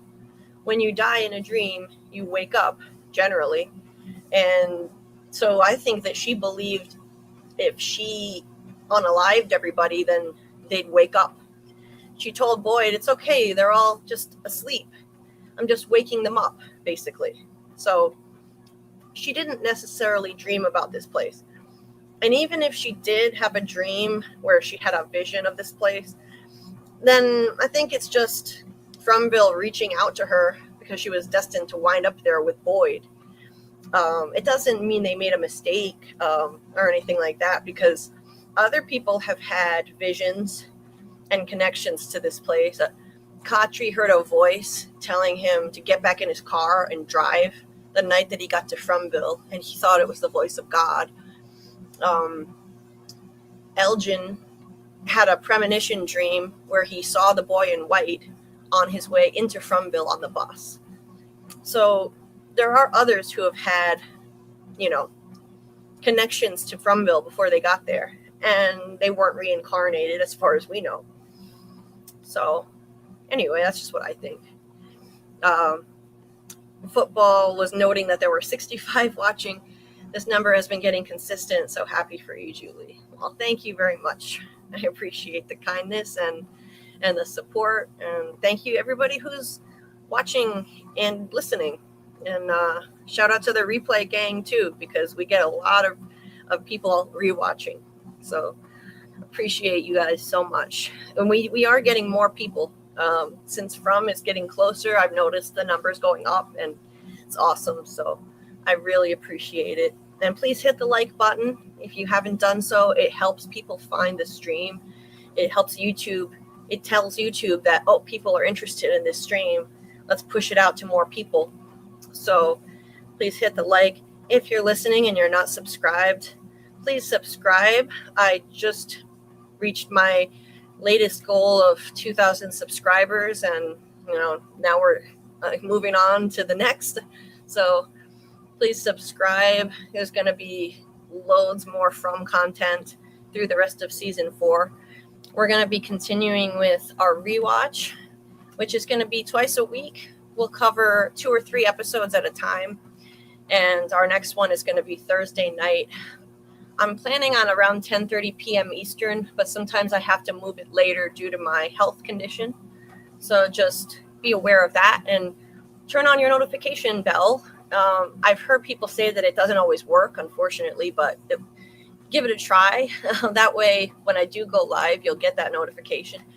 And we're going to be diving into the rest of from season 1, 2, and 3 before season 4 comes. So if you want to watch with us, we also have watch parties sometimes in the Discord, the rewatch parties for From, and the Discord link is pinned at the top of the chat right now. It's also in the description of this stream. And once season 4 starts, I'm going to be streaming every new episode when it drops. So if you want to watch with us, that's the link right there. And our friend of the channel who plays the man in yellow, Doug Hughes, is going to be joining us for some of those watch parties. What else? And if you haven't checked out my latest video, it came out today. It's breaking down the From season 4 trailer, and that's linked in the description of this stream as well. So let's see. Daryl says if there's another Storywalker, it's going to be Eloise or Martin. No, before I address that, I just want to point out I do apologize for the noise in the background. I hope it's not too loud and annoying, but I have to use the treadmill to manage my pain condition every certain number of hours. So I'm going to try and get some kind of software or a microphone that gets rid of the noise. Daryl says, okay, so I agree that there could be another Storywalker, and I think it's Martin. Could be Eloise too. That's possible. I think that these things happen in cycles, and this wasn't the first time we had Storywalking or the cicada entity. I think it happened every time, potentially, in every timeline.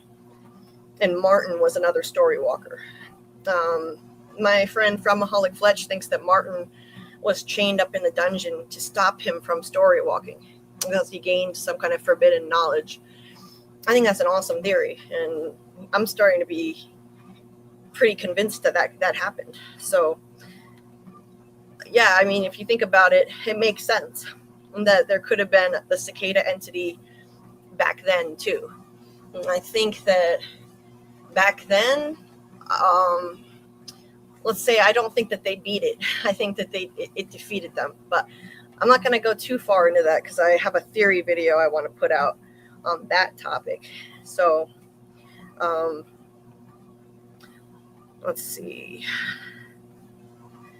Storywalking Power Rangers. I mean, if the cicada entity did target people in the 70s, in the 1978 timeline, then Eloise, it would make sense if she was one of the victims, because Julie is like the new Eloise. Julie is Tabitha's daughter. Eloise was Miranda's daughter.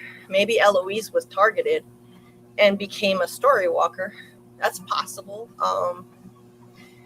But I don't know. I have another take on that I'm going to put in a theory video coming soon. So Chris said, I love Fringe, especially the bald man. Me too. I absolutely love Fringe. It's an amazing show. I discovered it not long before From, and I binged it. It was one of the best shows I've seen, and the bald men, the observers, were great.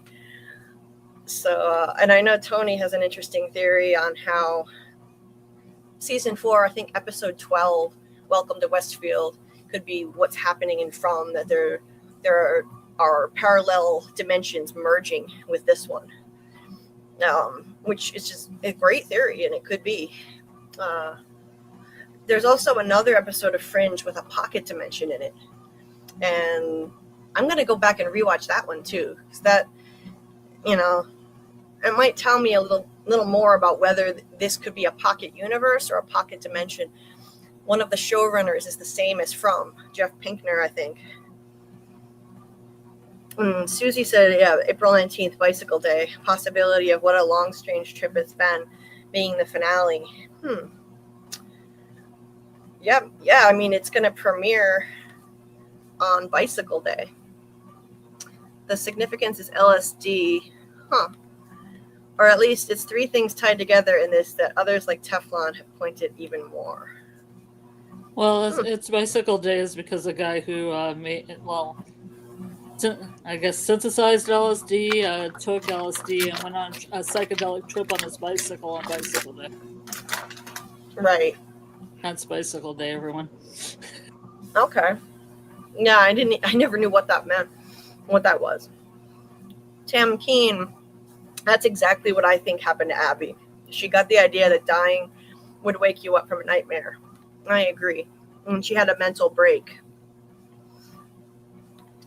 Martin says it's not coincidence on the official first cover of From Season 1.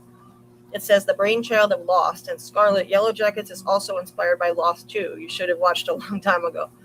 Well, Yeah, you it should watch Lost. it says two right question mark, and I'm gonna kind of debate that because I think Yellow Jackets is inspired by Lord of the Flies first off, and then maybe Alive, when the airplane crash in the Andes that happened in real life where people ended up eating each other. Right. I think those are the first 2. I don't know about Lost, though, because I've never watched Lost. I know there's a plane crash. That's in common, but I don't know if anything else is related to it. But I know Lord of the Flies, and I know Alive are. Yeah. You should watch Lost. It's a big commitment, though. Yeah, it is a commitment. Can you make me a little maybe 5-hour greatest hits and misses or something? Yeah, like a summary for you, because it took me over a year to finally get that done. Anon says I was very critical of Fatima being pregnant with a monster. Sadly, I was very wrong. I'm happy to have Smiley back. I'm not thrilled with how he came back. I hate pregnancy tropes. I do too. I didn't really like the big focus on that sci-fi pregnancy in season 3. I'm not a big fan of that sci-fi trope, but it turned out pretty well. I'm glad we got Smiley back. I'm glad we got the reveal. Because of that, we got the reveal that the monsters were turned into immortal creatures because they sacrificed their children. That's how we got that revelation. Yeah, Chris, it could be that Abby got the idea that if people died, they would escape Fromville. It could be she got it from voices in her head, like Sarah. That's possible. Sarah did say that they'd been waiting. She said the voices said they'd been waiting a long time for someone to come who could hear them. So, I'm not sure. I think Sarah might have been the first in a long time who could hear those voices. Unless they're lying, but I doubt it. But Abby could have been tricked by some other evil entity, though. Instead of the voices, it could have been something else. So, yeah, she could have had visions. Who knows? If we die, we wake up in dreams. That's right, Tam. That's the way I think of it. You know, like if you fall, you wake up before you hit the ground. That was the first nightmare I can ever remember having. I was falling from a high height, and when I hit the ground, I woke up. And I remember that when I was a kid. So Abby could have been remembering a similar nightmare, and that's all it was, potentially. Susie says, because of Julie, I decided to do my exercise instead of lay down. Thanks, dude. No, you're welcome, Susie. You can be my virtual exercise buddy, because I'm going through a really tough walk right now with a lot of pain. So this is a distraction. This helps. So I'm going to stay on until I'm done walking, and then I'm going to wrap up and close it down right away and go to sleep. That's the plan. Justin, thank you so much. Saying smash that like button from Ali and from Amelia. Thank you. And yes, please smash that like button. Yes, Chris, this is the most rewatchable show, 100%. Every time you watch it, you come up with new things. Like I notice new things every single time. Anon says Doug, as in our friend Doug Hughes, the man in yellow, is on an episode of Murdoch Files. It is a Canadian show. I'm not sure where to watch it or how to watch it. Well, Anon, there's a certain website, I can't say it on here. I was gonna say Gem probably isn't gonna work unless you're in Canada, but yeah, wink, wink, wink. There are other ways. If you join the Discord, I might have another way. I might have a way for you to watch it, even if you're not in Canada, because it's a Canadian show. So, But also Doug might get a file of it and show it on a watch party in the Discord. So sign up for the Discord. Get in the Discord. Doug might get a copy of it to show in a watch party, a legitimate copy of it. Yeah, legit. Yeah. So join the Discord. I hear it's a great episode too. Doug said that it's a particularly explosive appearance on that episode. Those were his words, I believe. So yeah. Daryl says, I think in season 5 we'll see Julie cause Thomas's death. It could happen. That would be one hell of a bootstrap paradox. I think this face is Julie seeing part of Jim's dead body, but that's definitely going to be her face if she realizes she caused Thomas's death. It could happen. I think that would be a really cool, it's not cool, but a very dark, intriguing twist. Justin says, what if Ethan's wrong that story walking could possibly be broken? If Julie, Randall, and Marielle would have died in the tomb and and destroyed them being able to leave, breaking the bootstrap loop.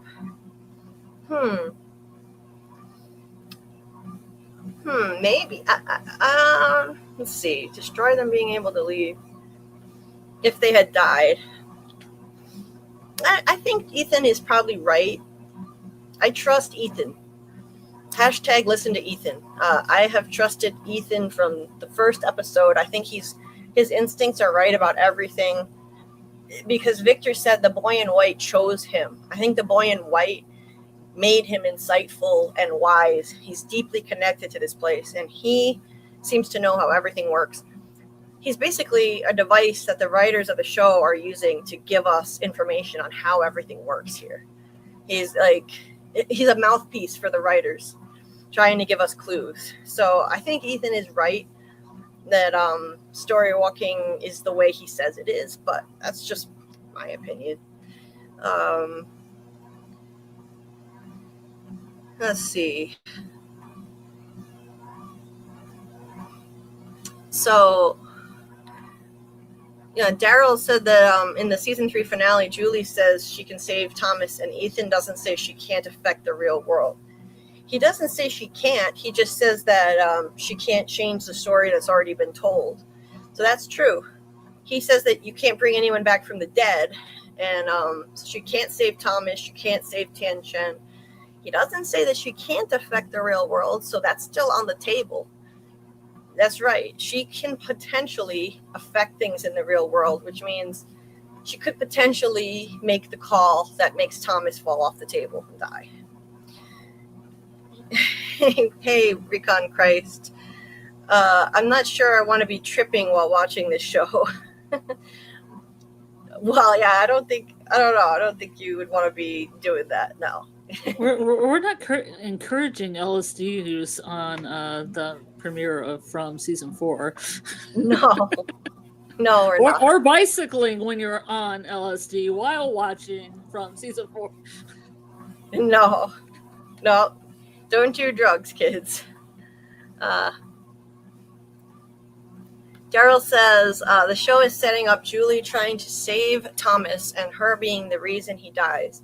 We still don't know who called the Matthews home. Julie calls the Matthews home 100%. It would be an awesome bootstrap paradox. I think that's entirely possible. It'd be really sad. Mm-hmm. When I say awesome, I just mean from a writing standpoint, it would be really brilliant to do that, because it's a kind of time travel trope that when you go and try to do something, you end up causing, or you try to prevent something, you end up causing it in the first place. Yeah. Yeah, but then the thing is, everything she doesn't like about her parents, she caused. Because they started to split apart when Thomas died. Right. So that would be sad and dark, but genius. And ironic. And ironic. Imagine. If she tries to prevent Thomas from falling off the changing table, then she might wind up causing it instead. And it could be that she was always meant to do that. Let's see. Chris said the bald men in Fringe should show up in the diner and order food with extra salt. Yeah, they put like the entire salt shaker. No, I think it was pepper. They put like an enormous pile of pepper on their sandwiches, like a disgusting amount that would choke a normal person. Yeah, and I won't say why. I won't spoil why the observers are like that. Just watch Fringe. It'll be a great reveal for you.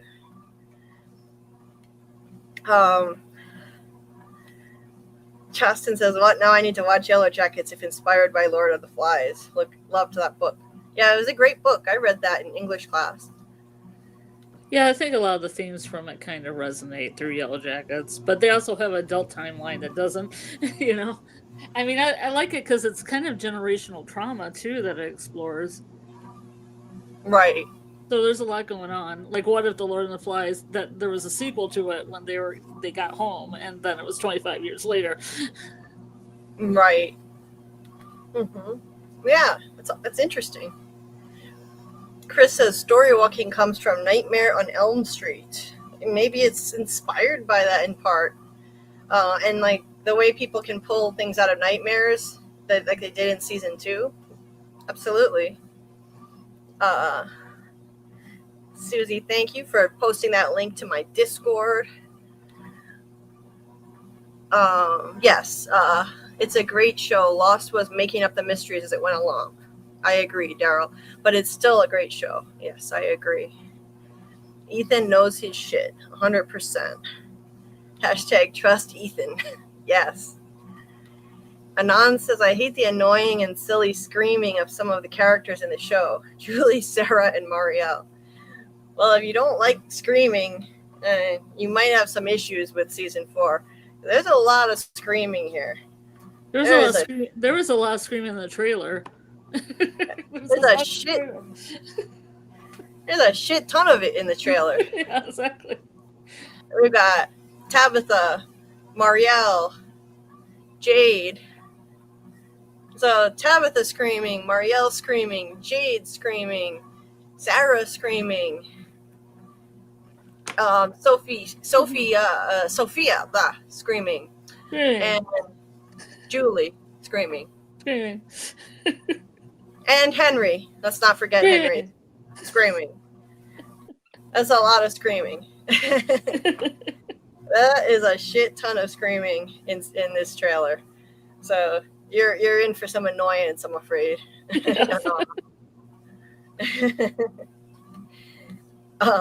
Yeah, it's a little annoying sometimes. Like the screaming that Sarah does. Oh my god, it's a little excessive.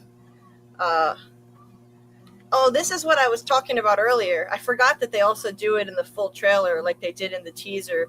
When I was saying that the promotional materials are emphasizing that daylight is not going to be safe anymore or not going to be 100% safe. This is another example. You see the sun breaking through the From logo like this, and the trees are upside down, like everything's been turned upside down.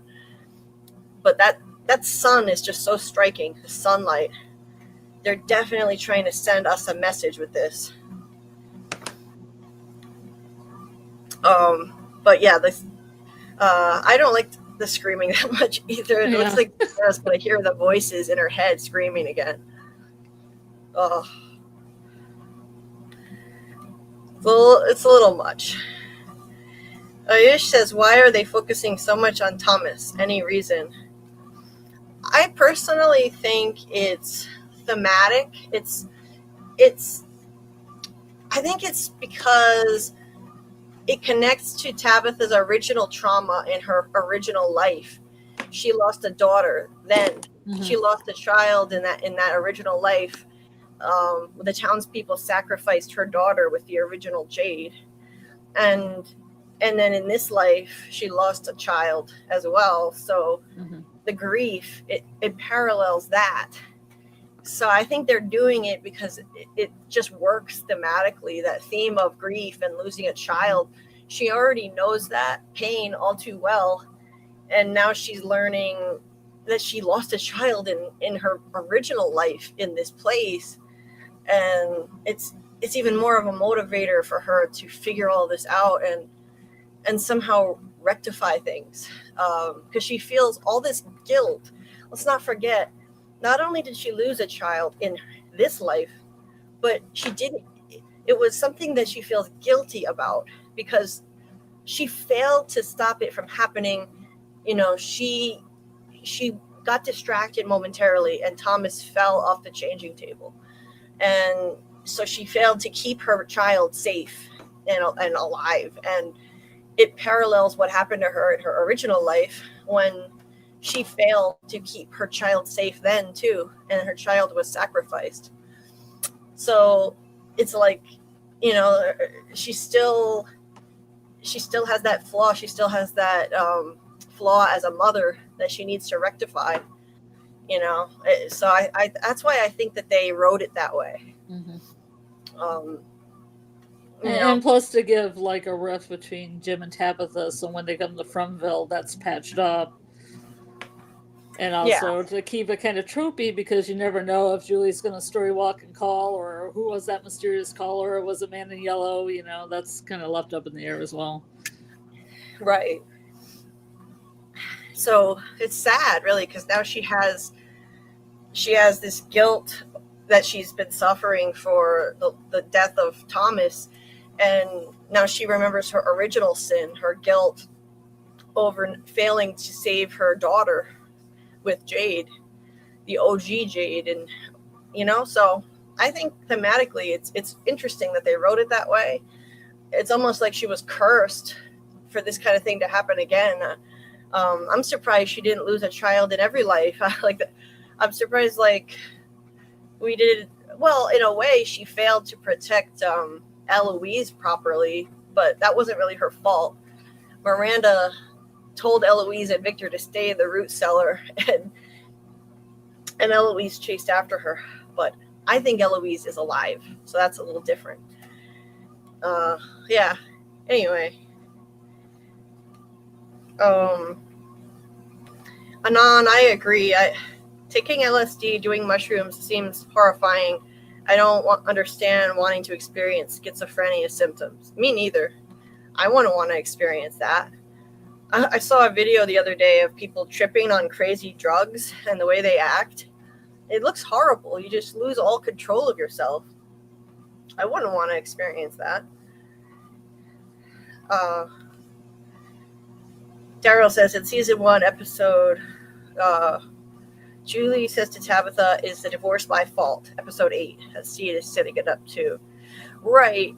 Like, if she winds up being the one who makes the call that distracts Tabitha and Thomas dies, then the divorce would be her fault. Yeah. God, that's horrible. That is horrible. Yeah. Yeah. Yeah. Jay says Julie causes Thomas's death by trying to stop the reason for the RV trip. Maybe so.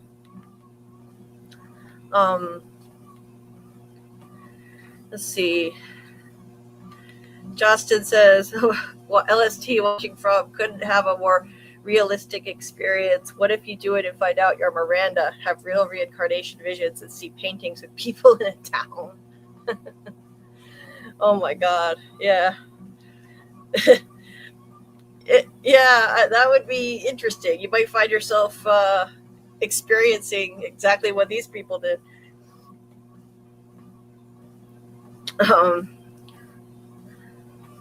Okay, let's see. Real men and women scream. Don't diss my woman Sarah screaming. It's pleasing to my ear holes. Seriously? Sarah's screaming is pretty It kind of makes my ears bleed. It's not pleasing. It's pretty bad. It looks like Sophia will live with Sarah, which is about time. Sarah has to share that whole big house with somebody. So Sophia looks like she's about to come comfort Sarah in this shot. Maybe Sophie will be okay with Sarah hearing voices and stuff, because that's like, connected to people in the Bible, seeing visions and hearing voices.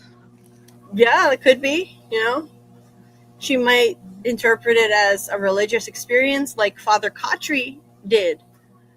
Father Kotri thought Sarah's voices might be something religious, it might be connected to living out a new book of the Bible. That's what he thought. But I think he's wrong.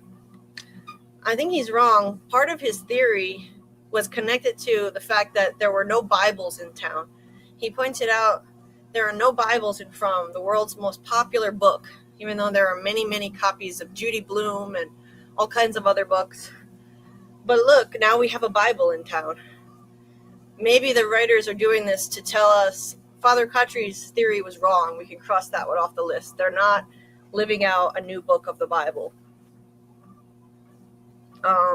However, I do think that the show is deliberately exploring biblical themes throughout it. That's pretty clear. It's just not going to be literally connected to the Bible.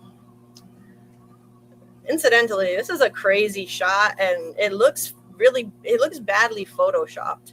Yeah, it looks like they stuck the Bible right in there. Yeah. We have to have a shot of the Bible. Put the Bible in the trailer somewhere. Okay, right here. Yeah, like what the hell? This looks so unnatural.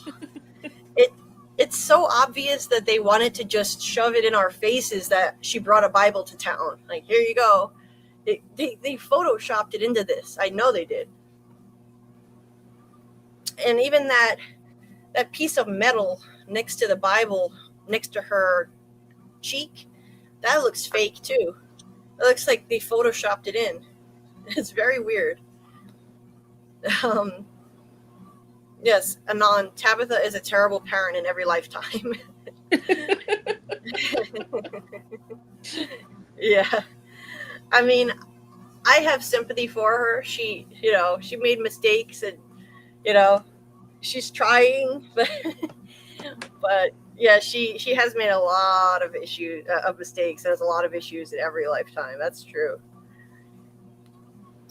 Jay said Miranda and Tabitha both had 2 kids, a son and a daughter. Thomas didn't fit in, so he had to go. Yeah, I've heard about that theory too. I've heard about that. Me too. Yeah. Poor Thomas. I mean, it's dark, like Yeah. innocent Thomas had to go because she's only supposed to have 2 kids. Goodbye. Yeah. It doesn't fit. He Poor doesn't Thomas. Yeah. Gonna story walk you right out of the picture, Thomas. Yeah. So Ayush said, can you explain the poem, they touch, they break, they steal, they come for 3? Yes, here's what I think it means. They touch, so it goes, they touch, they break, they steal. No one here is free. Here they come for 3 unless you stop the melody. So I believe that means the cicada entity from season 2. When they attacked people, they touch. For example, they touched Kenny's arm in a dream. One of them jumped out of a pot of boiling water and burned his arm. And later, Sarah heard a voice in her head telling Kenny, it got excited when it touched your arm. So they touch, they break. I think that could refer to the woman they literally broke open. Paula, one of the colony house, not colony house, one of the red shirts named Paula, she was asleep and she got ripped open in her dreams by cicadas. So they literally broke her open. They break. And then they steal.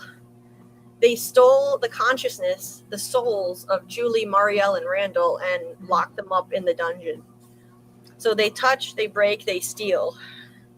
And they come for 3. Obviously, they came for those 3. Unless you stop the melody. Boyd stopped the melody by smashing the music box in the end. The music box, he went back into the dungeon, smashed it, and then the 3 people were released. Julie, Marielle, and Randall were released from that dungeon. So that's how I explain that. That's what I think it means.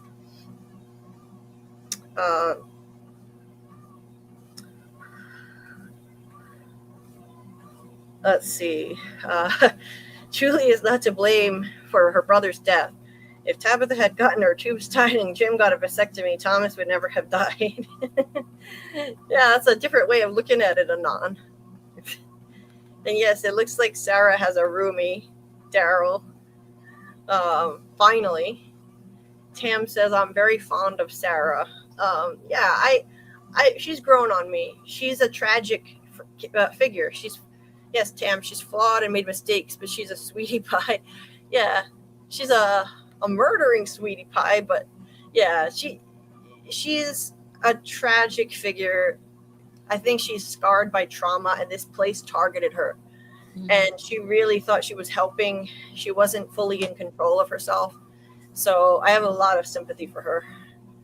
Mm-hmm. Yeah, I think she just always wanted to help, like she says. I believe her when she says that. What do you think dragged the tent? Daryl says. I like the idea that you've been saying, Scarlet, the trees, right? The trees drag the tent. Well, they don't drag the net at all. The trees just move, and the tent kind of stays in place while the earth moves around it. Yeah, that's what I mean. Like the trees move, and then the tent goes with them. Yeah. They're not like trees that come to life like in Lord of the Rings are actually pulling the tent. Yeah. Just that the terrain itself is changing and moving around. Right.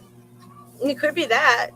But I don't know. Somebody could have drugged the tent too. That's not the wrong reason.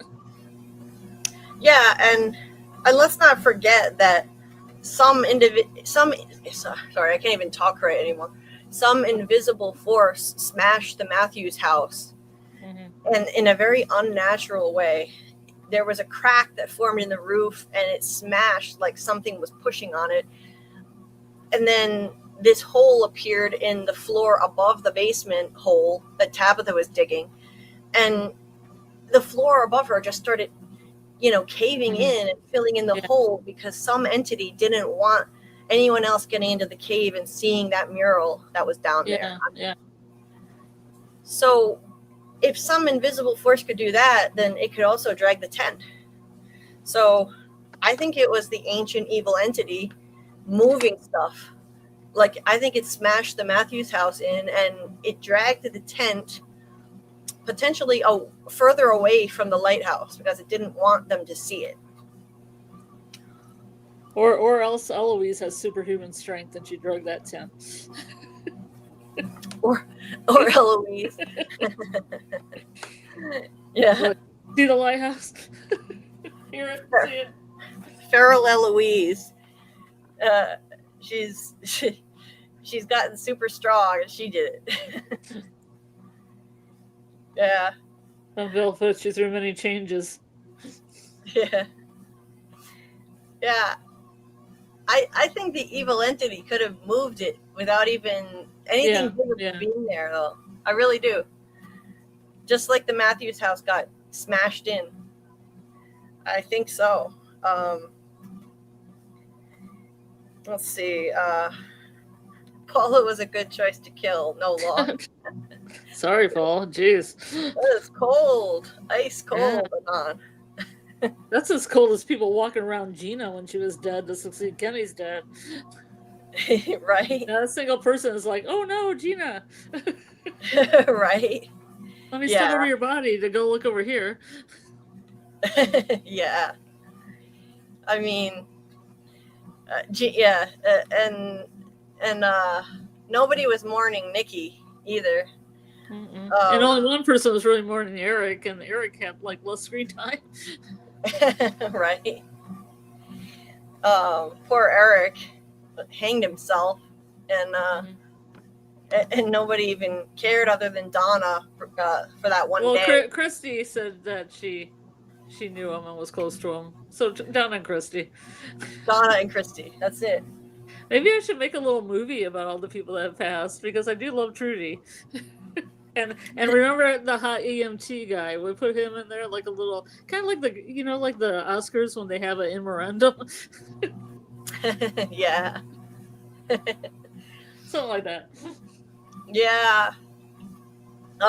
Remember we did that. We did a little memoriam for the hot EMTs. Yes. Yeah. Because we thought it was unfair that Acosta came to town when the hot EMT guy could have survived. Yeah. For the ladies. And some of the guys out there. I mean, I don't judge. Right. Yeah. R.I.P. hot EMTs. Yeah, no one will even remember them other than us, probably. But yeah.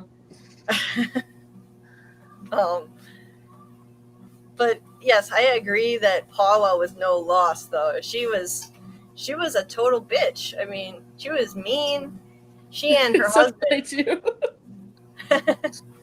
No, I mean with Nikki too. They just make these people real bitches, so you don't care that they die. Yeah. Well, it's a trope for shows to make a character really unlikable, a minor character, and then kill them off. They make good cannon fodder. And Paula was mean to Sarah. She and her husband wouldn't give Sarah back her brother's jacket or something. Yeah. Yeah, I remember that. Yeah. And her husband was that idiot who was ringing the bell at Colony House and yelling, "We're all gonna die! We're all gonna die!" When the cicadas were threatening them in their dreams. So, yeah, they were really annoying. And he got killed off too, and nobody cared. Let's see. Yeah, Recon also thinks that maybe the forest moved. Anon says, interesting. The trees moved and dragged the tent. I like it. Yeah, I mean, it goes along with what Victor said about the trees moving when he's measuring them and stuff. Yeah. And Daryl, as far as Randall keeps seeing and hearing the cicadas. Where do you think his story goes from there? I think that he's like, I already predicted that he was going to join Julie on story walking missions. And it looks like here, at the very least, he's going to be her story walking buddy. Because you always got to have a buddy when you story walk, just in case. Yeah. Like I predicted, she's going to need a story walking buddy to pull her out when she has the seizure. So she'll have to come up with some kind of system. So she'll have to be like, pull me out in half an hour. She'll be laying there helpless in the ruins while she's projecting her consciousness into the past or the future, potentially. And it'll be at minute 29 when she gleans some knowledge, and then she'll be pulled back before she gets it all. He's like, oh crap. Right. Like, he'll probably pull her out right as she's about to see something important. Yeah, just about, yeah. You got it. So I think that's going to happen. He's going to be her story walking buddy. I think that he'll be able to story walk too, because he had such a deep dread in season 3 about going back there. And I believe that's got to be paid off. He said he would never go back there again. He's not going to set foot near that place. And he's not a chicken. He's not afraid much. I mean, he ran outside at night when the ambulance showed up to help with a bunch of strangers. And he's too afraid to go back to the ruins. And yet here he is. So it looks like he's going to step up, like I figured he would, and help her.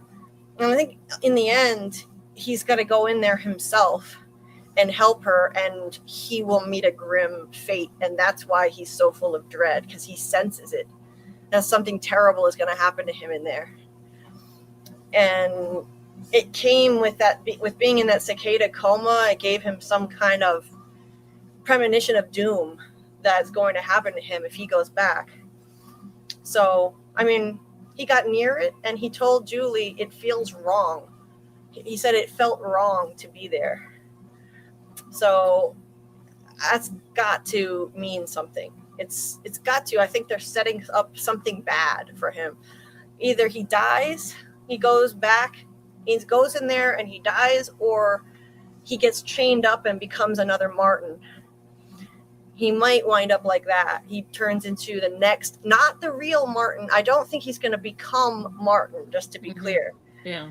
I know some people think that, but I think he could become like him, get chained up with the worms and be trapped in there, but not literally be Martin.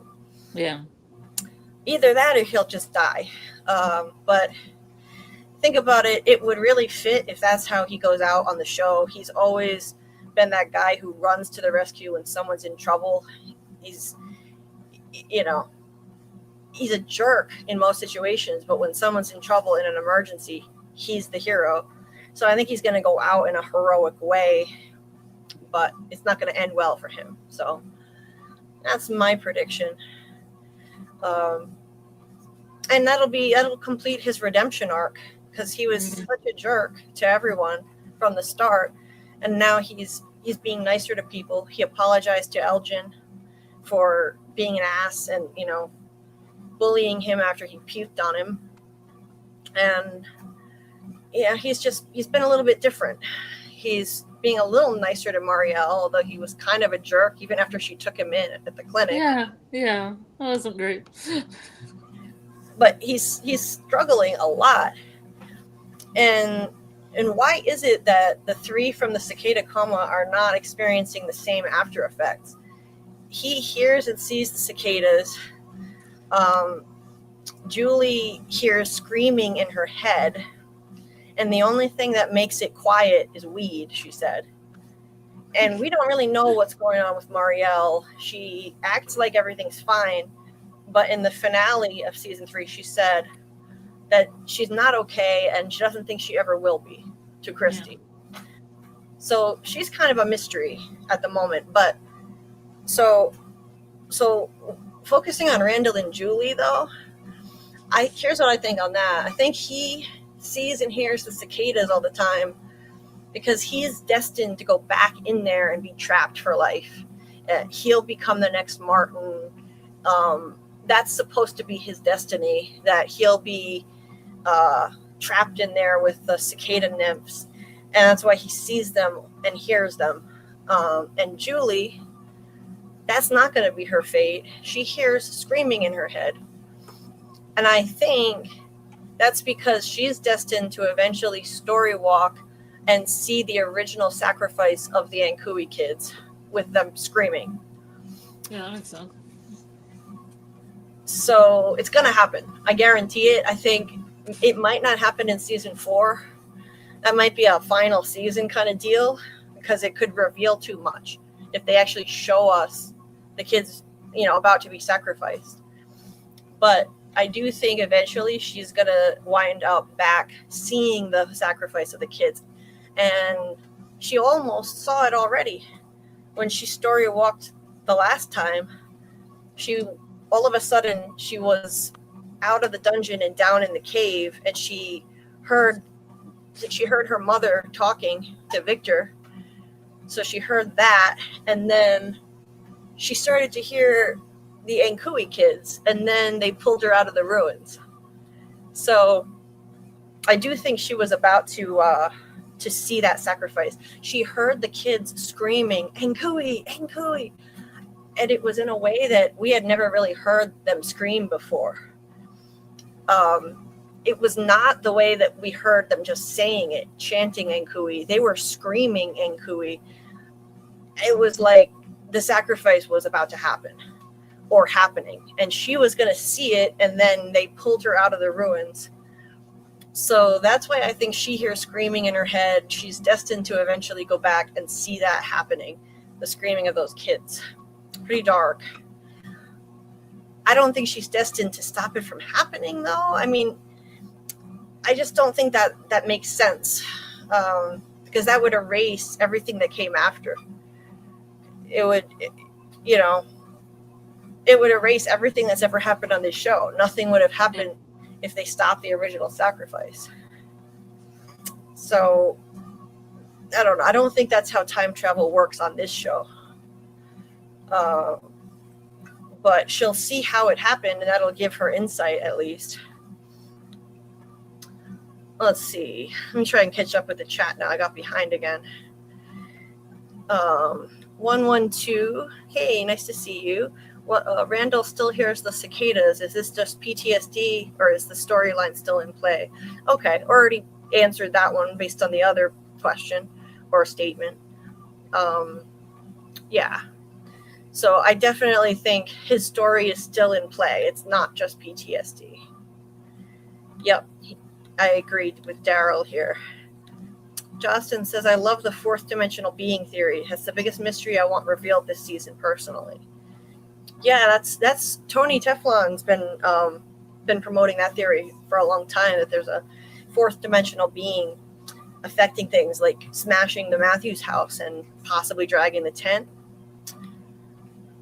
Yeah, it could be too. I hope that we find that out too. Let's see. Anon, I think the skeleton. So, that's a good question. The skeleton in the birthing room. I forgot about that. Oh yeah. That guy. Yeah. I don't know. That's a big mystery. That may be Christopher.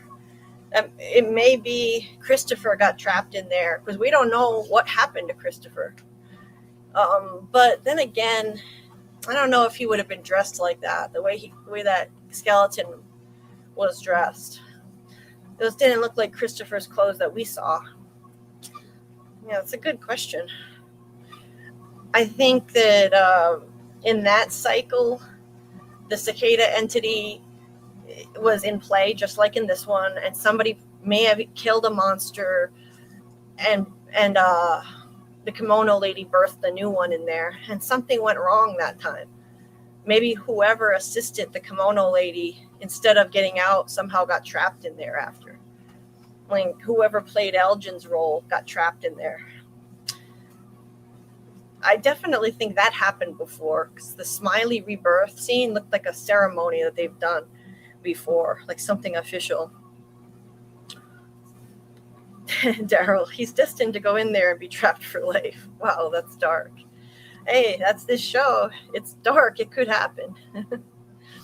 It is a dark show. They made that clear from the moment the series started by killing a little girl and showing her mutilated body on screen.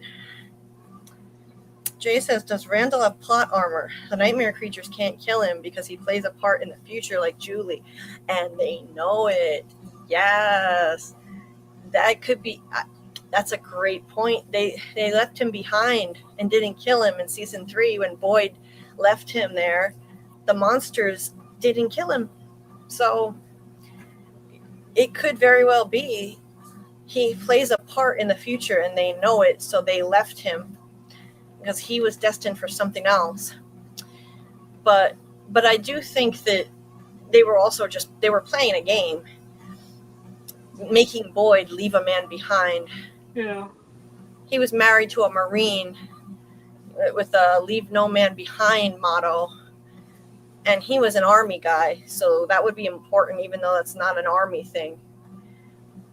He was married to a Marine, and being a savior figure, it was really tough for Boyd to have to leave someone like that. So they were absolutely playing a game, too, even if you take away the plot with Randall and the cicadas. Anon says, I hated Randall at first, but I like him now. The actor who plays Randall has done a great job. Anyone interview him? I'm not sure. I haven't really seen any interviews with him. I saw one. Who interviewed him? Was it? It wasn't Tony, right? I don't think so. I remember somebody like the movie blog or maybe not Beyond Premiere. I mean, one of those people, because I remember seeing him, because I remember him talking about breakdancing, because he's a breakdancer. Yes, he's a breakdancer. But I can't remember what channel. It was a good interview too. Maybe it was What Is From cast. They could have done it because they know all the actors. Yeah, I'm gonna try and see if I can get any actors to come on the live stream to interview this season. That would be really cool. I hope we can do it. I'm gonna try. I'm gonna start emailing the agents now just to kind of get a foot in the door and not wait until everybody is emailing them when the season starts. Is he British? I forget. No, I think he's American, but I'm not 100% sure.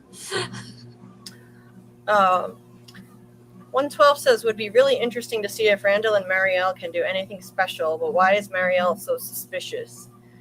Right. I mean, I think that both of them could be capable of story walking. Marielle it's weird. It's almost like the show didn't find enough time to include her in season 3. The cast is too big, and they didn't have enough time and didn't know what to do with her in season 3. She kept acting like she was fine. She kept acting like she was fine. And it was kind of suspicious. It was like, how is she feeling better now than when she got there and she was coming off of drugs? She was just coming out of that horrible cicada coma, and the other two were traumatized, but she seemed great, like she was doing great. But she finally admitted to Christy that she's not okay, and she doesn't think she ever will be. She and the other two definitely saw some wild stuff in that cicada coma that they can't remember, I think. They looked like they were seeing something horrible and screaming. I think they were seeing the original sacrifice of the children, and they just can't remember. But, because their eyes were white, and they were screaming as if they were seeing something horrific. And then Randall came out of it with all kinds of wisdom he didn't have before, saying that there are fates worse than death.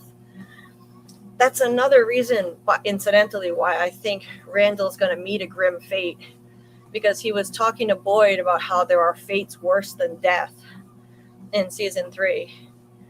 And that could be setting up that he becomes the next Martin. He gets chained up. He gets the cicada nymphs, aka worms, in him. And that would be a fate worse than death, wouldn't it? If he's kept alive by those horrible worms. Anyway, Marielle in the trailer says, surprisingly, she actually gets a little screen time and gets to say something. And she says, there's something ancient here, and it's feeding on our suffering, and it doesn't stop. What a quote. I think that carries a lot of weight. And I believe she's absolutely right. And it tells us this entity is way older than this place even is. It's ancient. It's ancient, and she has that insight because of the cicada coma, I'm sure. Mm-hmm. Just like Randall was talking about fates worse than death, he had insight. She has insight that was given to her because of that state she was in. Yeah, I wonder if they just didn't have enough time to do all 3 of them in one season, because there's only 10 episodes. That's what I think.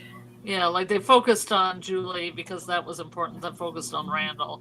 And then it was like, we want to focus on Mari, but we want, let's tell her that she's going to keep it quiet, until the next season. Right. Then we'll explore her. Right. It makes sense, doesn't it? Like, they just don't show her too much and keep her off screen. And, she was there every now and then, but now maybe they'll explore it more. They have such a big cast and not enough screen time. Or they didn't want to speed it up and do all 3 and not, tell a whole story. Right. Let's go from thing to thing, So now we'll see what is tormenting her. I'm Yeah. sure there's something that she's just been keeping to herself. Yeah. Something to scream about. Yeah. I mean, what the hell is going on with her screaming? With her and her being chained to the wall. Yeah. This has to be a dream. It's gotta be. It's gotta be a dream. Like, what would those chains be doing in there? That's the clinic. Mhm. It looks like the school. It used to be a school. Yeah, what the hell is this? I think it's got to be a nightmare, and this is something that Marielle is suffering. Like she feels like she's still back there. We'll get some insight into what she's suffering now, and the trailer also flashed on screen the shot of her in the cicada coma chained up too. So there's that one, and then there's this shot. They showed this again, so I think we'll definitely see more of what's going on with her. And you can see she's chained the same way. The chains are exactly the same. Yeah. So that's interesting. She's never been a character I've liked very much, to be honest. But I find it fascinating. I think it's just her relationship with Christy. Like they're supposed to be like when they first met up and they hadn't seen each other, they hugged each other and it was so emotional. But then every other time they meet, they're in a scene together, they start fighting and nitpicking over the dumbest stuff. Yeah. And you think, how are these people together enough that they're like engaged to each other? Right. Yeah, and that wasn't a popular thing at all when Marielle came in and just ruined things for Kenny. And poor Kenny, yeah. She immediately became an unpopular character. They had Christy just at the point where she was like, I guess Mari's probably forgotten about me. Let's go, Kenny. And then the bus pulls in, you know. Yeah. Chris says she's chained because of haircuts. This is her penance. Against hair. This is her penance. She finally pays for the horrible abomination that she did to Christy's beautiful hair. Oh man, that's funny. Yeah. Justin says, and Marielle, the only thing she says is she was mind groped by the cicada entity, or mind, sorry, not groped. Mind, the R word. Yeah. I can't say it on YouTube. But she said she feels like she was violated by the cicada entity. Mm-hmm. So, yeah, thanks for that reminder, Justin. I forgot that statement she made. So she does feel like she's been violated. That's extremely traumatic. Oh, hey, Trace. Trace must have gone to bed and gotten back up again. Good morning. Daryl says, so awkward that Tabitha was hiding Victor from Jade. How do you think Christopher died? Tabitha was hiding Victor from Jade. Oh, yeah, in her past life. She was hiding Victor from... Miranda was hiding Victor from Christopher. Yeah. It is kind of awkward, but now... yeah, I think Christopher probably just died like everybody else. And I have a theory on how everybody else died, which I'm going to save for a video that I'm going to be making. But it's surprisingly simple. So it's just based in evidence on the show, how I think they all died. I think Christopher was going to try and sacrifice both Victor and Eloise. That's why they had to hide from him. I've always thought that. I think he snapped. Anon, Marielle should go in the box for killing Christy's hair. It's worse than what Sarah did to Elgin. Oh. Oh, man. Yeah. I mean, does she have to inflict the bad hairdo curse on others? I mean, I'm not a fan of what they did to Marielle's hair in this show. I don't know. It's not doing anything for me. No, I just saw the comment about like she can't cut her her hands are chained to the wall. But I was thinking she would have scissors in her hands and she'd be kind of trying to like cut hair, but she's chained up.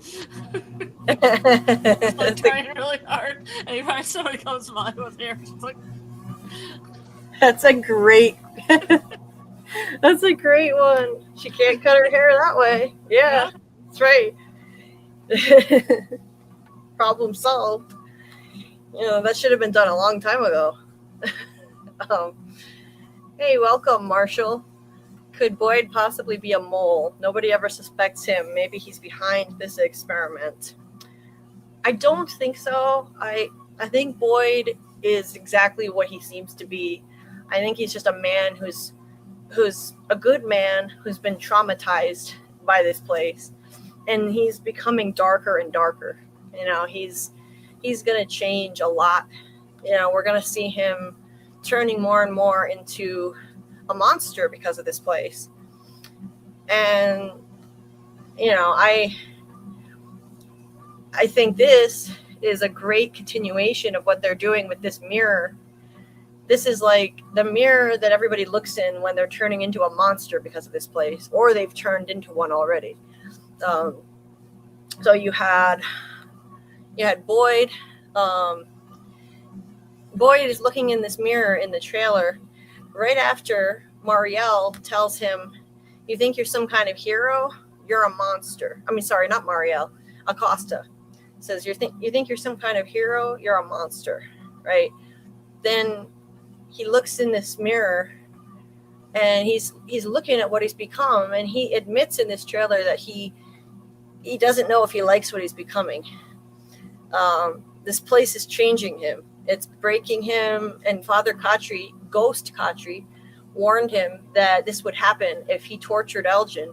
People would never look at him the same way again. And this place would break him. Now, he didn't go as far as Sarah, so he's not completely broken yet. He didn't take Elgin's eye out. Sarah spared him from being completely broken by this place. And that would have done it if he had done something that extreme.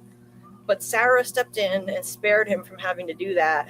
However, he's still in the process of being broken and turning into a monster because of this place. Now, if we look back at season 1, Jasmine Monster was looking in this same mirror. She was looking in it like look at what I've become. After she killed Kevin, she had this spot on her dress that she tried to get out and couldn't. And she has this sad look in her eyes as she momentarily looks. And it's like just for that moment, she feels sad. There's a vestige of humanity still inside her. And looking at what she's turned into, what she said to Kevin, it wasn't my choice to be this way. And that actually was the only true thing she really said. This place turned her into this monster, and she has no control over what she's doing now. And then in season 3, Fatima looked in the same mirror when she was pregnant with that smiley pod, which forced her to murder Tilly. So this is another person who was forced to commit murder. Like I think these monsters are forced to do. They're not in control of their actions. There's an ancient evil entity making them kill people. And now, so Fatima looked in the same mirror, looking at what's becoming of her. And I don't have the image here, but Elgin also looked in the same mirror when he was helping the kimono lady kidnap Fatima.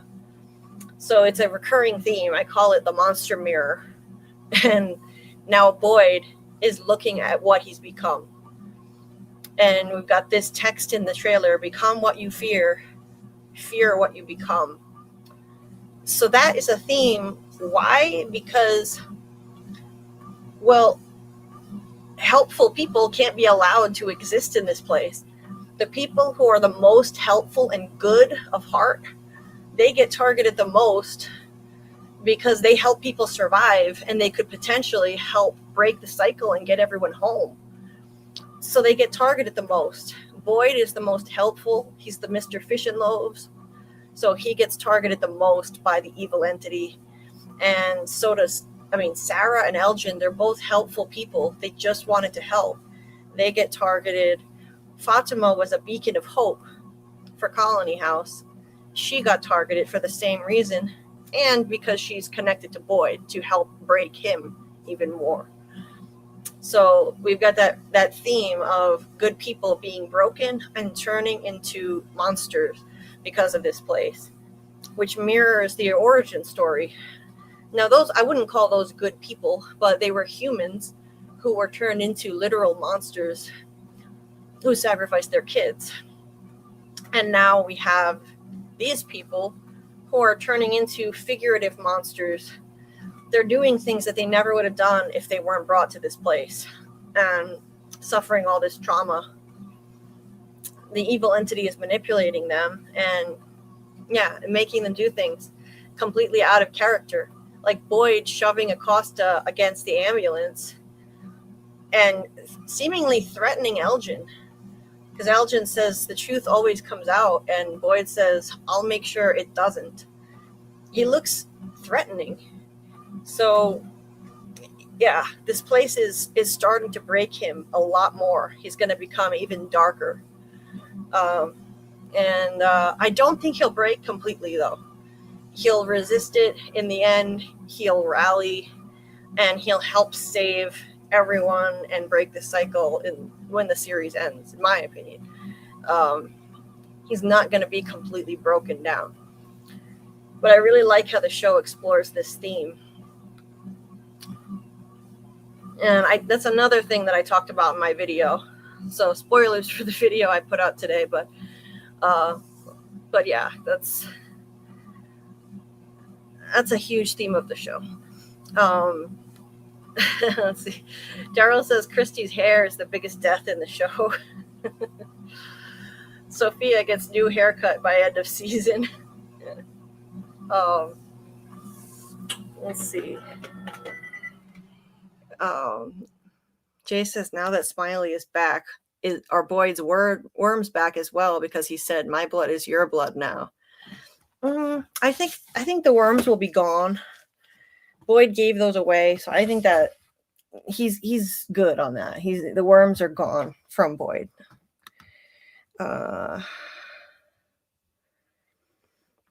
Recon says that's Marielle's whole arc. When she cuts someone's hair nice, she'll be killed off. A monster. I've turned into a monster, and it keeps getting stronger. Yeah, and you know something? Doug Hughes, the first time I saw him do an interview, it was on Tony Teflon's channel, and he quoted Mary Shelley, and he said, so the quote was,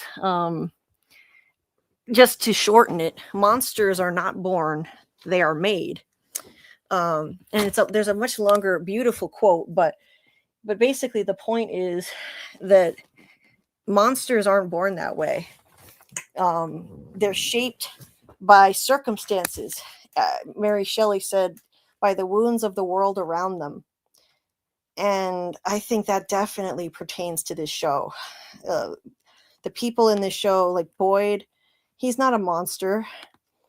He's been shaped by circumstances, by the wounds of the world around him, by all the trauma around him.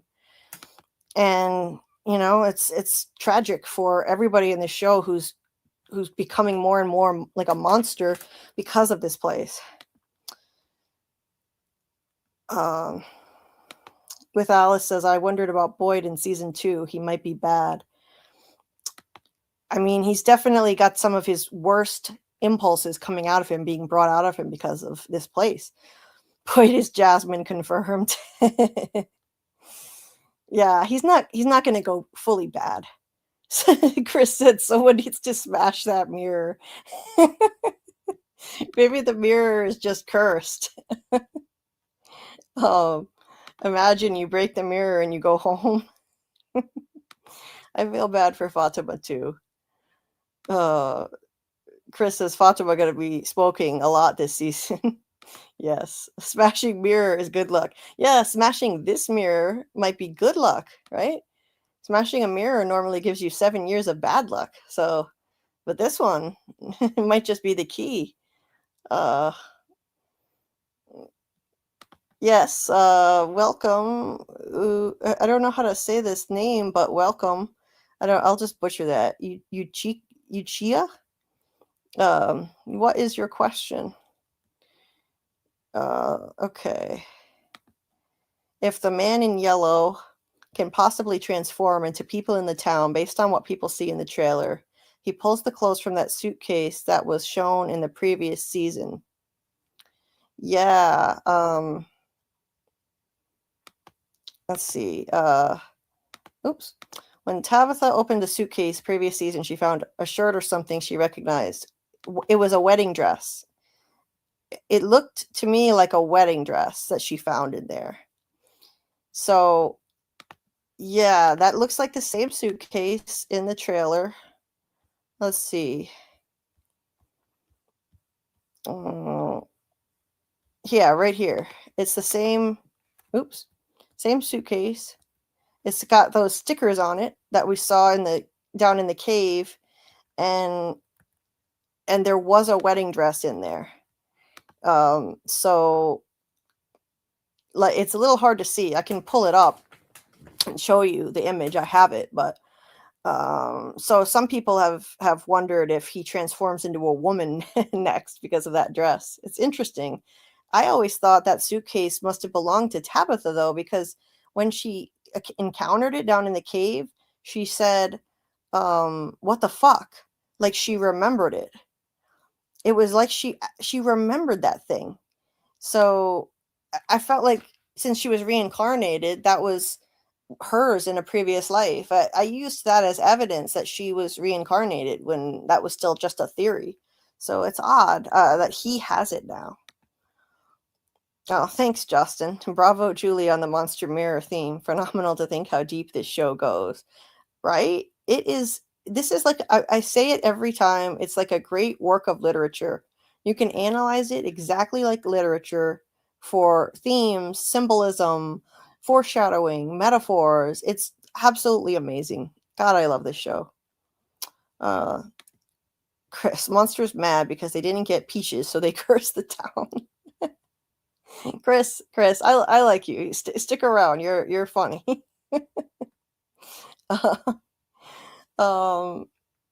Let's see. This worms versus wormhole. Just a coincidence? Probably just a coincidence. Yeah, that they came through a wormhole to get to this place, most likely.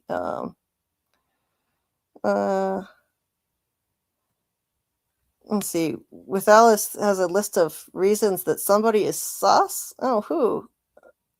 Boyd. Oh, you're talking about Boyd. Oh, okay. Interesting. But I think he's good at heart. Mirror, mirror on the wall. Yeah, I don't want him to be bad either. Chris says the writers are incredible, showing the suitcase one season and paying it off next season. Yeah, they pay off everything. I'm telling you, they are genius. They set up so many things early and pay them off. We're going through a rewatch, and in our rewatch lives, we find so many things that they set up only to pay them off later. It's brilliant. They set them up early. Tam, I agree. Boyd is the most heartfelt and compelling character. Yeah, me too. I love him. He's an amazing character. Yeah, Chris, you got to pay attention to little things because this show is so deep. Absolutely. And you're welcome, Yuchia. Thanks for the clarification. I was searching for someone that may have wore that fabric throughout my rewatch, if he might have been them. I'll pull it up. I've got to wrap this up after that because I'm done exercising and I need to get ready for bed. But I'm going to pull up that episode just to show you what she was looking at. Because I have the pictures. Let's see. Strangers in a Strange Land. Should be this one. Season 2, episode 1. She was down in the cave. See if I can find it really quick. Okay. I take a lot of pictures of this show. So, okay. Wait, Tabitha Victor in the cave. Here it is. Look how quick I found it. Do I know my From image library or what? I mean, this is how obsessed I am with this show. So there it is. There's the suitcase. It was down in the cave, season 2, episode 1. It's got those stickers on it. It's got those stripes. It's the same suitcase for sure. And she opens it. It's got like the World's Fair sticker on it from, I think, the 60s. What does that say? New York, 1964. And then there's also a sticker of a Hawaiian girl. I'm losing my voice from talking so much. There's a sticker of a Hawaiian girl there who looks a lot like the Hawaiian girl on the billboard in From that taunts everyone. It says "Get away" with an airplane on it in a town that they can't escape from. The evil entity expert trolling. Anyway, she opens the suitcase, and there, I used to think this was like lingerie, but people convinced me it's a wedding dress. So Tabitha pulls it out and says, "What the fuck?" She looks at it like she recognizes it. So I've always been convinced that she had this dress in a past life. I mean, I don't know if the math lines up because she was Miranda in 1978. There's a sticker on there from 1964. So I'm not sure. I mean, unless she went there when she was a little kid, or not a little kid, but a lot younger. So it could be hers. I don't know why she would have been driving around with a suitcase with her wedding dress in it, though, as Miranda. But yeah, it looked like she recognized it, and they've never explained that. One of the many questions. And now the man in yellow has that suitcase. What the fuck does it all mean? Bridezilla. Monster bride. Wasn't one monster wearing a wedding dress? Yes. Yes, there's a monster wearing a wedding dress.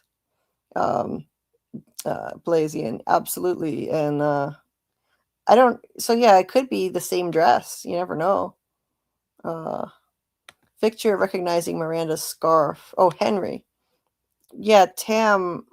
I think Tam seemed to recognize a scarf. I'm sorry. I'm saying Tam recognized it. I can't even talk. I'm tired. Henry was down in the cave and seemed like he was recognizing a scarf that was Miranda's. That's right. That happened in season 3. Daryl says, I don't think Tabitha recognized it. She just looks confused. Yeah, it was just weird how she looked at it. She stared at it and said, what the fuck? Yeah, that's always bugged me.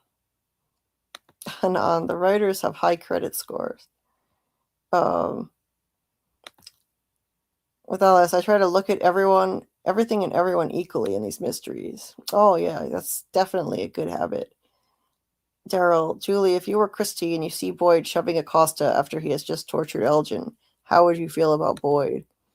I would not be on his side anymore. That's how I would feel. There's no excuse for him shoving her. I don't care that she probably just stole the ambulance and tried to drive out of town like a maniac.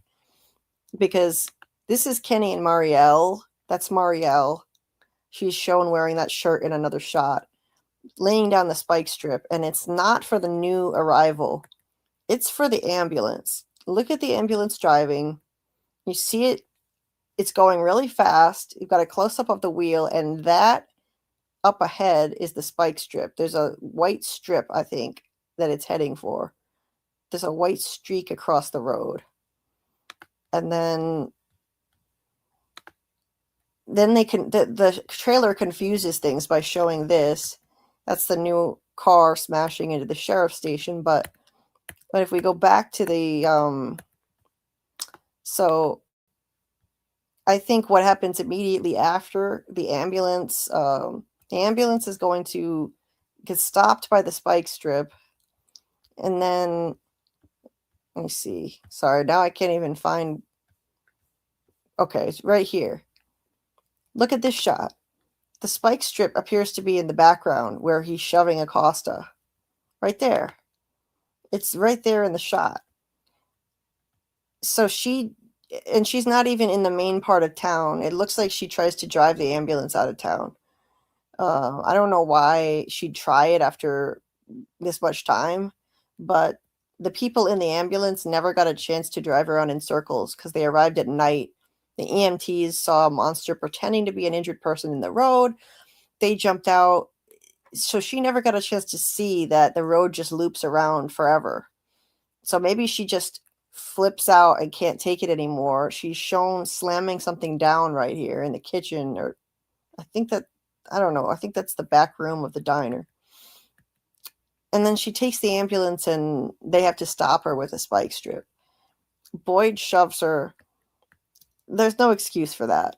A man should not be handling a woman that way unless it's in self-defense and she's like attacking him. That's unacceptable, and it just shows that Boyd is breaking morally. Morally, he is getting turned into a monster by this place more and more. And Christy and Marielle are standing here glaring at him because I think they just witnessed it, like Daryl was saying.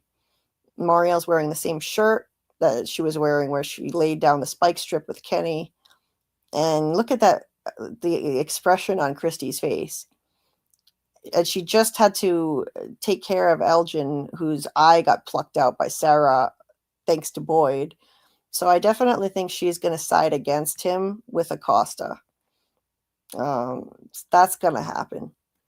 Acosta is going to lead a coup against Boyd. I think Kenny will take her side.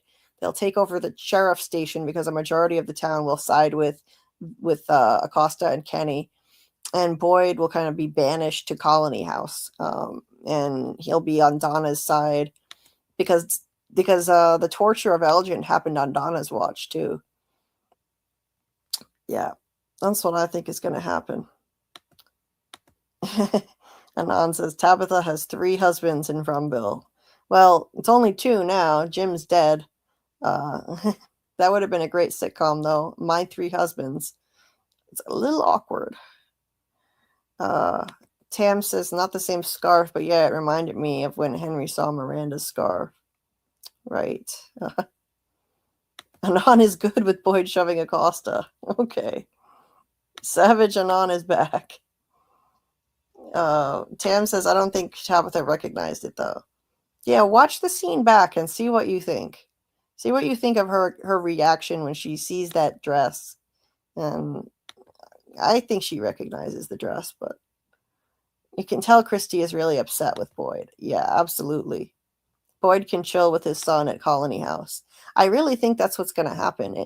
In the teaser trailer, he's shown at Colony House. The ring that he's holding in this trailer, it looks like it's bouncing on a stair at Colony House. I think he's going to be there. I saw a behind the scenes or a promotional photo released where Boyd and Donna are hanging out at Colony House, looking at each other like they're working together. So yeah, I think they're going to be allied together. Anon says Acosta left Tabitha chained in the back of the ambulance and Henry attached to a stretcher. Then she shot Nikki. Now Acosta is trying to run people over with her big box of a vehicle. Yeah, you have a point. What she did was really messed up in season 3. She screwed up. She's a rookie cop. She panicked under a lot of pressure and she left Tabitha chained in the back of the ambulance and shot Nikki. She shot at a monster way too close to Colony House in a spot where it would have been too easy to hit somebody. So yeah, I don't have much sympathy for her, but I still just can't justify that. I can't justify Boyd shoving her. That's beyond the pale. Men shouldn't be shoving women or just putting their hands on them in a forceful way.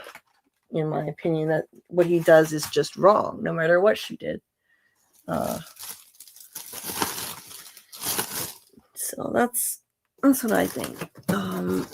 Sorry, I'm starving. I'm gonna make myself some food and get ready to sign off and eat. Acosta is a bad person. She didn't try to protect anyone. Yeah, except herself. So you do have a good point there. And I agree with you on that. But Acosta leaving Tabitha and Henry behind was really bad. Oh yeah, it was. I mean, she just took off and ran up the hill. Shot at the monster, killed Nikki, and then she had the nerve to go into the sheriff's station and demand that Boyd give her back her gun. That was ridiculous. After what she just did, shooting somebody, she had no business with a gun. Like, absolutely no business doing that. So, I hear you guys. Elgin saved Ellis and then kidnapped his wife. Talk about night and day. Wait, he saved Ellis? When did he save Ellis? I'm really tired. My brain isn't working anymore. When did Elgin save Ellis? Oh, right. Season 2. When he drove the ambulance down and saved Ellis after Dale stabbed him. Yeah, that's right. Wow. Yeah, that's quite a turnaround, isn't it? Yeah, I don't think that's going to score him any points with the family after what he did to Fatima. Yeah, and the thing of it is, there are no laws in this place. The only rule was don't cause harm to somebody that could put them in danger, or you go in the box. Don't get anybody killed or you go in the box. What do you do if somebody kidnaps someone? What kind of penalty should Elgin face? He shouldn't just, it's just, I know he was under the influence of the kimono lady and he thought he was helping. He thought she was an angel, but he kidnapped someone, and I guess this is enough penance for him, though. He lost an eye. I feel really sorry for him. Like, I have a lot of sympathy for Elgin. I just find it interesting how people get away with every crime in this place now. Like, they can do any crime and nothing happens.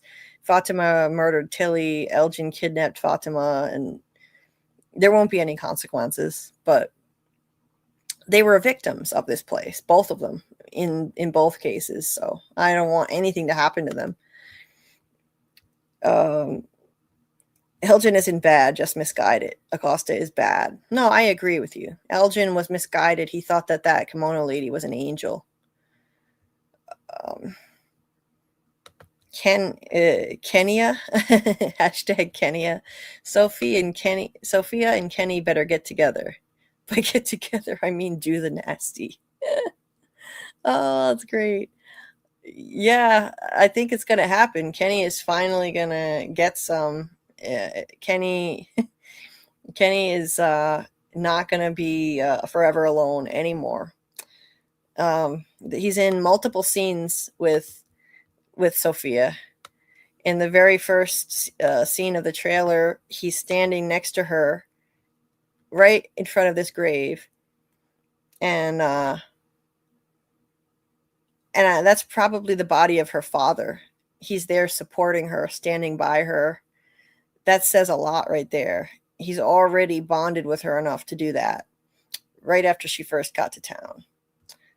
Okay, that's the first scene together. Then there's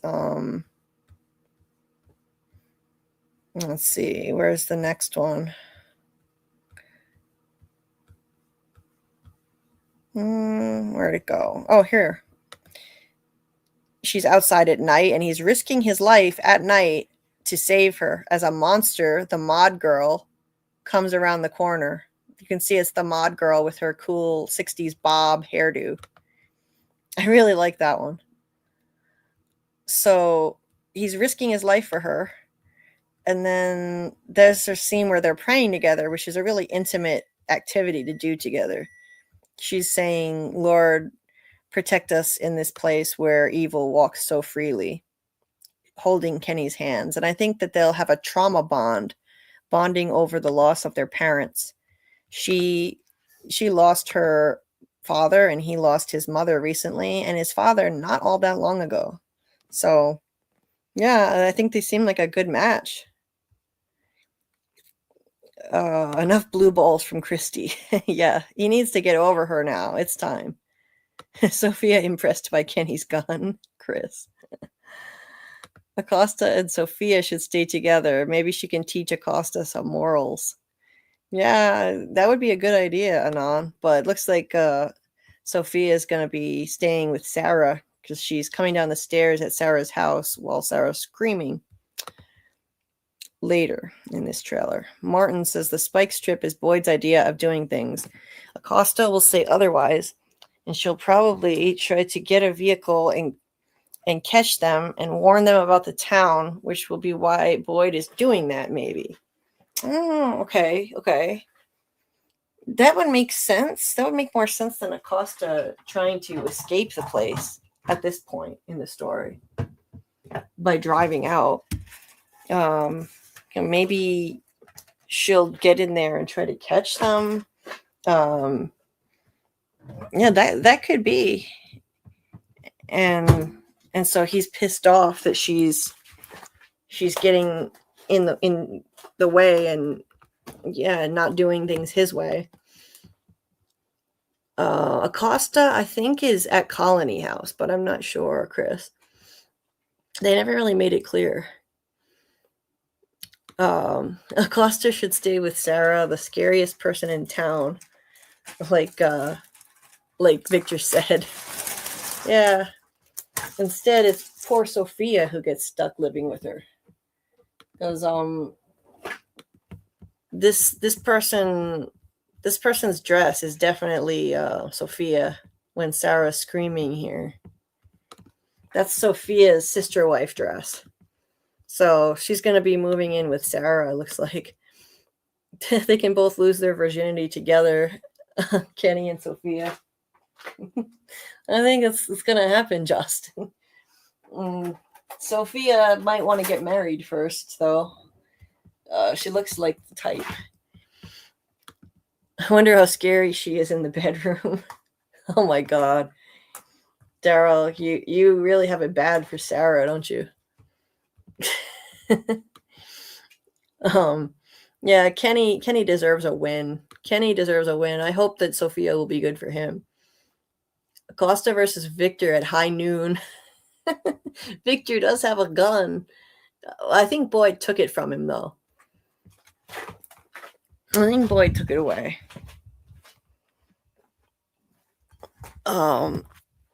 Someone push Acosta into the tree. Yeah. She's my least favorite of all the characters. So I'm with you. I would be totally fine with her winding up in the pool wall next to Dale. Elgin was hitting on Sarah the first time he met her. Maybe there's still hope for them. Well, it could be. Could be, Daryl. But it would be kind of an awkward relationship. You know, she takes his eye out, and like that's one hell of an icebreaker for a dating experience. I don't know. I don't think it would work. I know I've heard people say like maybe it could happen. Oh, wouldn't that be interesting? I mean, I don't think that's something you could ever get past.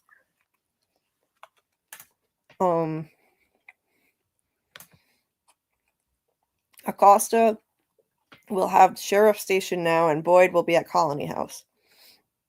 Yep, that's exactly what I'm saying, Martin. I think I think that's what's going to happen. I mentioned that in my theory video, breaking down the trailer today.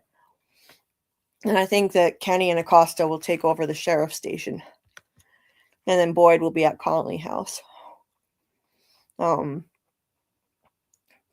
Anyway, when Acosta pulled a gun on Victor.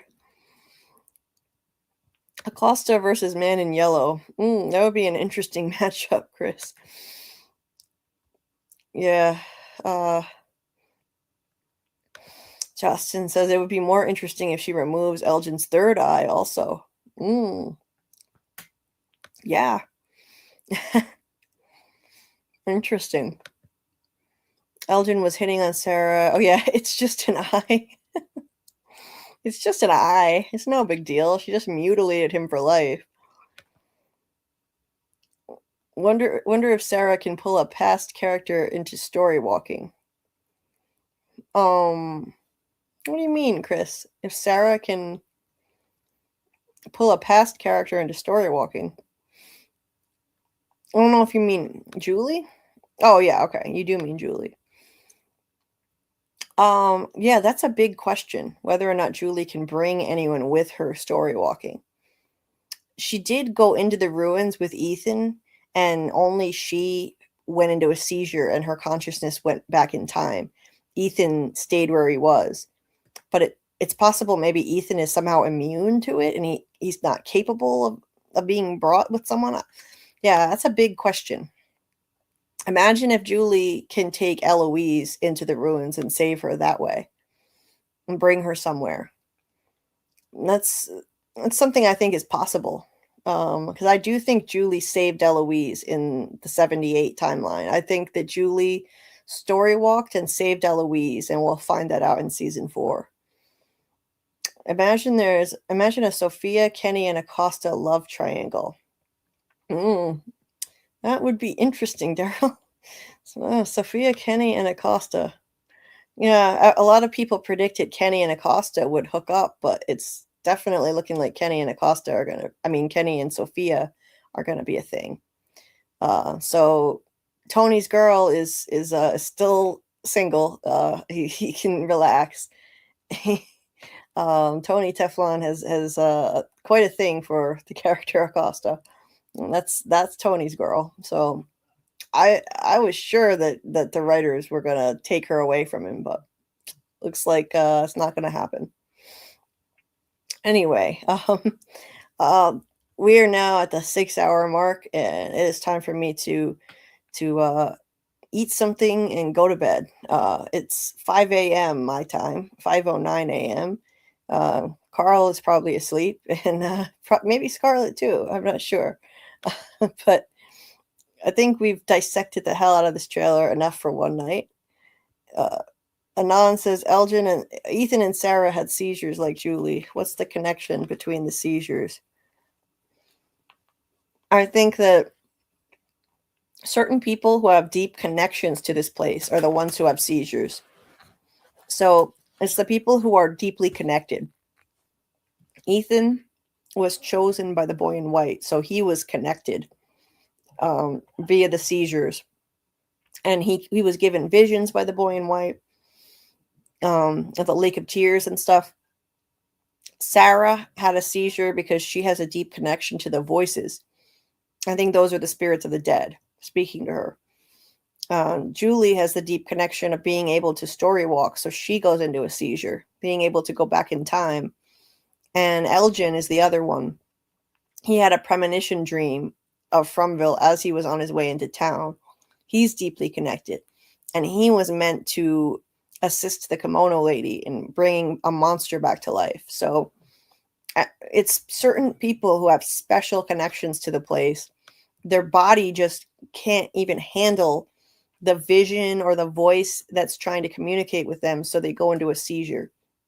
It happens with Sarah and her voices, Elgin after his dream, Ethan when the boy in white was, like, I think, first connecting with him and giving him that vision of the Lake of Tears. And what was the other one? Oh, Julie, story walking. That's quite an experience for her consciousness to go through, and their bodies just get overwhelmed. That's why I think it happens. Um, yeah, thank you, Chris. I will try and sleep well. And you're welcome, Justin. Thank you. Thank you for being here. And thanks, Daryl. I love you guys too. You're the best. This has been an awesome stream. Thank you, Tam. Don't thank me. You have a good night.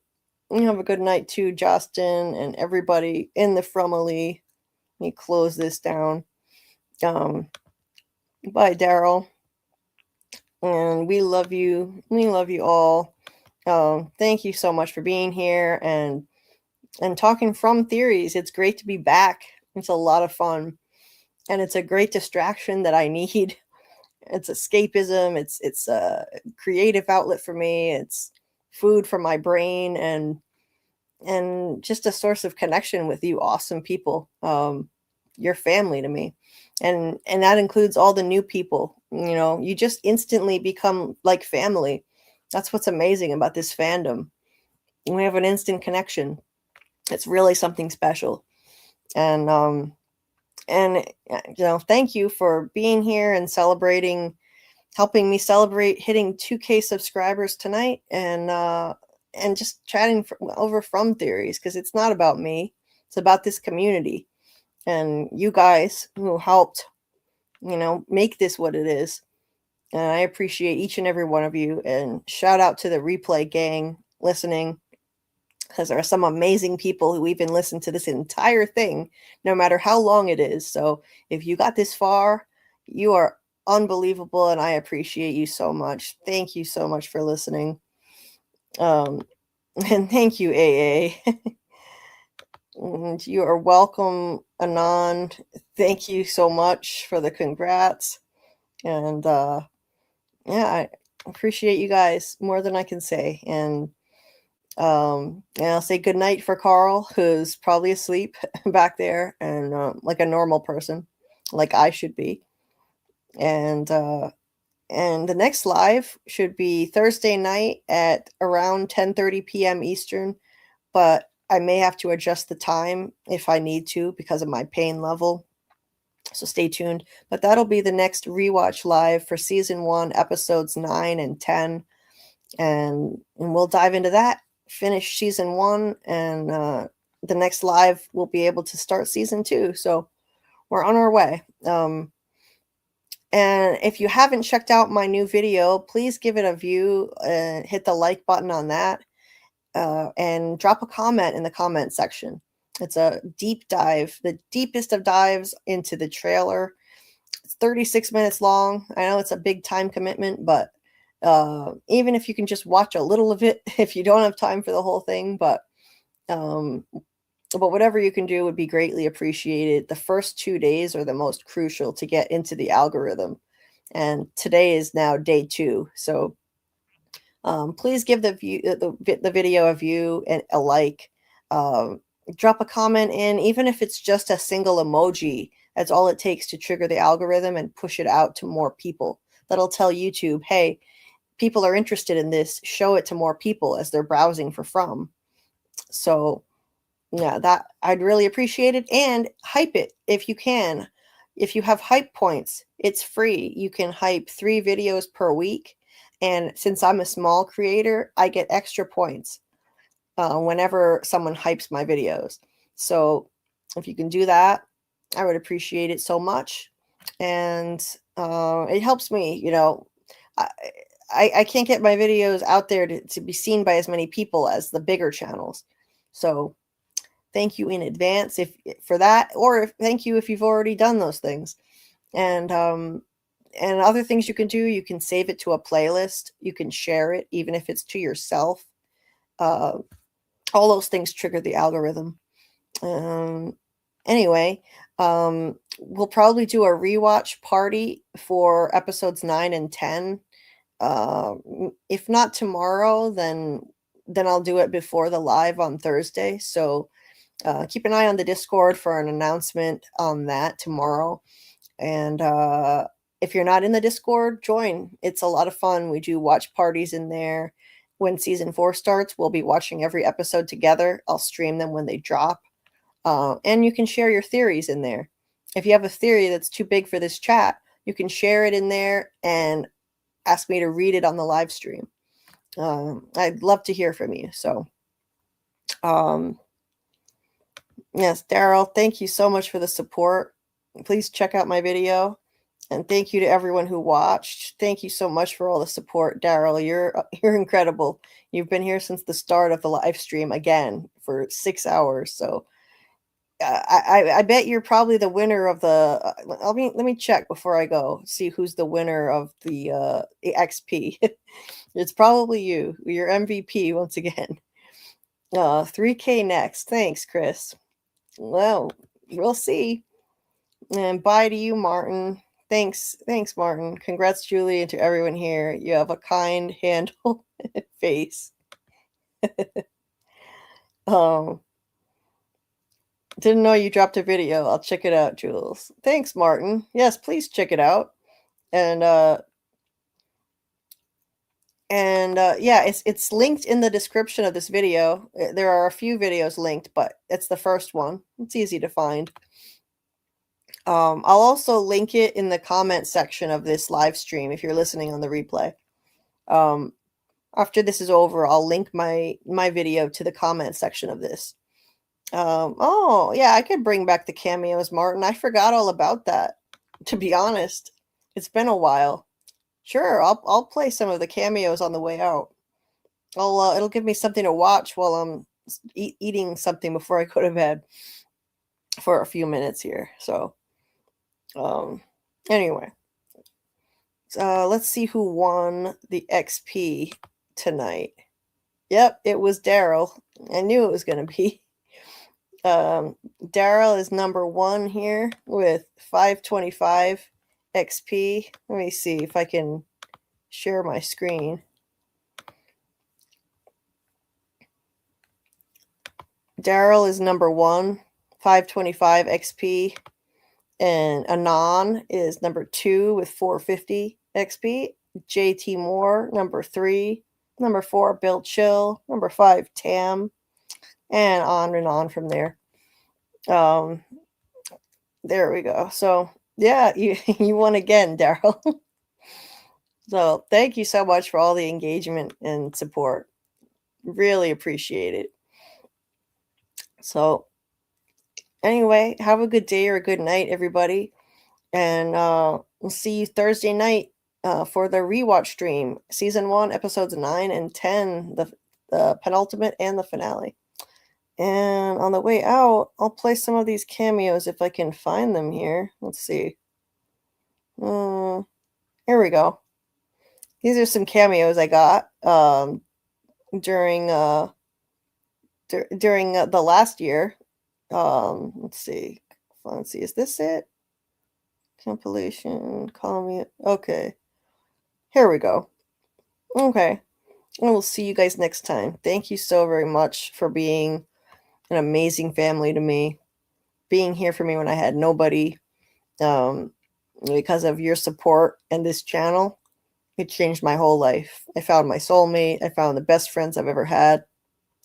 And it's given me a reason to keep going and pushing through my pain every single day, 24/7, suffering the amount of severe pain I'm in, but I still keep going. And when I had nobody and nothing left to give me purpose, this fandom did that for me, and this channel did that for me, and I'll be eternally grateful. And I'm not alone anymore now. I have Karl, and I have amazing friends to help me get through this pain.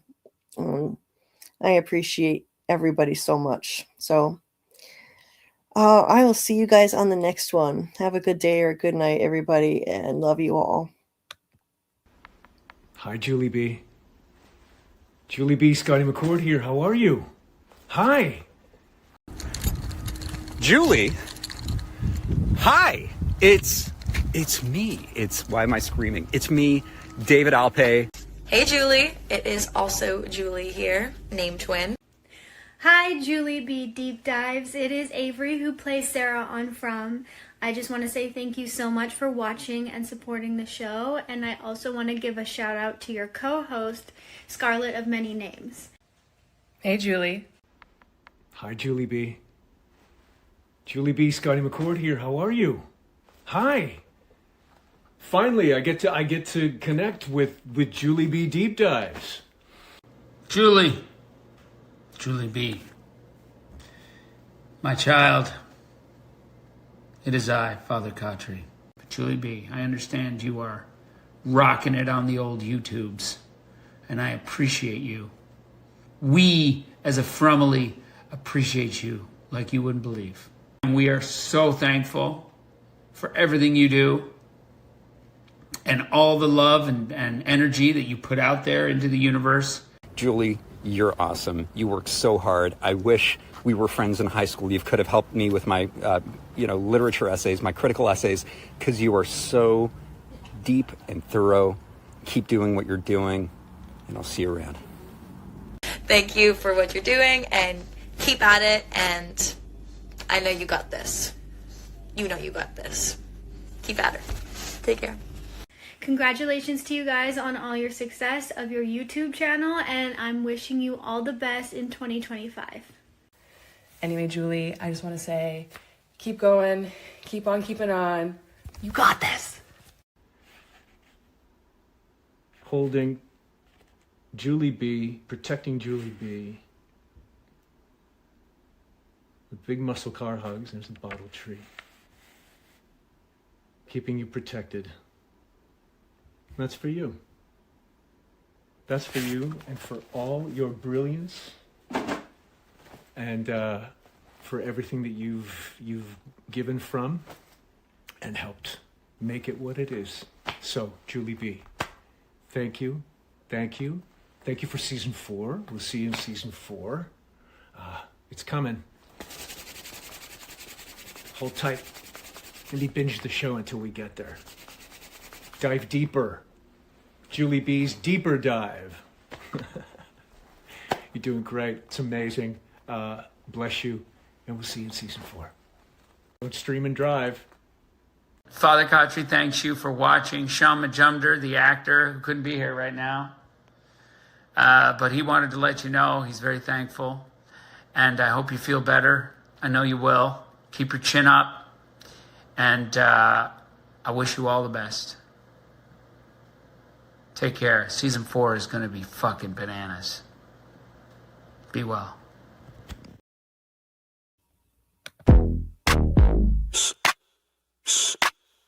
Yeah. That's a theory creaking open, baby. Yo, welcome to the screen where the plot gets bent. Julie B. Deep Dives, not just for content. She don't react, she dissects those threads from the lens. Catching clues y'all missed when the credits end. What you know about freeze framing frames and while you blinking, she building an evidence drum. Got a notebook thicker than the lore itself. In a chat full of nerds with a mental health shelf. Yeah, she sees the glitch, peep the double cross. You just watching TV, she talk to the boss. Every theory and thesis, no throwaway guess. While y'all on season 1, she in season X. Said rewind this slow it, zoom in enhance. Julie B caught the symbol in the window glance. While you tweeting what just happened like a clown, she already made a flow chart, color coded breakdown. They don't die like us. They don't vibe like us. They binge and they bounce. We revive that trust. They skip intros, we wear frame. You watch shows, we decode the game. They don't die like us. Nah, they don't die like us. She cracked Severance before y'all knew it was deep. Predicted the Last of Us deaths in her sleep. When the camera pans, she ain't blinking once. Catch a ghost in the glass, call it theory punch. Watch parties lit like apocalypse nights. Call-ins while they bringing alien rights. Hey, Julie, I think the trees are spies. Well, I have a spreadsheet that confirms that, guys. Zoom in, boom in, she moving through clues. Spinning Discord in the courtrooms, Lord of views. Got mods with receipts. Time stands with heat. Every rewatch turns into a Reddit elite. You stuck on the surface, we beneath with maps. Cross-referencing lore with the rector's caps. If your fave show got secrets, don't be dumb. Julie got the chalkboard out in Frum's where it's from. They don't dive like us. They don't vibe like us. They skim the edge. We inside that crust. They zone out, we zone in the pain. You say plot twist, we say nope, chain. They don't dive like us. Nah, they don't dive like us. What's that? That ain't a blooper, that's a plot thread. You thought it was a shadow? She thought it was a coded message from season 3. And she's probably right. Step this way if your mind's unbent. Step that way if your theories pay rent. Say Julie B, deep dive queen. Now zoom, scroll, theorize, pull. Ain't no rabbit hole safe once she got the clout.